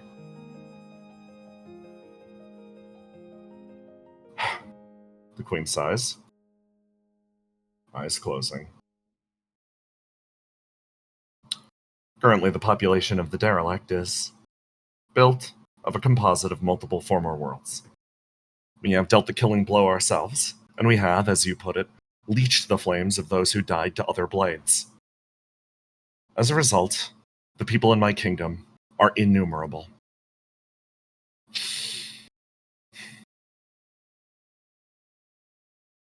If you wish to make this deal, you'd better make space for them. Mike's head tilts. Huh? Don't think I forgot that promise that you made. To grant bodies to the souls of the derelict? Yes, I think if you do a good enough job of evacuating space, sure, we can pick up a few stowaways from World 12. I see no issue there. Mike blinks. And blinks. And stares straight ahead. Thank you for your consideration. She, bows. And sort of starts to flutter over in this direction. Clap, Yeah. Oh, yeah. Clap. Yeah. Mike starts to make her way back over in this direction. I gotta go. She makes her way back over this way as you guys are kind of turns, and you see Mike actually move her way over here. Riddle gestures with his with her head over to you guys. As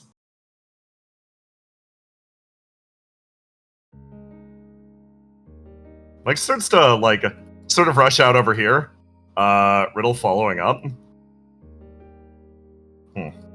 Cass sort of looks over at Mike, and Mike starts to walk away as the reality of the situation sort of starts to set in. That smiling face actually sort of pauses. She turns around and looks. Verona makes her way around the corner. Bold to say something like that when I was the primary one doing the negotiations. What's up? You could have run it past me first. You all look as you see Mike's shoulders are shaking. Verona sort of tilts her head. Mike pauses, and she turns and she looks at you. Those big watery eyes as she gestures around, and you see the clear skies all around.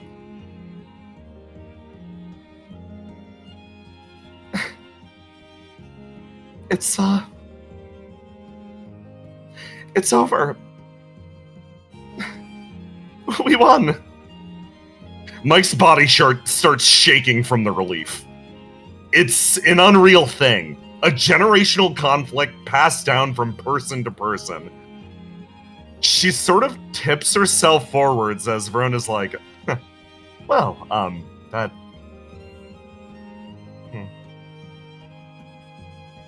She feels something in her gut. Years of long study, all culminating in a single point. She looks around at what's happening and realizes exactly what's occurring. I'll be a moment. Verona pulls herself away. Seagazer stops, watches you all as Riddle sort of looks. Ruth sort of looks down, realizes that this was the conflict she lost her body for, and sort of opens and closes her palm. Riddle watches the energy almost dissipate through the room. Her expression softens.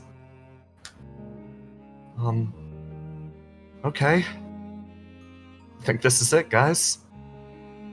Remember this sensation. Certainly. Let it spread through your body. Without a doubt, this is complete and utter victory. Treble kind of speaks up. She's been watching these events occur over and over and over again for 9 worlds, and she finally speaks up and she goes, yeah, you guys actually did it. Mike falls to her knees, sobbing, as the energy sort of dissipates into the room. Riddle starts to feel herself tear up as, bit by bit, reality sets in.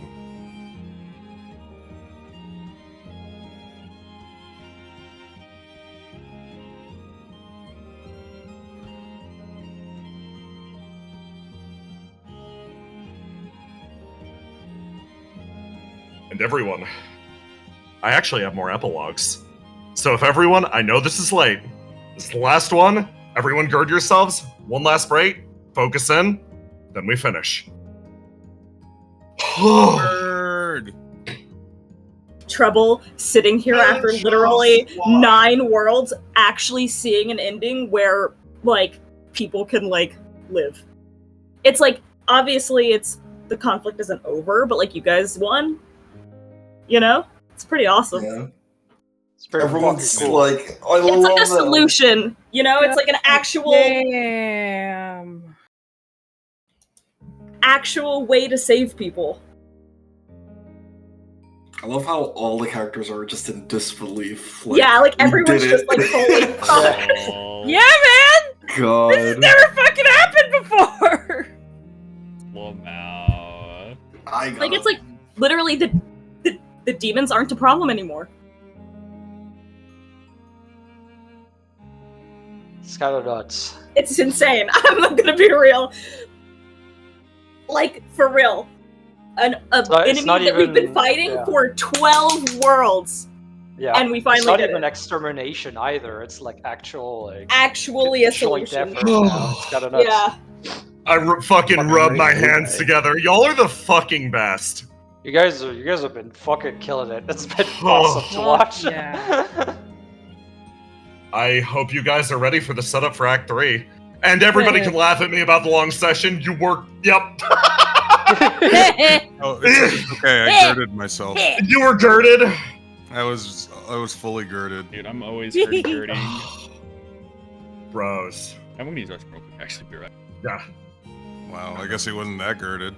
I'm girding too hard, dude. I'm about to again, this is like the peak of when it's gonna be sappy, so I'm gonna piggyback on these emotions. Fuck yeah. This is like, that was the end of Act 2. That was the moment that it all comes to a head. I'm so fucking honored to be playing with you all. Like, y'all are the best. I really think we made something incredible together, and I just... Fuck, man. You should all be incredibly proud. Yeah. Holy shit. Thank you for bringing this story alive. Oh my god. Ah! I'm gonna go get some water. Holy moly. Yeah. I'm gonna water too. Good Yeah, idea. folks, go rehydrate. Especially you. Yeah! You got... Yeah! Fucking yelling your ass off this entire time. Hey chat, don't forget to hydrate. Visit bathroom if you need to. We're... Hoo boy. We got some important stuff left to check off before we close out for the night. Okay. Like a Y'all are going to be probably randomly missing legs during the following scenes. I apologize if and when that happens. What do you mean by that? Oh. You know. Imagine we're actually missing legs. The derelict just gets shelled. By the way, I've decided you all have had it too good for too long. Beam. Fucking DSC Ross starts playing. What the fuck are you guys talking about? Legs! Oh my god. Okay. So, if everybody's here, Yeah. I'm rolling straight ahead. Everyone is here.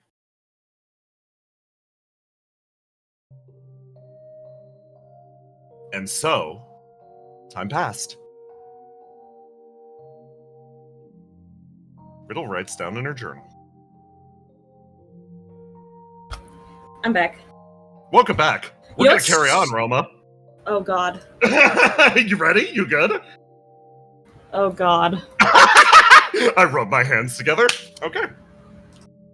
Whew. And so, time passed. Riddle writes down in her journal, one on top of the other. Pen scratching across the top of it. She writes the events of what followed, a day that she can't remember.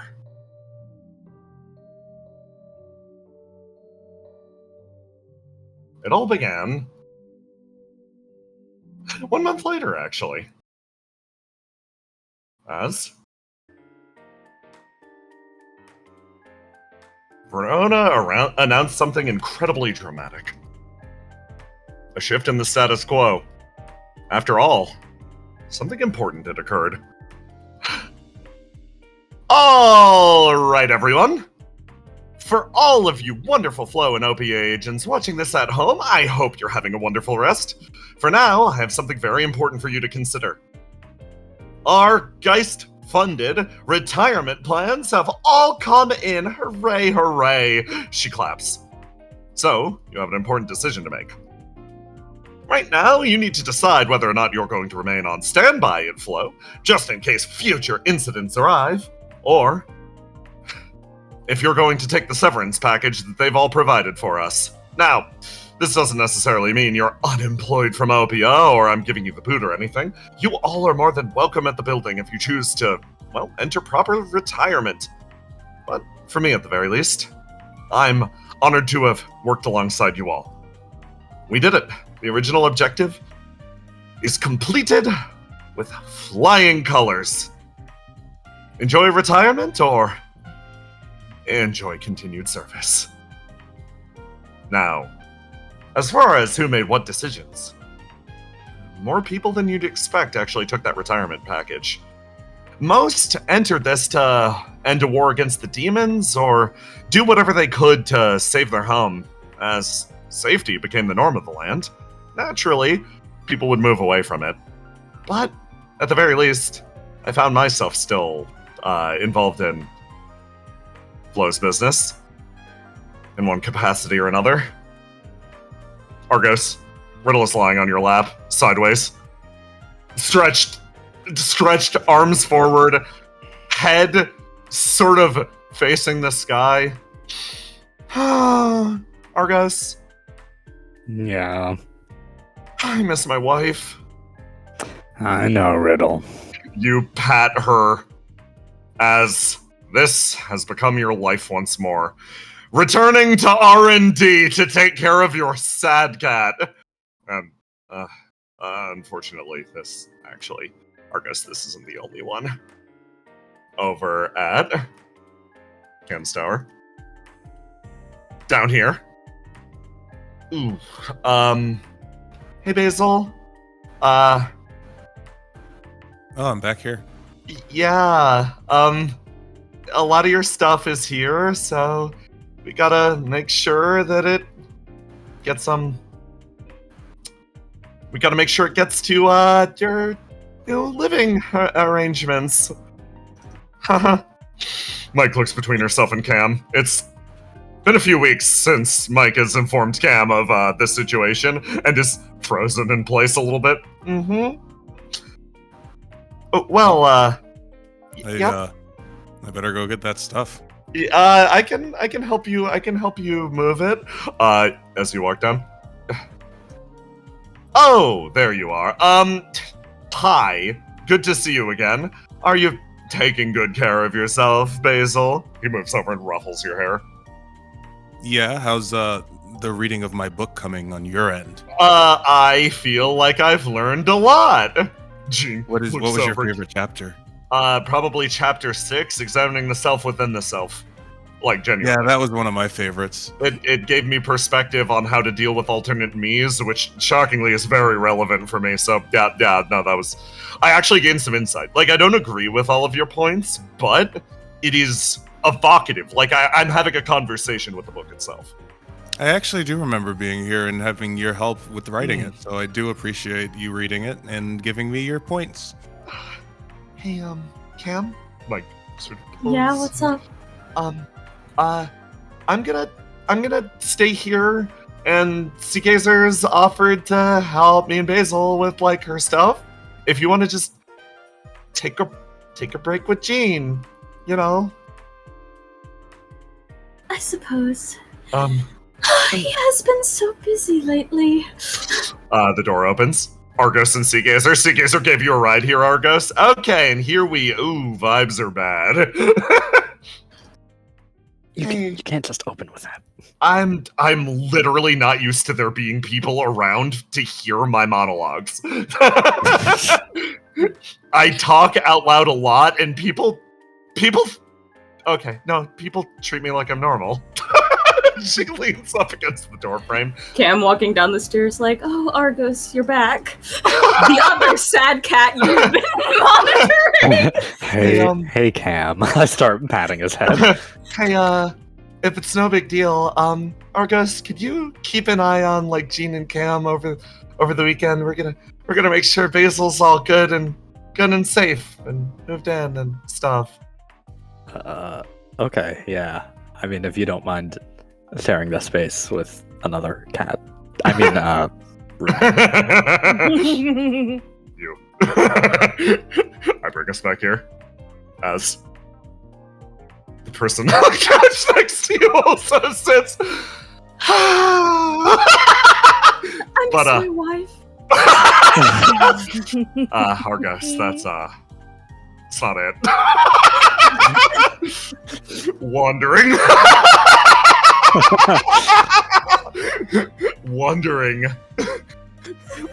through the red light district on the off chance Mike said, hey, can you check on Safe for me? Me and Seekers are doing a lot of stuff together, and I'm worried she might be getting lonely. Oh my god! Oh, you are kidding me.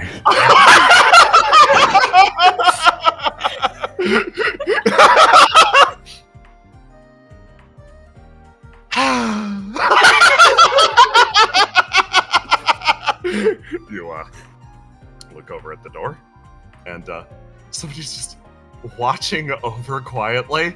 Uh-huh. Oh my god. Hey, Argos. How are things going over here? Can you do me a favor and like pick up a scratching post or something? Help me out here. Yeah, no big. I miss the hole. I miss the hole too. I am not aware of the hole, but I'm sure I would miss it. Maybe we should take Say to the hole. Oh god, I love the hole. What's the hole? This has been the round robin of conversation. Cast your 1 point of sanity amidst all of this. Argos, this, however, wasn't your only job. You get a call from Theo. Hey! Hello, hi, what's up? Hey, What's going on? We're meeting up with Mike later. We're trying to scout locations for the village. Are you busy? I look around. No, he's not. I think I'm gonna point them all at each other. They'll create a standing wave and self-sustain. Riddle stands up. I've actually got business. I've got, places to be before the big day. Have fun. Say, I miss the hole. I miss the hole too. Okay. Big day, right? Big day. Cass seems to fixate themselves on something. Right, it's the big day, of course. Okay. Sorry for making that noise. They apologize and brush off the distraction. And you overhear them talking, so what do I even say? I mean, just be honest. And then those two walk off. Okay, see you guys soon. Theo hangs up the call. As this wasn't the only instance of how Opia moved on. These three sit around the counter. No.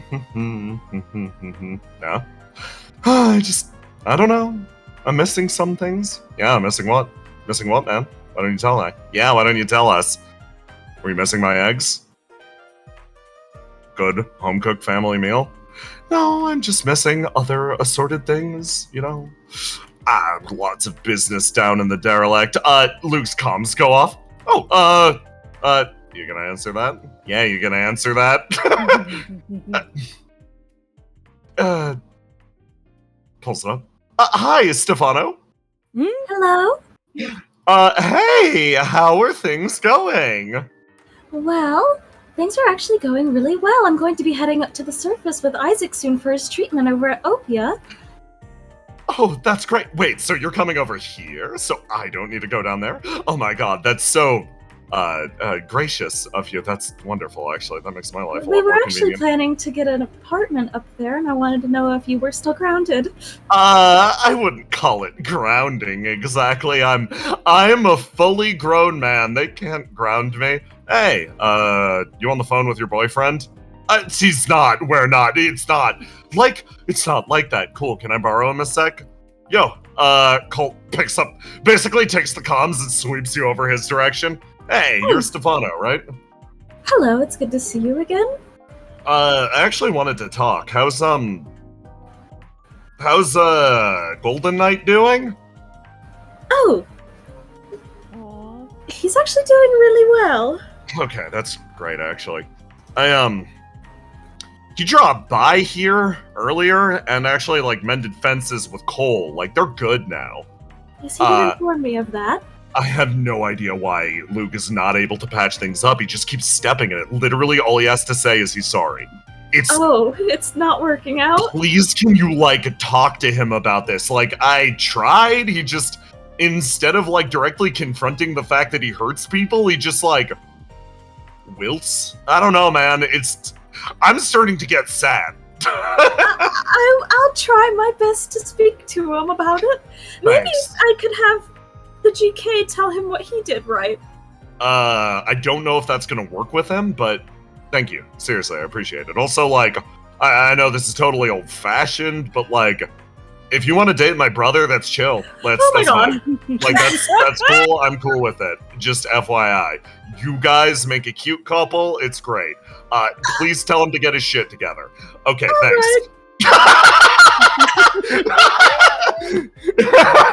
Hangs up the call as he makes his way over here. So, the two of us are getting ready. It's your big day, right, Melly? I mean, yeah, I guess. Hey. Thanks for all the support these last few months. Yeah, no problem. I gotta make my way over to Belith. Big day, after all. Big day, I'm gonna go see what Cal's up to. Later, you guys. Later, Yuli Lara. Later, Uno. Later, Shadow.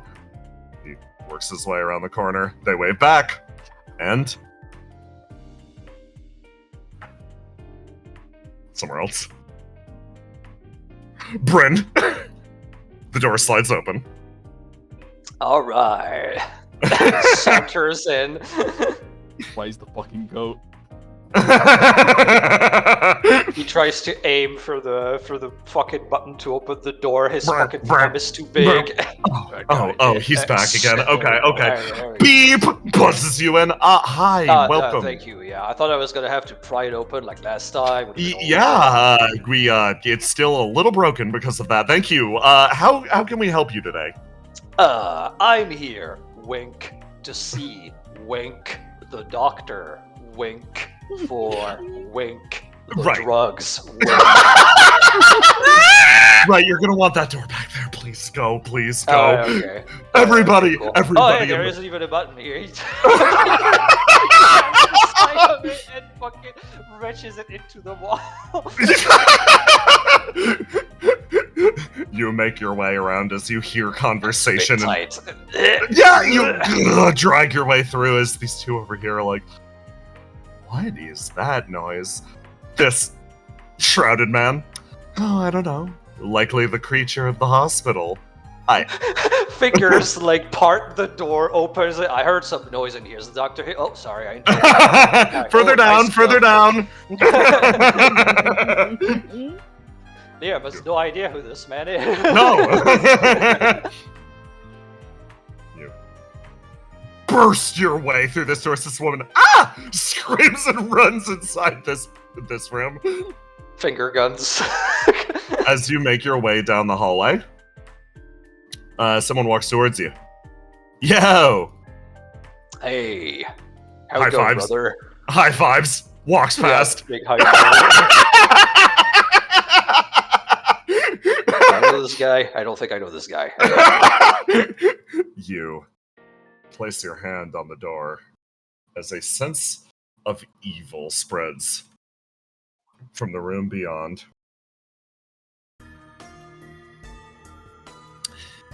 Welcome, you can. Oh, it's you again. Hi. Yeah, well, let me just finish opening the door. Right, of course. First set apart. There we go. You make your way in. It is good to see you again, Liam. I noticed you were still on retainer at Opia. Have the visions grown less intense? Yeah, gone back to, I guess, the normal, manageable amount. So I figured I might as well keep the job since I'm, not, like, on medical leave anymore. That is good. That is good to hear. I have remained quite busy in my business as an underground doctor. It seems that Opia is getting on just fine. Again, if they wish for my expertise, feel free to pass along a message. Yeah, I will. I'll definitely will. For now. I'm glad you were able to kind of get back on your feet that fast. It's kind of nuts. He kind of looks around. This is the most alive I have been in years. She turns and hands you a vial. That should suppress the influence of the fifth tormented, at least thank you. For now. If you make any headway on that front, I am deeply curious. I did the thing that you said to do. I have a dream journal. It's embarrassing. That is fine. I will not judge anything related to... Hold on. Do you hear that? He tries to listen to the wind. You listen to the wind and you hear something as horrific as your own passing work its way down the hallway. Something with twice as many fingers and 3 times as much damage as... No.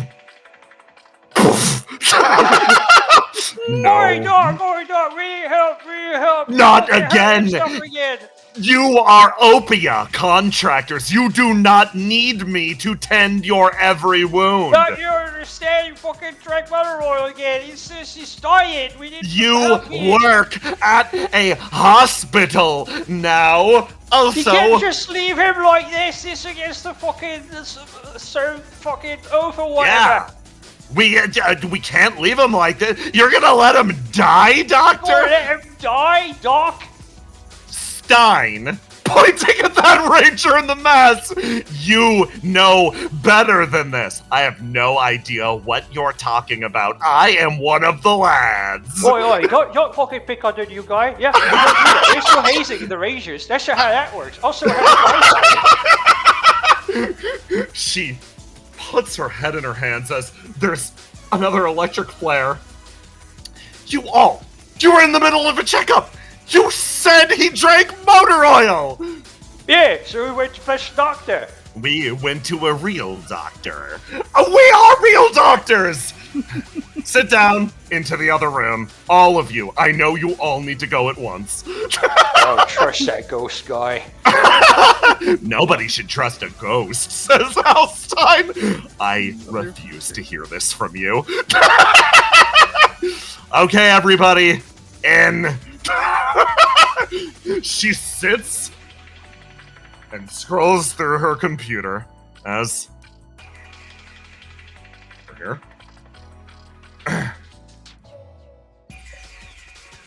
Thanks again for the deliveries, boss. My Roll20 is broken. Oh, of course, it's you, Cal. Yes, of course. Thank you. I definitely always know when it is me because always. Functional website. There, I found it. We're good. It's like, yeah. Thanks for doing the deliveries. A function I did not know was required, but am getting paid to hire someone to do now. I'm gonna be honest. People seem to hire me a lot and then have me drive food over, like really frequently, and it's mostly people I know. Yeah, we call that nepotism. Okay, that's good. That's probably a good thing. She takes her hat off and puts her motorcycle helmet on. I gotta go pick up Basil. Yeah, everything going okay for you over here? Yeah, things are great. Actually, Sure? Colt has actually been around, so I gotta try and get him paid for some of the electrical work he's been doing. Keeps sneaking in while I'm not here and doing it. So you're probably pretty glad he didn't take the Queen's offer to become the Pyromancer of Beasts? Well, let's just say the commute from down there to up here would probably have started to wear on me eventually. Makes sense. Okay. I mean, her picks are interesting. Other than that, the door behind you slides open, Cal. Fix your stove, idiot. I'm gonna hire you for that. No, you get back here. Now, shifting to a role as a general electrical engineer, Colt worked at the building itself. No, that wouldn't stop him from repairing various things when he stopped by. As far as Seagazer, her job, at least for now, was a little more specific. But she stops. Hey, Cal, other employees busy today, right? Where did she get off to? Then you remember. She's giving a speech. Huh. Across the airwaves.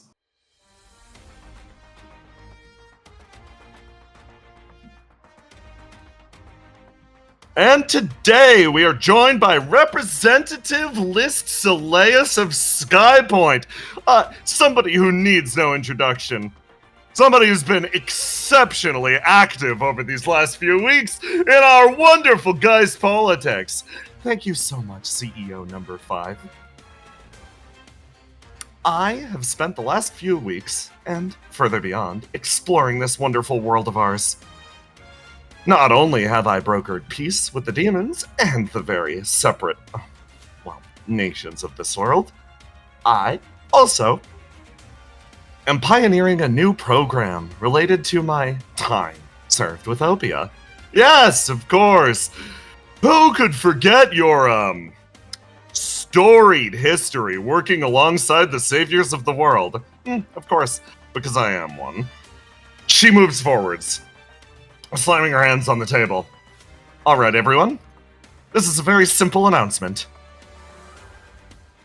Based on what you, or I suppose, more an announcement, this is a contradiction of what you might have heard. Our associations with the demons are, indeed, similar to that between us and any other nation. The demons are, indeed, closely working with us. This is irrefutable. But when it comes to the advancement of not only our society, but theirs, we are equals and allies. And trust me, as somebody from Skypoint, as somebody who brokered the Great Agreement, would you trust me to get you a bad deal? A very fair point, but just the same, I know the common citizen is lost. I talked to Big Joe. Love Big Joe. Talked to Big Joe just last week, and he lost so much family to demonic invasions. What do you have to say to people like Big Joe? Well, the voice echoes out over the airwaves as Ace, you hear List engaged in a life or death debate with CEO number 5. Verona moves her way over and she's like, that should be enough for today's rehab course. Should be good. Yeah. I've prepared the stage for you too, if you're willing to throw in your 2 cents. I mean, I guess I could. Listen, what do we have to lose at this point? Guys trying to put on the smear campaign saying we're a bunch of demons now, and blah blah blah. Stolen valor, all that bullcrap. It's fine. Look, as someone with I don't know, corporate stake, someone who's like a face of I guess Geist used me for a lot of movies and everything like that. If I make an absolute fool of myself, it hurts Geist as well, so. Fair enough, but think about what impression it gives us. We still need the people's favor, Ace. Why?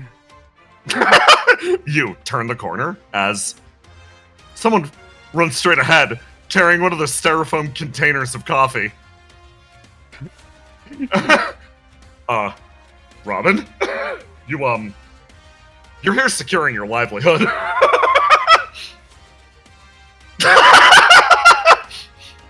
Robin! Coffee you asked for. You, for the last time, you do not need to give me coffee. You're still employed. You're still a flow agent. I just thought that you would like coffee and that you would ask for it, like if you're thirsty. I would ask. I get it for myself because you're not, come on, walk with us. You don't need to get it. I mean, if you got it for yourself, what would I do? You would sit here and collect a fat paycheck, like most members of OP. Riddle has been useless over the past few weeks. Ace has been tackling rehab and doing a pretty good job at it. I will admit, discovering and growing new organs it's been fun, actually. We've had a great time. She says, flashing a genuine smile over to you. But you do not need to be my intern, I swear. I'm not going to fire you. Your intern, I'm just, a contributing member of Flow. By the way, we already have another intern who's a contributing member of Flow. You're fine. How contributing? Look, you two. Okay. Hello, Ace Skeleton. Just call me Ace. Champ. Verona makes a face like she bit a lemon. Ace is holding back laughter. Look, you don't have to be an intern to get you coffee, Verona. Why don't you just acknowledge Robin as a friend? Oh, you know what? Yes, of course. Sorry, Robin. We are friends that fought for the sake of the world together. Okay, I don't like what just happened. Can I try again? Sure. Ace, go on. Stage is ready. Oh, is it this way? That way. Same podium I was using earlier. Yeah, God. Don't forget, we're going to be busy later also. Could I get away with killing CEO5 live on stream? I'm not really, strong enough yet to do that. I'm kind of... probably the only reason I'm able to get up this close to him is because he knows I'm probably a little too weak right now. Oh no, Ace, you're being forced to broadcast from our location. He doesn't want to be in a 5-mile radius of your ass. Where's the fun in that? Over here. Oh, and we are being joined by a special guest from Opia. Oh my god, a special guest? That's so wonderful. A special guest that probably can't be within a 5-mile radius of you. Ace? Wow. All the cameras flare on, blazing on you all at once. So interesting being here and not there physically with my fellow people in this discussion. It's very weird. I don't know why I'm being treated with such Well,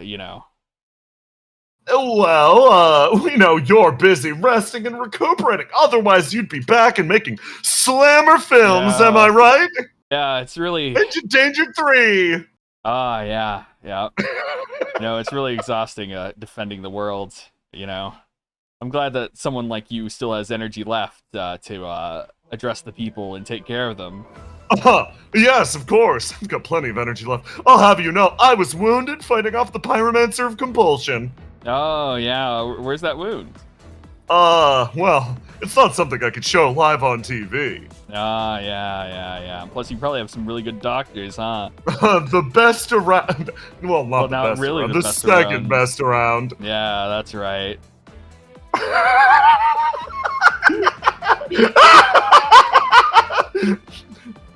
Spawning a her. List is quietly watching you. Hello, person I have no affiliation with. Of course, fellow person I have no affiliation with. The two of you over the last month have been dealing with something really, really fucking annoying.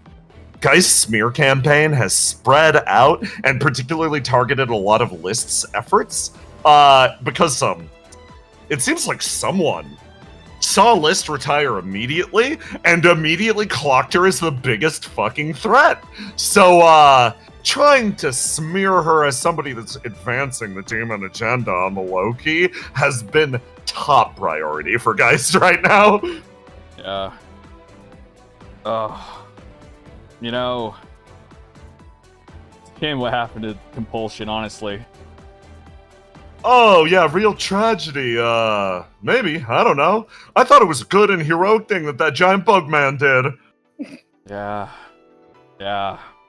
But, like, you know, the last Compulsion fought for the rights of humanity.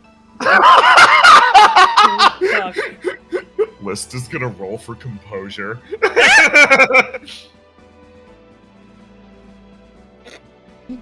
Slightest exhale of course. What a brave, heroic sacrifice. The fact that she turned at the very end and decided, oh, I need to fight alongside mankind. To think she was so tragically struck down. Based on what I understand, she lost control of herself and that bug man. My dear friend Liam is the storied war hero, thank you very much. Oops. Did not need to drag Ace into killing range. I fucking wish. Yeah. Oh, of course, so beloved war hero. I fought alongside Liam myself. We're old friends. You called him a giant bug man a little while ago. Yeah. You know, so where's Liam from, by the way? I can't seem to remember. Oh, well, you know, we only met pretty recently through opiate operations. It's not like I know the guy's life history. Yeah, really close friends, huh?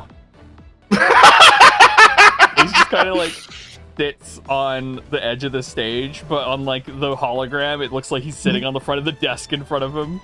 Well, I've got great news. We have reached an all-time viewership. It seems your appearance, Mr. Galatine, has really brought in the fans. Yeah, that's good. That's good. All right. Ace kind of just stretches, cracks his neck a bit. Well, I got something I need to say to the people, CEO 5. Oh, yes, of course. Let the hero of few cities speak his mind. Yeah. All right. So, obviously, I'm in rehab. Lost an arm. Lost some organs. I'm getting better. Let's just leave it at that. Okay.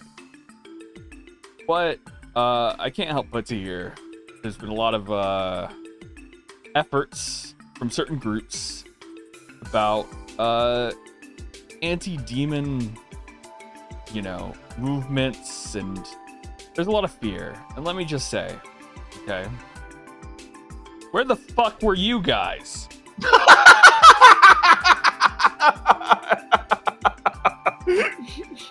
Look, don't be racist.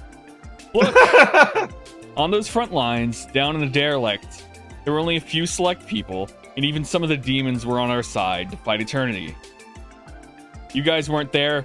Guys sure as hell weren't there. It was just us sacrificing ourselves. So could you at least do me a little favor, okay? A little favor, you know, as wonderful entertainment man that you enjoy, then also apparently war hero now. Just suck it up. God. There you have it. Bold words from Ace Galatine. Okay, everyone, cut the feed. A fucking PR nightmare! Liz looks over, blows you a kiss, and disconnects. Hey. Holy okay, well, nice to see you from a 5-mile distance, Ace. Yeah, don't worry. As soon as I get a little bit better, I'll be paying you a personal visit. Oh, I'm looking forward to it. We can have another wonderfully productive debate. Yeah. Disconnects. Ace, you got somewhere to be? Oh, yeah, there's an event happening. It's about time those two did this. Someone. listens to your speech, cackling the entire way. Okay. Yeah, that's Ace. I don't know why Verona let him have the mic if she wasn't ready for something like that. But, just the same, she'd stop dead. Hold on there. Hey, she puts up her hands. Go no further. Right now, we're in the middle of the evacuation. I'm afraid that Ciala is more or less off limits. Right. She unslings from her bike and starts to walk forwards. She puts her hands up. She's like, no problem, no issue. I'm with Opia. Now look at each other. I don't recognize you. You're a flow agent? Well, no. That's not actually correct. She scratches the side of her face. I'm not the flow agent. He is. She produces her hand and holds something up. Hello! It is me! One of the 3 members of Flowwave 4! Vault Watcher! Let's go! They all stare at the ring. And this is my reflection, Sea Gazer. Yeah. Our situation's a little special, so if you could let us pass, that'd be great. He is in the registry. They look around and turn around, and sure enough, a sentient ring that's bound to, yep, I'm the person, I do the walking, he does the whole supplying me with flame thing. We're a dynamic duo, okay? So move out of our way. They pull themselves back and allow the motorcycle to pass. Wow, I can't believe that actually worked. Why would it not? It's the truth! Okay. Well, with any luck, we'll get Riddle to rebuild this motorcycle and give you a nice spot in it. He's like, yes! I want to be the face so that I might bite people! The duo skids away into the distance, says,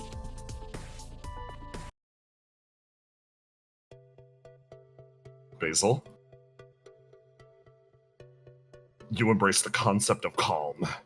Absolute perfect calm. Tranquility. It spreads through your mind. Riddle closes her eyes and keeps herself focused. Focus on your body and slowly radiate your senses outward. If you focus on this thought about how much body I had. Yeah. Mostly you're going to want to point your senses towards, otherwise flame intrusions. She hops up, moves her way down, and actually adjusts your posture with the bottom of her staff.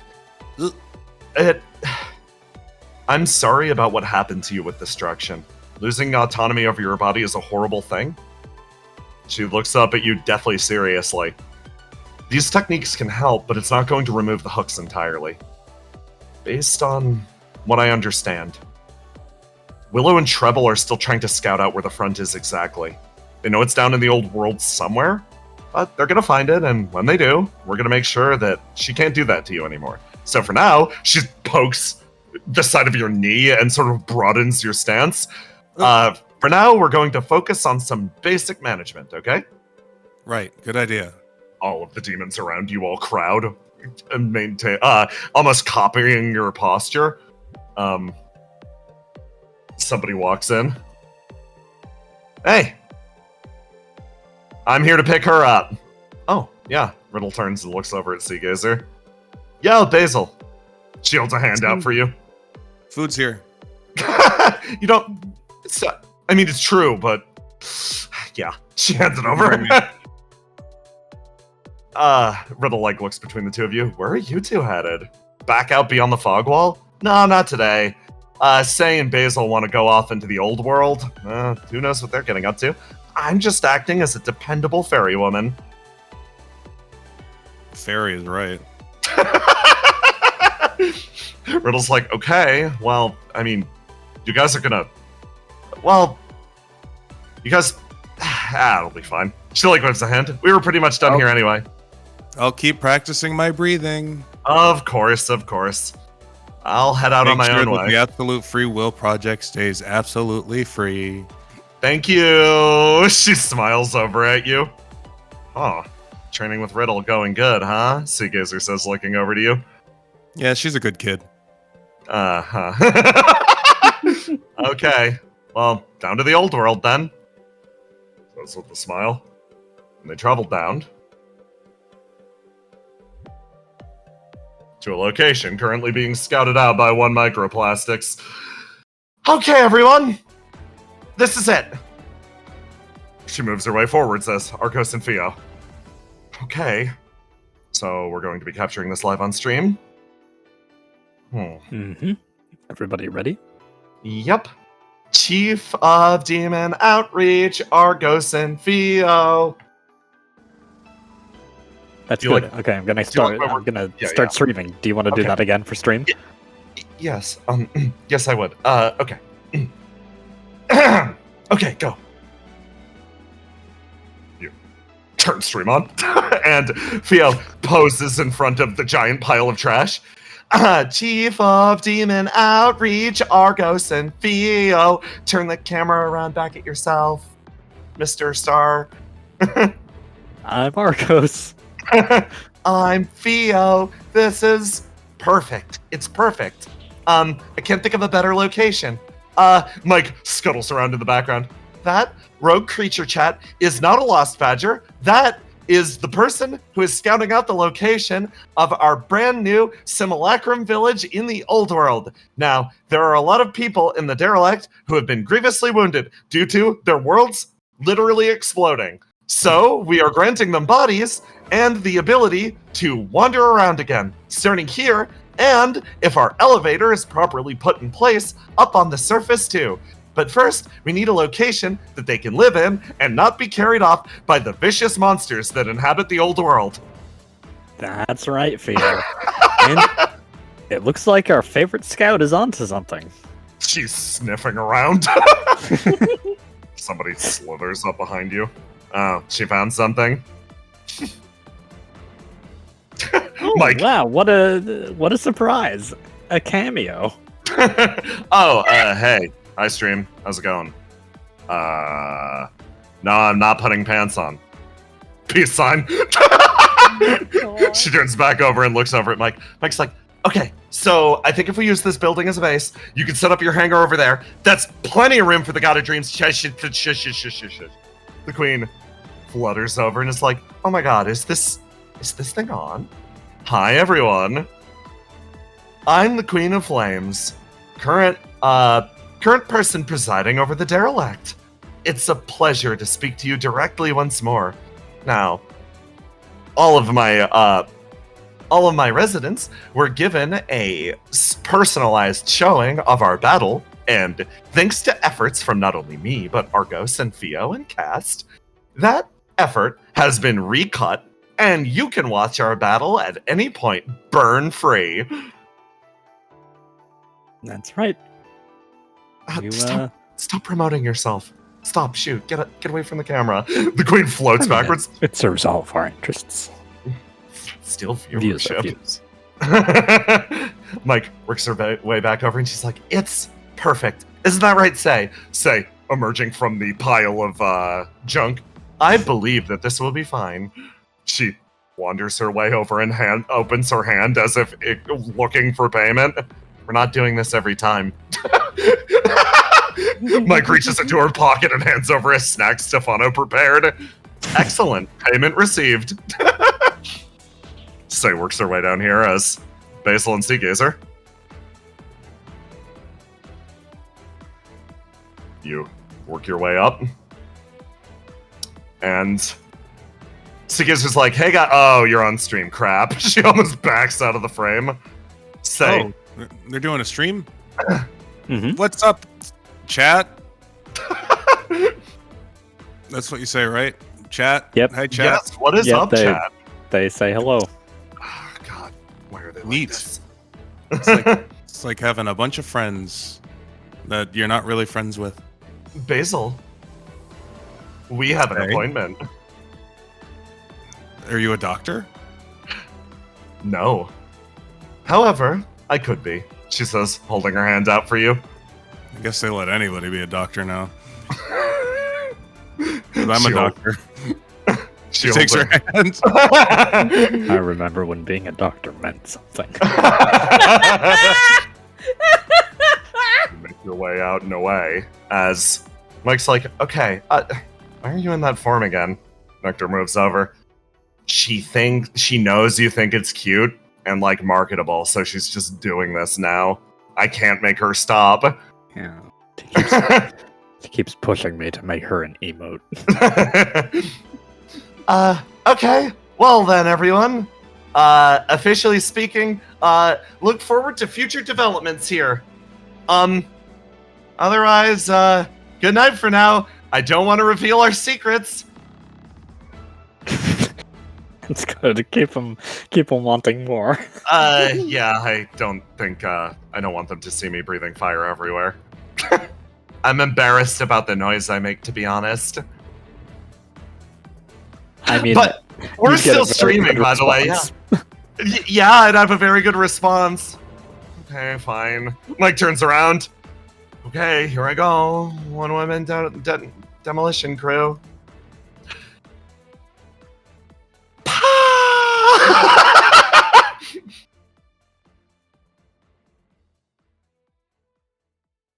From the depths of Dakota,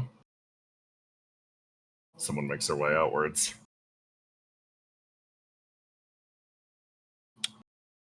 Willow? You in trouble? Have actually managed to make some progress, and you make your way back up to the bottom of the shaft. And, as you do, We did pretty good that time. 2 people enter. Oh, hi. Oh, hey, you do. Oh, hey. Good evening. We're actually coming to report back if you want to go over that, or are you guys heading down? I am taking Basil to find someone. Oh? Someone down We have a very important date. Yes. We don't know where she is, but I am hoping that we are able to locate her. I mean, we can give you the map that we've surveyed so far. It might help. Lovely. That would be extremely helpful. Yeah. Jebel opens up her hollow pad, and you see parts of a map. We haven't made it past this point still, but we've made it a pretty decent way. Still haven't found the front, of course. Otherwise, that would have been the first thing I told you. Well, We've we got are all not the time in the world to figure that out. Yes. And we are not looking for the front. What are you looking for? Riddle. She stops. Prima materia. She is down here somewhere. Who's that? Someone I owe a long-standing promise to, and that Basil does too. Yeah, What's she look like, just in case we run into her? Goo. Oh! Jebel nodding like, oh. That kind of situation. That's unfortunate. Looks over at Willow. By the way, congratulations on the big day. Oh, yeah, I'm super excited. Yeah, we gotta hurry up, actually. Oh, wait, are we late? Wait, what time? Is it up top? You're a little late. Oh, gosh. Okay, well, here's the map. You pass it along. And go about your separate ways. End up on the surface. Okay. We head into the final bits of the session. Let's fucking go.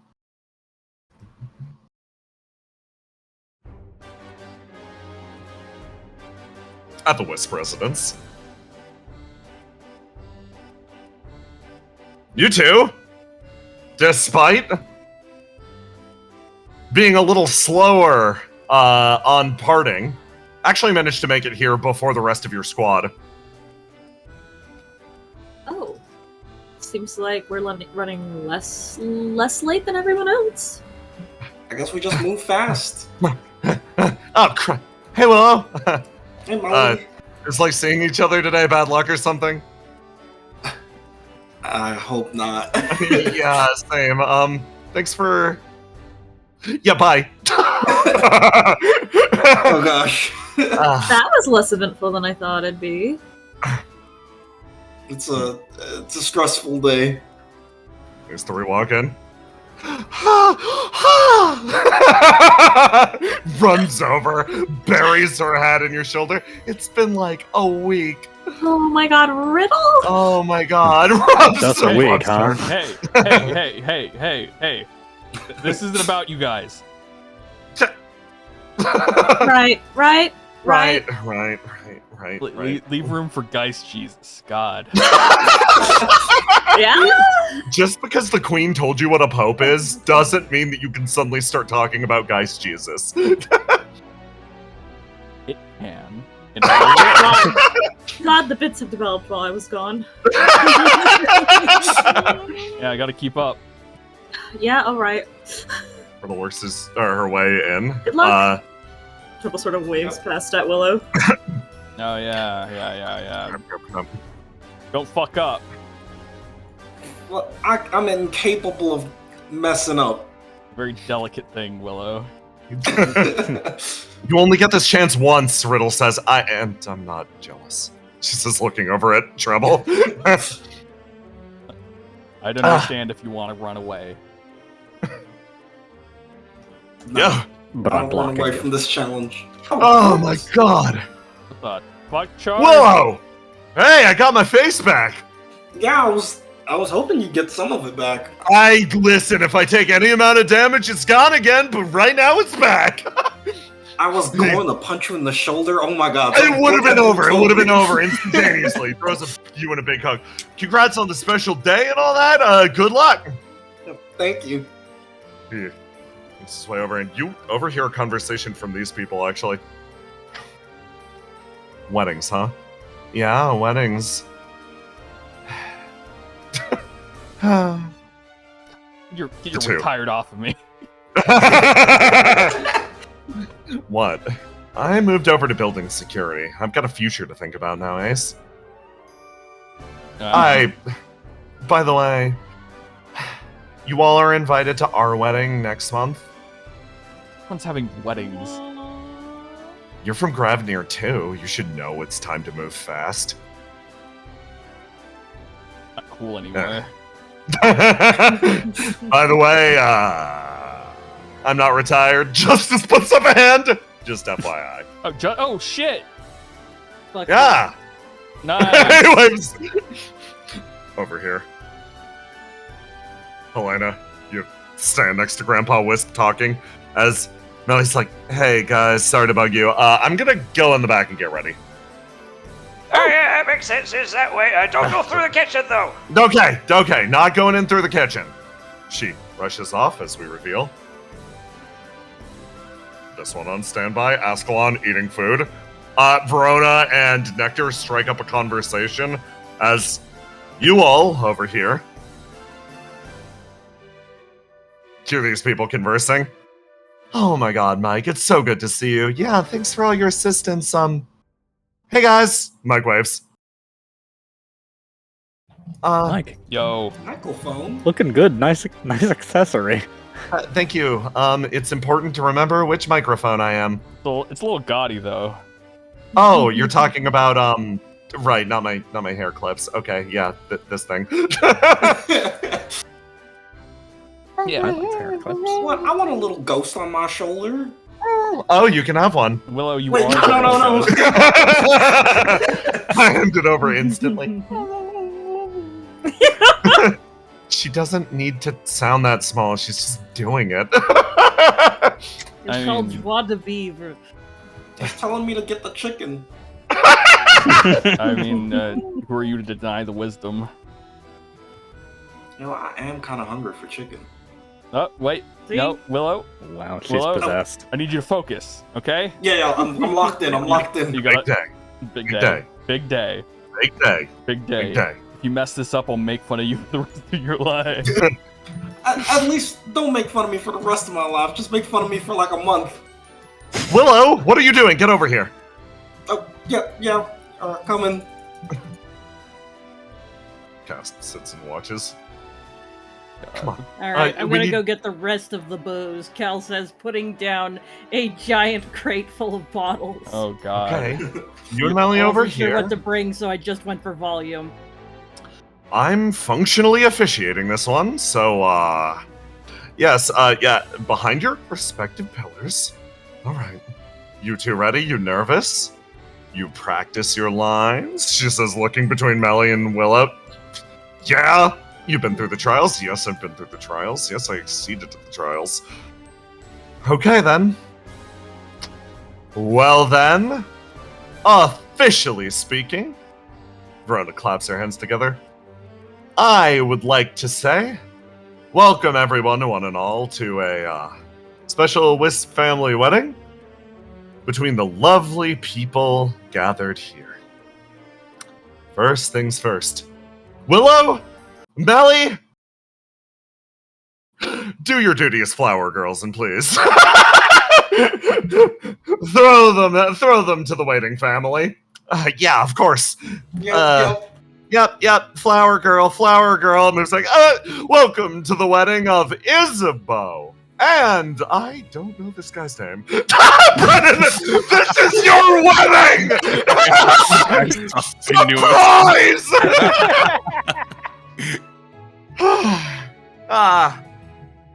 It brings a tear to the eye. And Delane Vega says, dabbing with a handkerchief, I feel like we only met last month. But at the same time, it feels like it's been the longest month of my life that I've ever spent in love. Because it's the first month I've spent in love. Wow, you have such a way with words.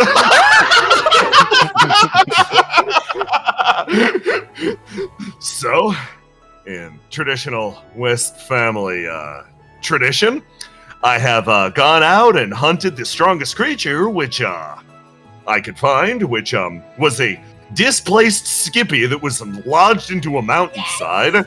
Admittedly, it was significantly easier than usual. However, in doing Doesn't matter how you hunt it. All that matters is that you get a huge body. Oh my god, you get...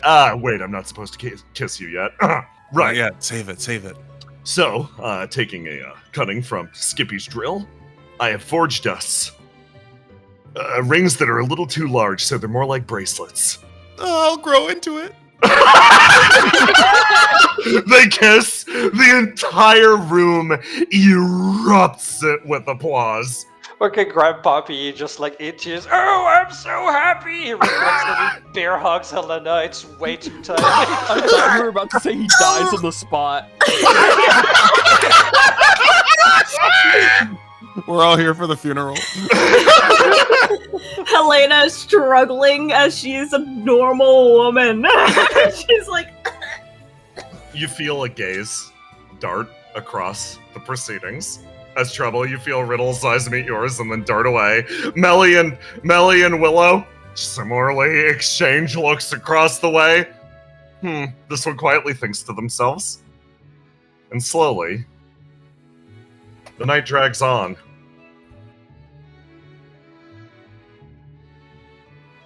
Trouble. Yes. Cast exhales. Hey, Trouble? You needed me for something? Yeah. The festivities can still be heard in the background.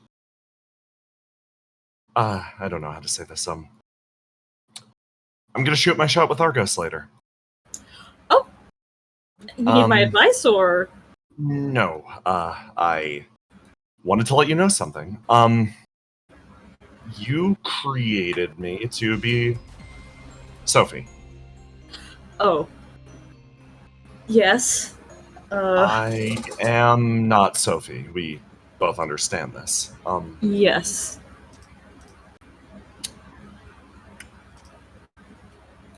Sophie and I are different people. That makes this really awkward.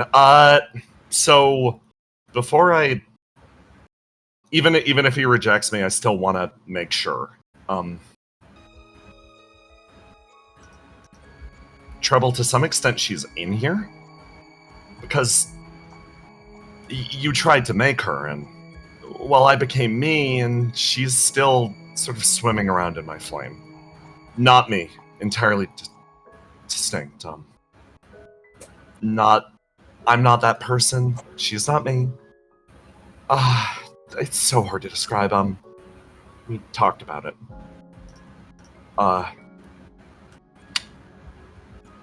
Sophie is only little segments of thought. Functionally, think of it like a second AI. But she can't exactly be ripped out and made to live on her own. So, after a lot of discussion, I'm going to pass her along to the Flame of Creation so that she can be born in her own body and do her own thing. This is a lot of information for Trouble. Trouble, Cass is watching Trouble go through like 700 emotions as they are explaining this. She's like, "Oh, all right. So she's been in there the whole time? Yeah. And you're putting her back into the flame? Yeah. All right. All right. Before she goes, I wanted to give you the chance to talk to her, say anything to her.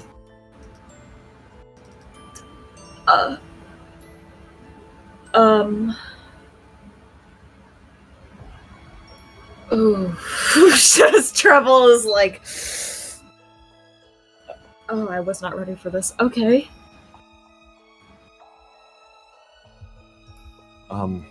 She's more or less familiar with your story. Oh, she already knows? Okay. Okay. Trouble girding herself in real time. So, I'm gonna pass her along now, if that's okay. Yeah? Cast moves their way forwards and very politely pulls themselves back, allowing Sophie to speak through them. Hello? Hello? Can you hear me? Trouble having a moment of, like, pure horror. She's like, yeah, okay, hi, is that actually you? She's like, yeah, Trouble is not prepared for this, but Cast's hands go up to Trouble's face as Sophie grabs Trouble's face. She's like, is this actually... They actually put you in a robot body? And Trouble, like... Yeah, they did. Oh my god. Okay, hi, Sophie. Sophie, like, oh my gosh. Hi, Olis. It's... are you alright? Trouble, like, yeah, I'm alright. Sophie, like, you don't... I guess it would be kind of mean to say you don't look alright, you just look so different. And Cass has been telling me all these things that's been happening, and I'm pretty worried. Are you sure that everything's working out with the mister? Trouble, like... yeah, everything is alright, everything's working out with Graham.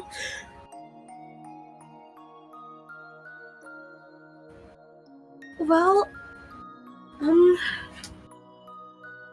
wow. Cass says that you're like 9 million years old now. Yeah, I am actually pretty old now. It's been a while since you were last around, so it's probably a little jarring to see me suddenly looking like this. She sort of looks down at her messed up robot body and is like, this is honestly probably the worst state you could have found me in. This is the worst state I've been in a while. Yeah, I mean, it was very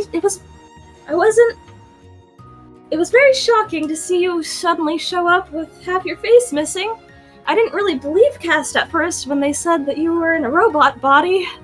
I didn't know that they would do that to you. When the Mister asked me to go with him and I told him to take you, I didn't know they were going to turn you into a robot. Trouble just like ...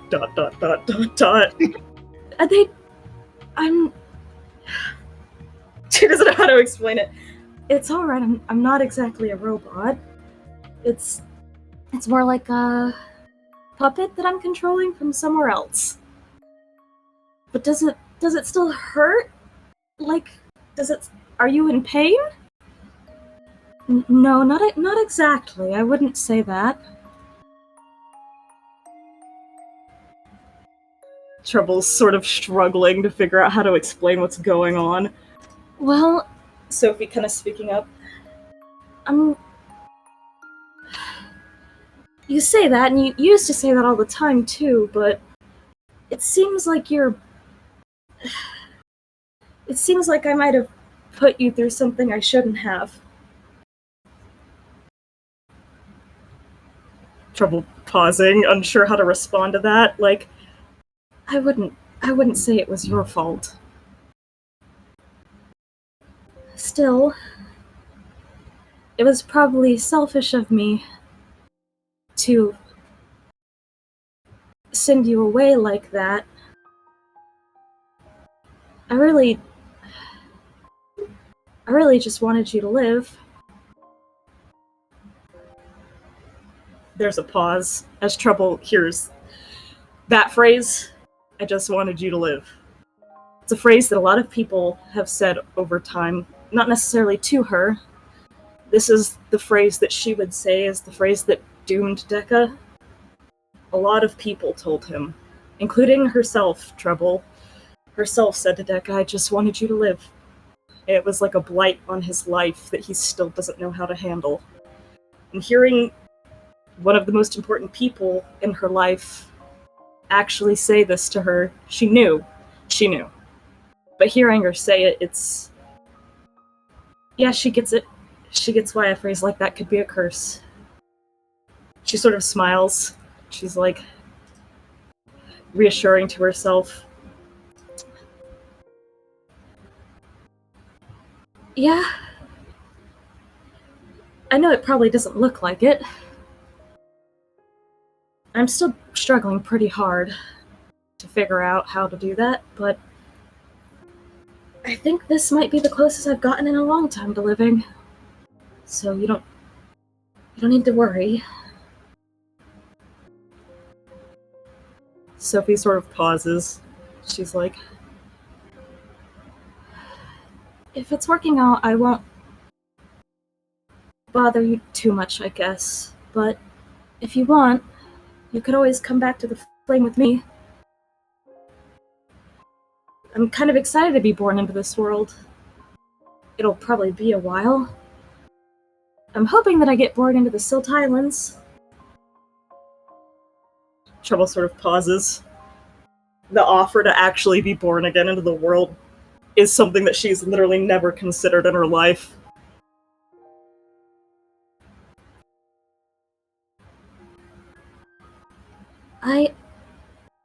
I don't think I can... I don't think I can go back to the flame like that right now. There are too many people and too many things I need to do. I'd rather learn how to live in the world as I am. I think that's sort of what I need to do. And I will say I do think I'm doing pretty good at it. Sophie sort of pauses. I didn't want you to think that I didn't mean that you were doing a bad job. Trouble like, of course. I just want to make sure that you're doing alright. And I want you to know that there's still options if you need them. This is the only one I can really offer right now, but if you're going to stay, I guess I'll see you later. There's like a weird dissonance in Trouble's mind as she realizes she didn't really get to say goodbye to Sophie last time. She just got pulled away. She realizes this is actually her last chance to say goodbye to her best friend.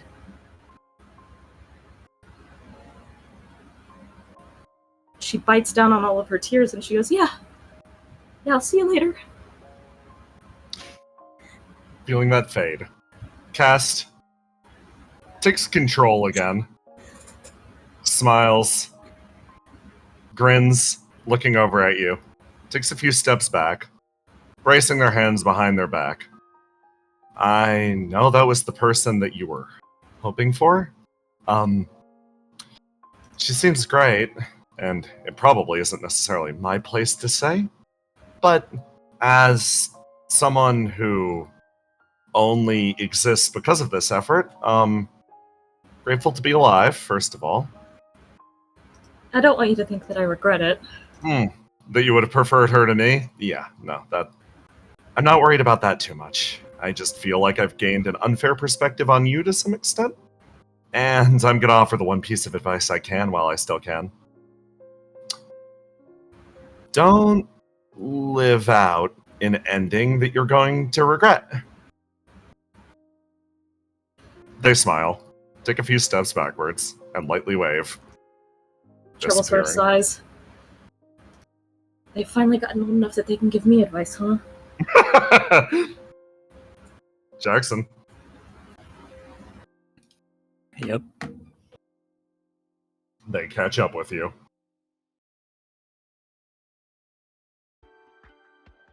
Hey.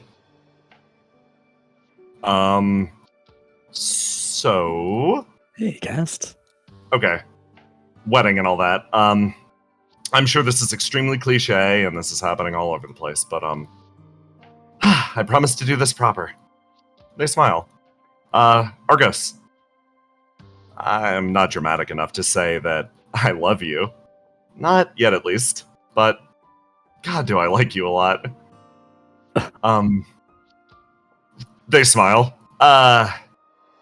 Everything that I've lived through up to this point, everything that I've experienced in Opia is made that much richer by your presence. And it's not like I want to even change our relationship that much, but I realized you're the one who made me think this way. I could be a little greedier. So, this is me officially shooting my shot. They hold their hand out to you. Will you go out with me?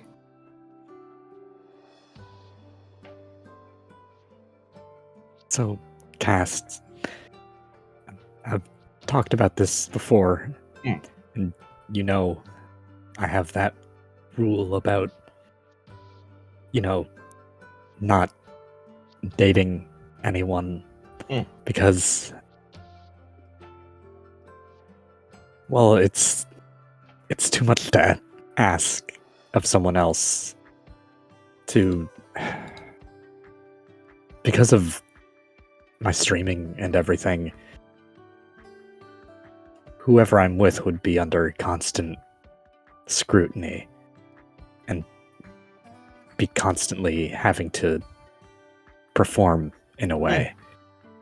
And any relationship would be held up under a magnifying glass by countless people. And that's way too much to ask of someone, and also something that I personally couldn't handle. But I think about it, and I think maybe even if I couldn't handle that, maybe I could if I also had you there to help me.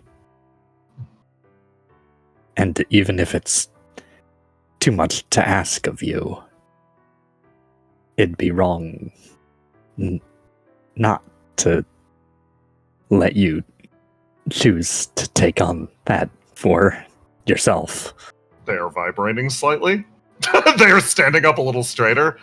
So, if I'm reading between the lines correctly...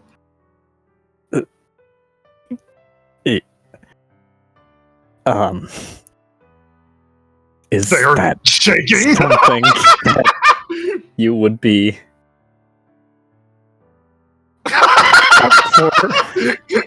punching a small hole in the muck below them? Okay. Yes. Oh, yeah. No, that's what you were asking. Yeah, absolutely. Yes. Okay. Then I would also be okay with facing that if I have you in like in like a partner situation. Together but like romantic partner situation. Yes, a romantic partner so situation. You're my boyfriend now.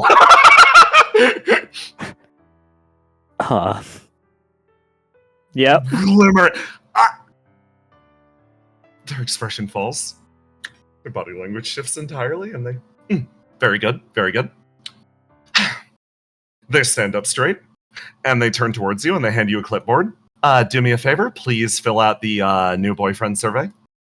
I've already filled out the survey on my part. Give that a look really quick. Over your shoulder. Okay. Oh, whoa, spicier than expected. Okay. That's great. Man, I'm already buckling under being scrutinized by one person. No, don't worry about it. Looking forward to this. Taking your feedback into account, they rush off into the distance and disappear, leaving you very, very confused at the water side. And Argos. Dude, she stole your SNN. Time passes, and you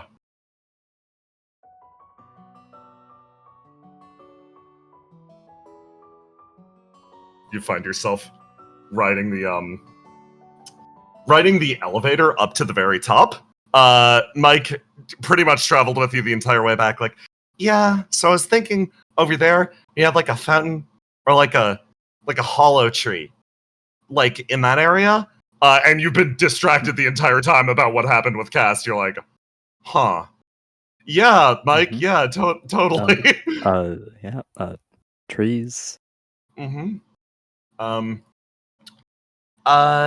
Yeah, so, we can go over plans. I gotta admit, the wedding was pretty nice. Trees? Yeah, okay, Argos, you're clearly tired. Let's get you to bed. Oh. Yeah.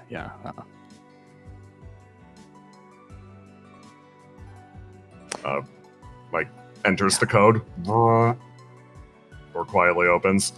She walks inside, sits down in her chair. And just like, it's like, so basically, as I was saying, and then, at exactly this point, you hear a loud thunk on the door as someone throws it open dramatically behind you. No. Mike's entire body freezing. I sense something. Stop. Please stop. No.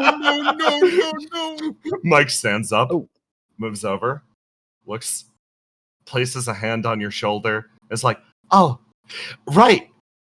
You guys are dating now, right? Yeah. Yeah. Oh, yeah. Double thumbs up. Really happy for you two. For a split second, your life flashed before your eyes. I was just kind of wondering when it was gonna happen. I'm really happy it did. She sort of smiles. She's like, we can go over plans later if you guys, like, need to talk or do whatever. Have a good night, you two. Good night. You have lost the gift, Mike. You have no longer rights to it anymore. Turn in your badge and you're dead. It's over for you, kid. The amount of fear I wanted to instill in everyone's heart.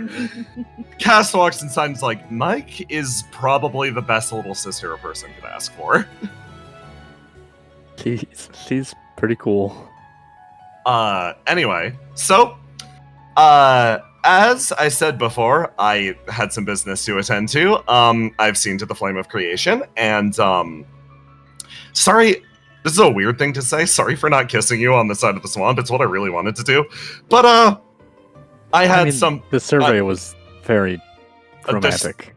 It was not. Listen, Argos, something very straightforward. I told you something simple. They put their hand on your shoulder. By the time I figured myself out, it'd be over for you. Officially speaking, it is now over for you. I'm glad to hear that. They lean forward and kiss you. And so, time drags on. Just a kiss, huh? We faded to black. You don't know what happened. You don't know what was on that survey. You don't know what was on that survey!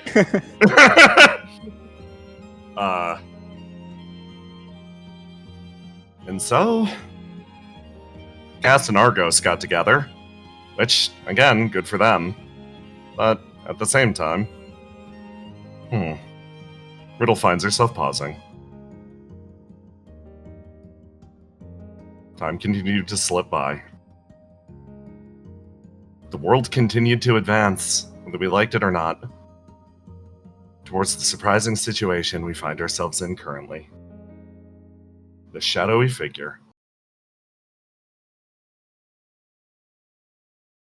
3 months later. The strongest Esper to ever live finds herself in a situation. Okay, lift my left leg up a little bit more. Okay, just a little bit more. I gotta get the signal correct. You pick her up above your head, the two of you. She dragged you two in for this specifically. Okay. Okay. With any luck, I will be finding a demon any moment now. Not one of our demons. Not one of our team. She pauses. Wait, she turns. Are you talking about aliens? Could be. A little bit, yeah. Guys been up to some wild stuff lately. Okay, adjust me more. Adjust the leg. The leg? Less. Yeah. More, less. Yeah. Good. Perfect. Could we just like tied the antenna to your horn and just like lifted you up really, really high? If you did that, I would kill you. Why? Because this thing is very precious to me. It's very sensitive. You've watched Riddle open cans with this. The radio or the horn? It's the radio. She slides down between the two of you. Ooh. Oh, wow. Placing herself between you. Argos' stream flares to life as Argos and Theo gave a long, pronounced recording. The village that Mike put into place suddenly flourished, spiking into a state of new existence. Displayed one after the other in glimmering lights, the pair of them work still to carve a path between the demon world and reality. Yep. Nearby, someone labors quietly in the warehouse, slithering her way forwards. She stares up and over at the towering god of dreams, retrieved from that battle and rebuilt. Elsewhere in the world,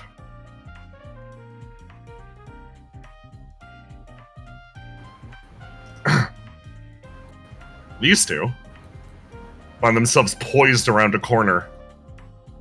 They sit and watch as someone runs her usual grift. Argos, Theo, you finish up a long day of work and catch up with Mike and Seagazer. Hey, you guys. Hey, you two. Hey. Seagazer's paused.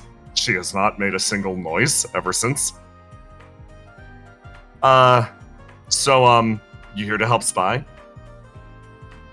Oh, doing your, say, observations? Yeah. Mike looks around the other side of the fountain. Seagazer has not moved. She sort of turns back around and she's like, well, just earlier, actually.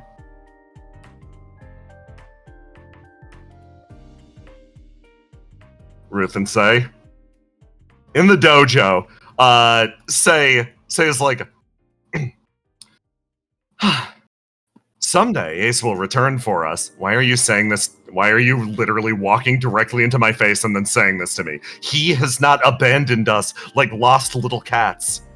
The dojo's mine. You're crashing on my couch, not his. Someday he will return for us. Or perhaps Microphone will. The door opens. Mick sort of walks her way in. Hey! Waving at the pair of them. Hi. are things going all right in the Simulacrum Village? Yeah, they're going good. Was actually, just the girl I was after. She rounds the corner as Sigizar sort of stops. Huh? Sigizar turns on her heel, having freshly fastened her hat for another trip. You wanted to do normal, like, people stuff, right? Go on a date with me.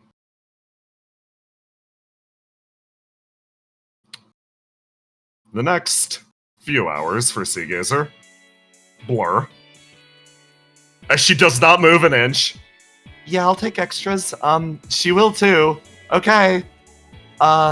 She sort of leans forward and tries to feed Seagazer. It plinks off of her cheek.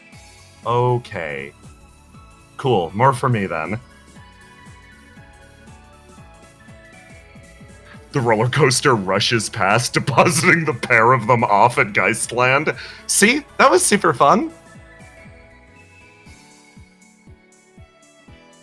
On the Silt Islands.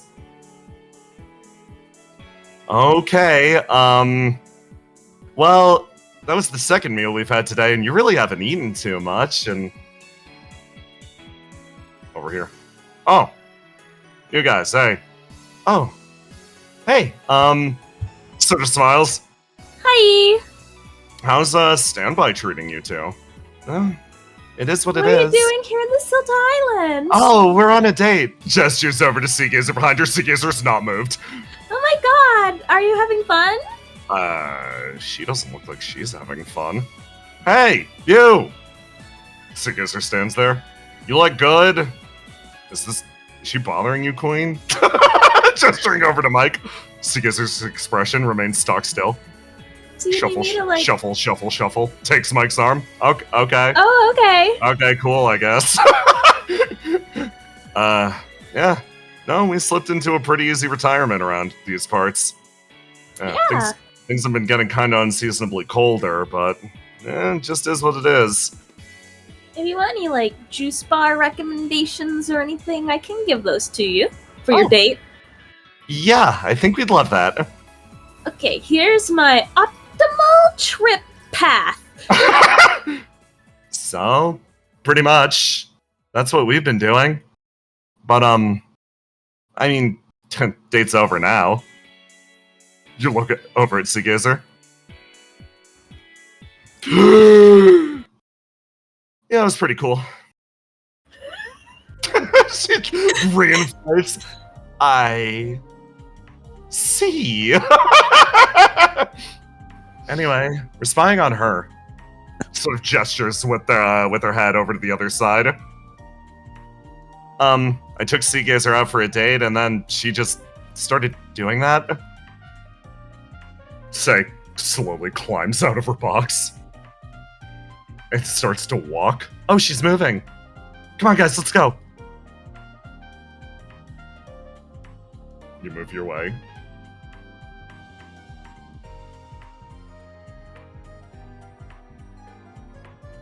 This club. Where? Say has moved her way forwards and placed herself at a nearby table. Well, well, well. Nobody took the bait. As such, I have come to barter. Great, what do you have to offer me today? I have juicy information on how R&D is currently doing in your absence. Oh, yeah? Mm-hmm. How many chicken tenders will that cost you? How many are you offering? I'll get you the 4-piece to start. Very well. Mike sort of stops looking over at you two. This is what she gets up to? Segizer's like, It's better than lazing around on the couch. I guess. Ugh. Okay. Let's go retrieve our cat. Okay. Mike sort of walks forward. Hey, you guys! I thought you said you wouldn't be followed. I thought that they wouldn't abandon me like this. Hey, you two. Hi, Mike. Hey, we're gonna go meet up with Riddle at the park later. You guys want to come? Oh, for sure. Once you're done with your illicit deals or whatever? Our clandestine meetings are none of your business. Yeah, it's private. I would be invited on the date. Were they? Okay. Cool. See y'all there later. Like, says, Hi, Mike. Your squad splits up as somewhere horrific, Basil. A loud siren plays. Oh, fuck. A loud, awful siren plays. Sector 2 cleared. Releasing first hatch. Okay, then. Retrieving our explorers.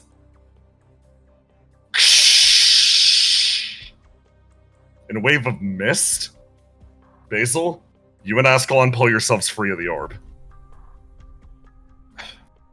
We made it in deeper today, but it just keeps going. She hops over. Verona holds a hand out. It's kind of fun, though. It's kind of fun, yeah. We have lost men down there. You find it... You're that confident? You find it fun? Yeah. Everybody should find exploring themselves to be fun, I guess. In a way. It's kind of like therapy. Which apparently I'm pretty good at. I suppose is a manner of speech. Well then, Basil. Thank you for your contributions. She should be up and running shortly. Well, I'm glad all of our explorations finally bearing fruit. Yes. Well, it's nice to work with you both for once. Ah, right. I've got an appointment at the park. Do you two want to come with? Oh. As long as I'm not third wheeling on a date. Or fourth. No. But that would be a functional car. She smiles. And you all lead yourselves back over here. Riddle continues to balance herself between the two of you. Okay. I think we got it. She focuses in. Willow. Yeah. All that coda training give you enough, do you think all that coda training sort of honed your edge or worked it off? I don't think I can lose my edge, to be honest. And Ace, your organs? I'm still recovering, Riddle. I understand that, but come on. She looks over at you with that big stupid face. Come on. Yeah, Just walk with me for a bit. Yeah. You don't need both your kidneys. I drop her. Fine, jeez. The signal travels through, and she starts to track it, turning on her heel, as slowly, one by one, people begin to filter into the park. It started as a natural coincidence, this squad making their way in from there. Cast and Argos meeting up over here. Finally,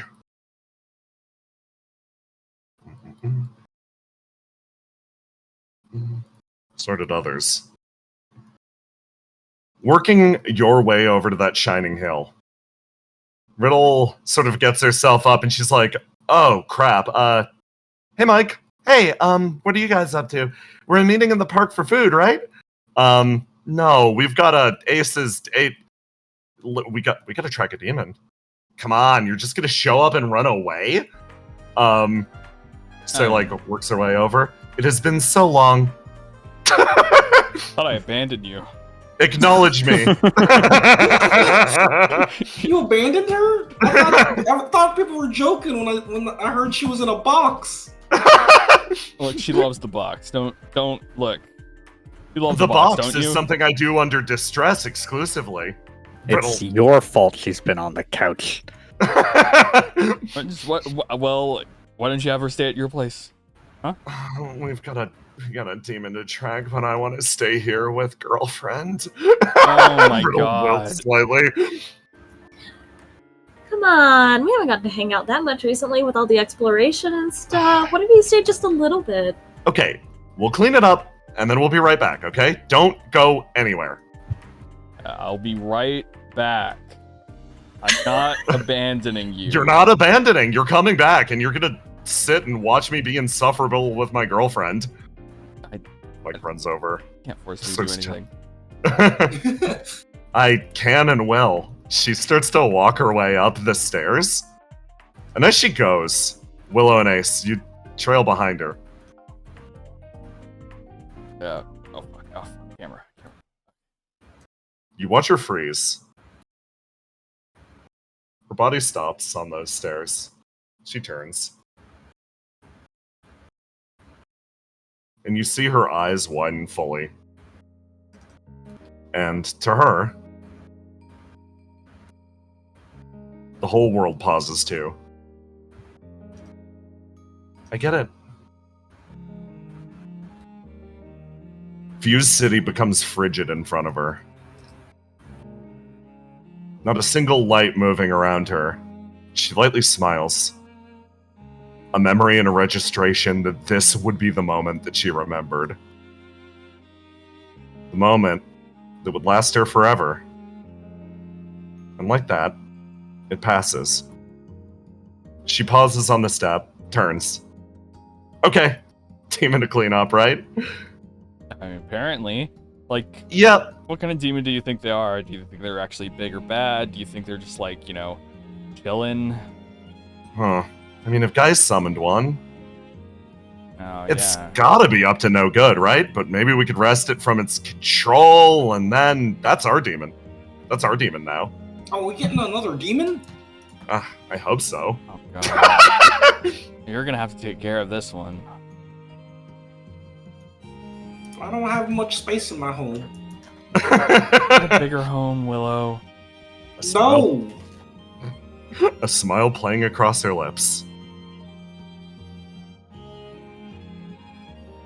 She quietly closes the book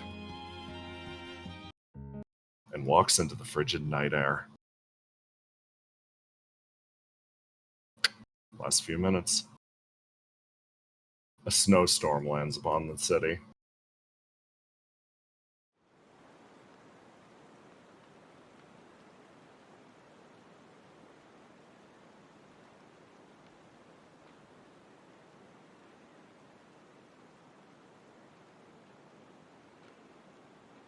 Fuse, now blanketed in a blizzard,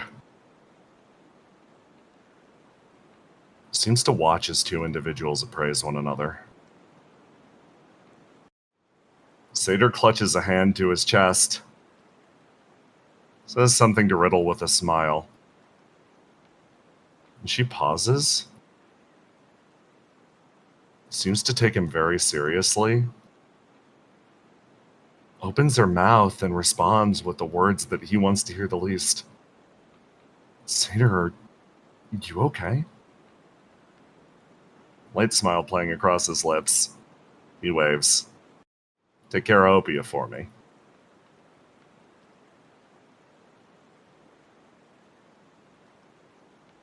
In the silence of the consultant's office, Trouble, your comms go off. She sort of sits up. She was doing some work on her hollow pad while the two of them slept in the background, and she's like, "What's up, Tetra? It's kind of late, don't you think?" Can you head outside? We need to talk. It'll be brief. All right.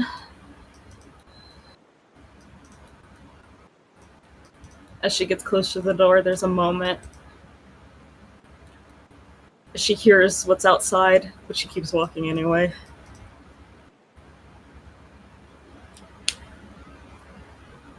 You travel outside. Sit on the bench as Tetra's voice rings out. She takes a deep breath. I'm sorry. It's time. Just...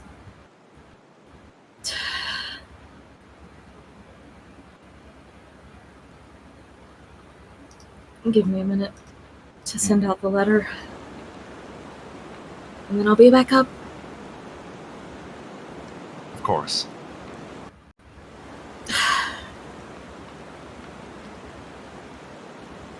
It's already time, huh? It happened admittedly later than we expected. Yeah, they had a lot of time to prepare. Hopefully they'll handle this as well as they handled the demons.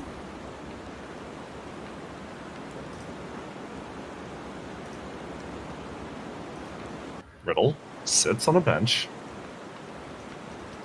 and looks down at her holopad as an emergency meeting is called. And she gets a call.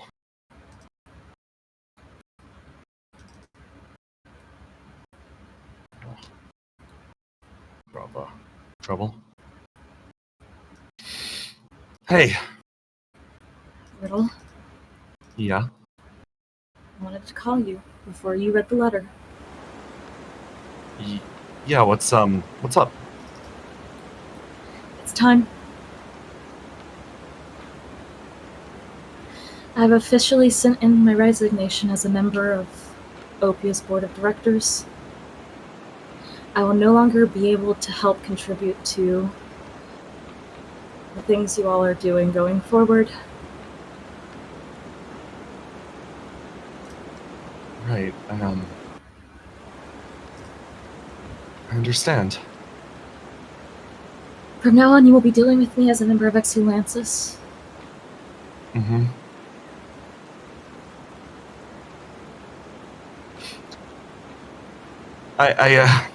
Yeah, I get it. I knew this day would come eventually.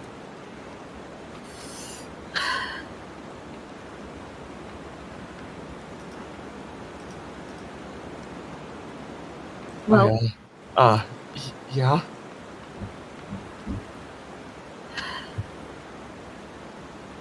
Trouble's sort of trying to think of what to say. you guys are gonna have to get really clever to find ways to keep me around. Yeah.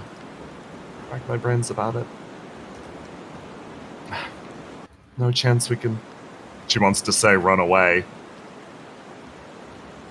But there's nowhere to run. I guess I'll see you on the battlefield. I'm not gonna give up. So...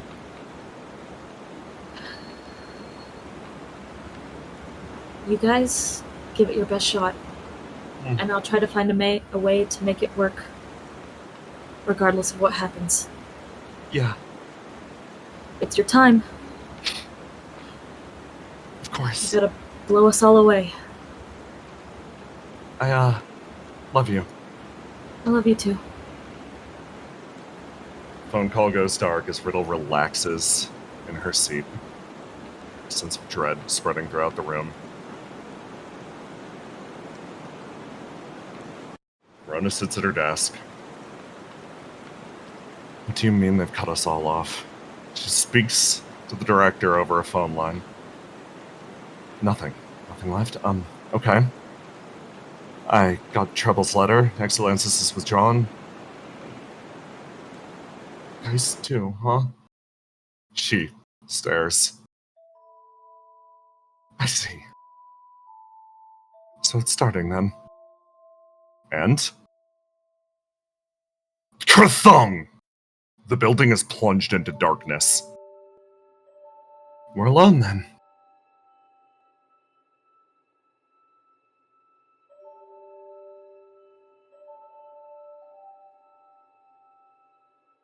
Over.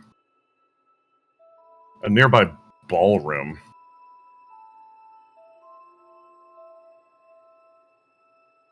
Man walks his way forwards.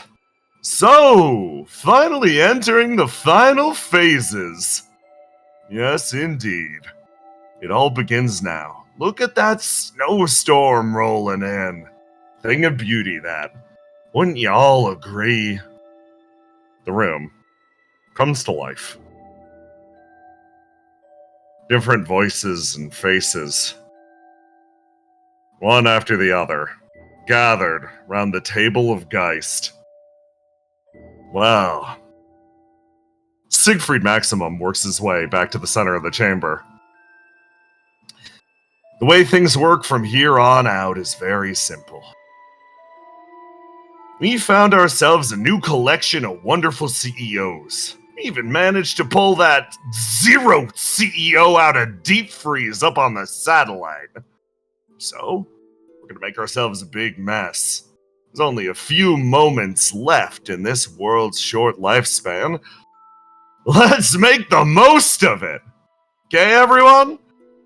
And, just for such a situation, we have gathered here the most talented, capable individual of them all. A CEO among CEOs. Everybody put your hands together, please, for Satyr. Satyr walks his way into the room. There's a very polite golf clap, as there is the slightest sound of recognition. Satyr moves his way into the center of the chamber.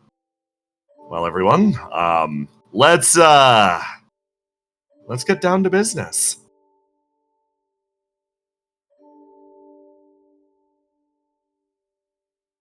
Verona runs her fingers through her hair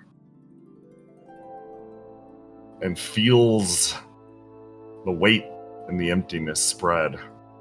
And then, in that silence,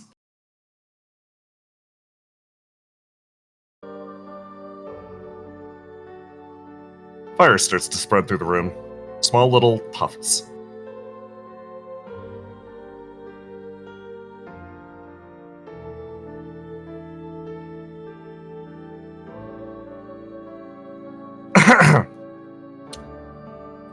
Hello, this is officially the derelict reaching out to you in your time of need. I just want to say, Obia, the good deed that we've been done hasn't been forgotten. Don't worry. We have your back through this. And, on staff, we have a wonderful cast of new pyromancers. Aura sort of leans forward. Yeah, I'm pulling fucking double duty down here. Hi, Pyromancer of Compulsion and Beasts right now. What's up? He puts his hand in the air. Luglinson, you Pyromancer of Death. Sonnet opens her mouth. Logic, temporarily at the very least. Inner World. And me, Instrumentality. Verona stares as the flame starts to spread. Maybe Geist was right. Maybe we were on the side of the demons all along. The flames deepen, spreading throughout the chamber. And a voice actually rings out over the comms. Well, if you're going to be as a demon, then do as the demons do. Bravely, you said that you would hold on to life. So now, as this world enters its final act, cling to what little pieces of hope you still have left. Clutch them close like a guiding fire, and let it spread, bright enough to burn the world you hate. Sorry, I might be speaking overdramatically right now. I don't mean to startle you. But the man with two-toned hair just showed up and robbed us of the flame of creation. So I've taken the liberty of being our little building's power source during this unseasonable blizzard. Then again, I probably shouldn't be giving orders in this case. After all, I'm little more than an intern, she says with a smile. Everyone, you're going to want to pay attention to the outside.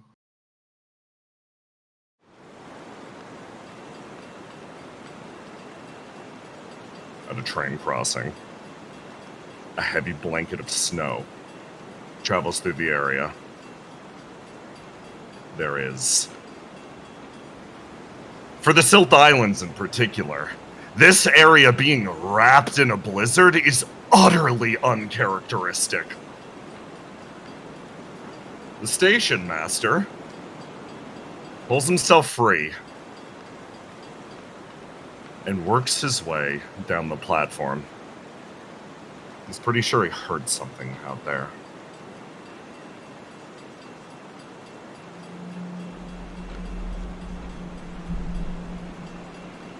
Something shifts in the darkness. A loud thump, sending up a cascade, a grand blizzard.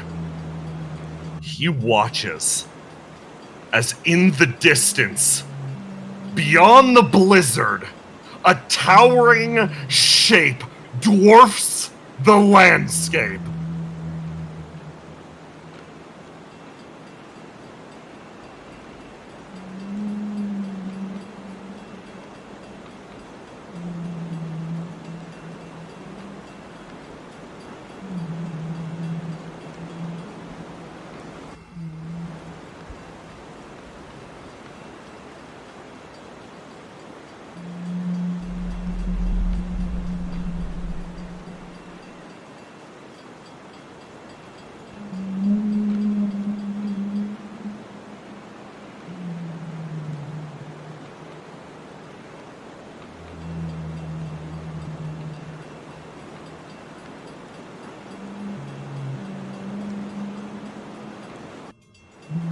"2 days until the arrival of the God of Frost."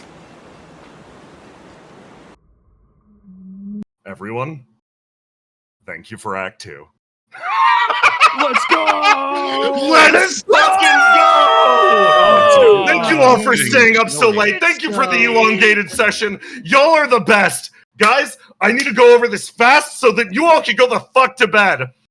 Everybody, Yep, let's go. in chat, you are wonderful. Thank you all for stopping by. Thank you for an incredible act. We have, coming up in the Discord, special post-anniversary, or post-act stream for the anniversary. We're going to be trying to do the beach episode around then, because something has to go during that time skip time. And finally, last but not least, we are going to be getting back to this whenever Act 3 rolls around.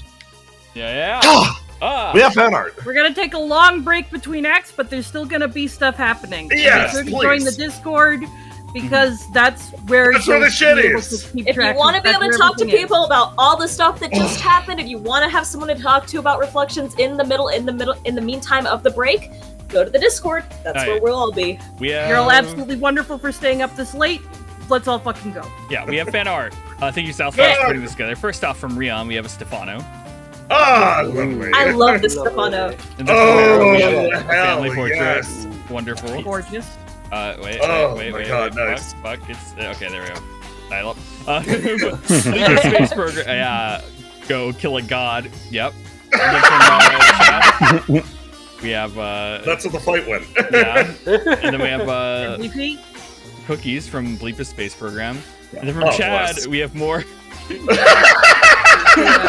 God, that feels like it was forever ago. Yeah. It does. It feels like it was last week. Yeah. Then from Star, we have an Ace. Love Star, it. we have a Phenomenal. And then from Bleep's Space Program, we have Robot. Gunbreaker Riddle Neck. Love to see it. We have Ace from Name. We have more Swampzilla stuff from Chad. From Chad, we have a 9. Let's go! From Oma, we have wonderful Mike and CA's That was my art I drew for the finale. And then from This Did Your Message Zero, Holy This is awesome. That goes so hard. Oh my god! Oh my god. from South Damn, look Florida at that. And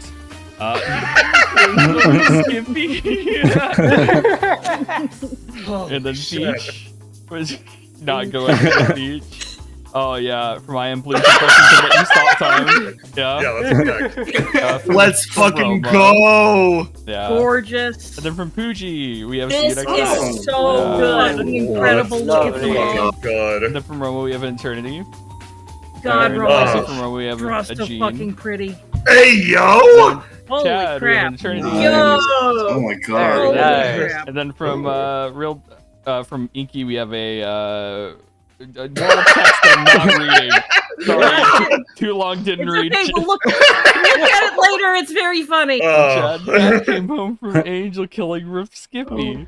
And then from Roma we have microplastics. And then we oh got my god, micro penguin. Roma popped y'all, off so hard. Yeah. Thank you all for an incredible session. Yeah. Thank you for an incredible act. Yeah. But you guys are gonna hate us in a second. Yeah.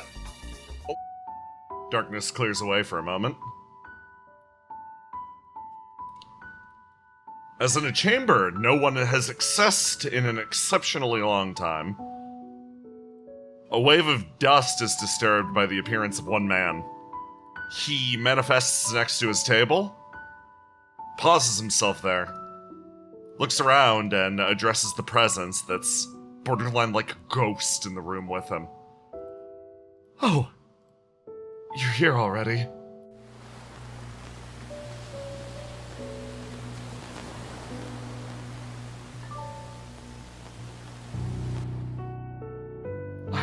He holds his hands up and you see long burns running down either side. I don't know. I thought the sensation of pain was something that was limited only to my mind. But as keen as day, I can feel it. I can feel it again. He looks over at you, and then you see his eyes sort of widen slightly. An omission that you've been prepared for, but not ready to hear. I don't know if I'm going to survive today.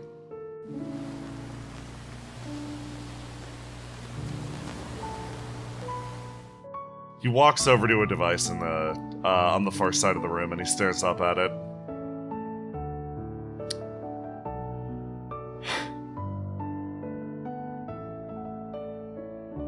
Sort of places a hand on the front of it, shakes his head and turns around. I don't know how much time I have left.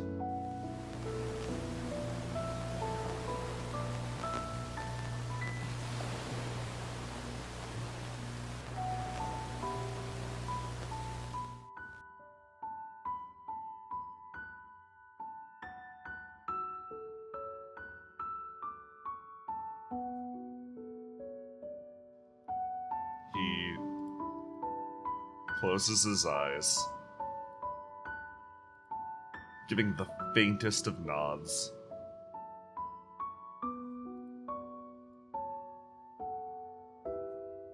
I think I could use your help.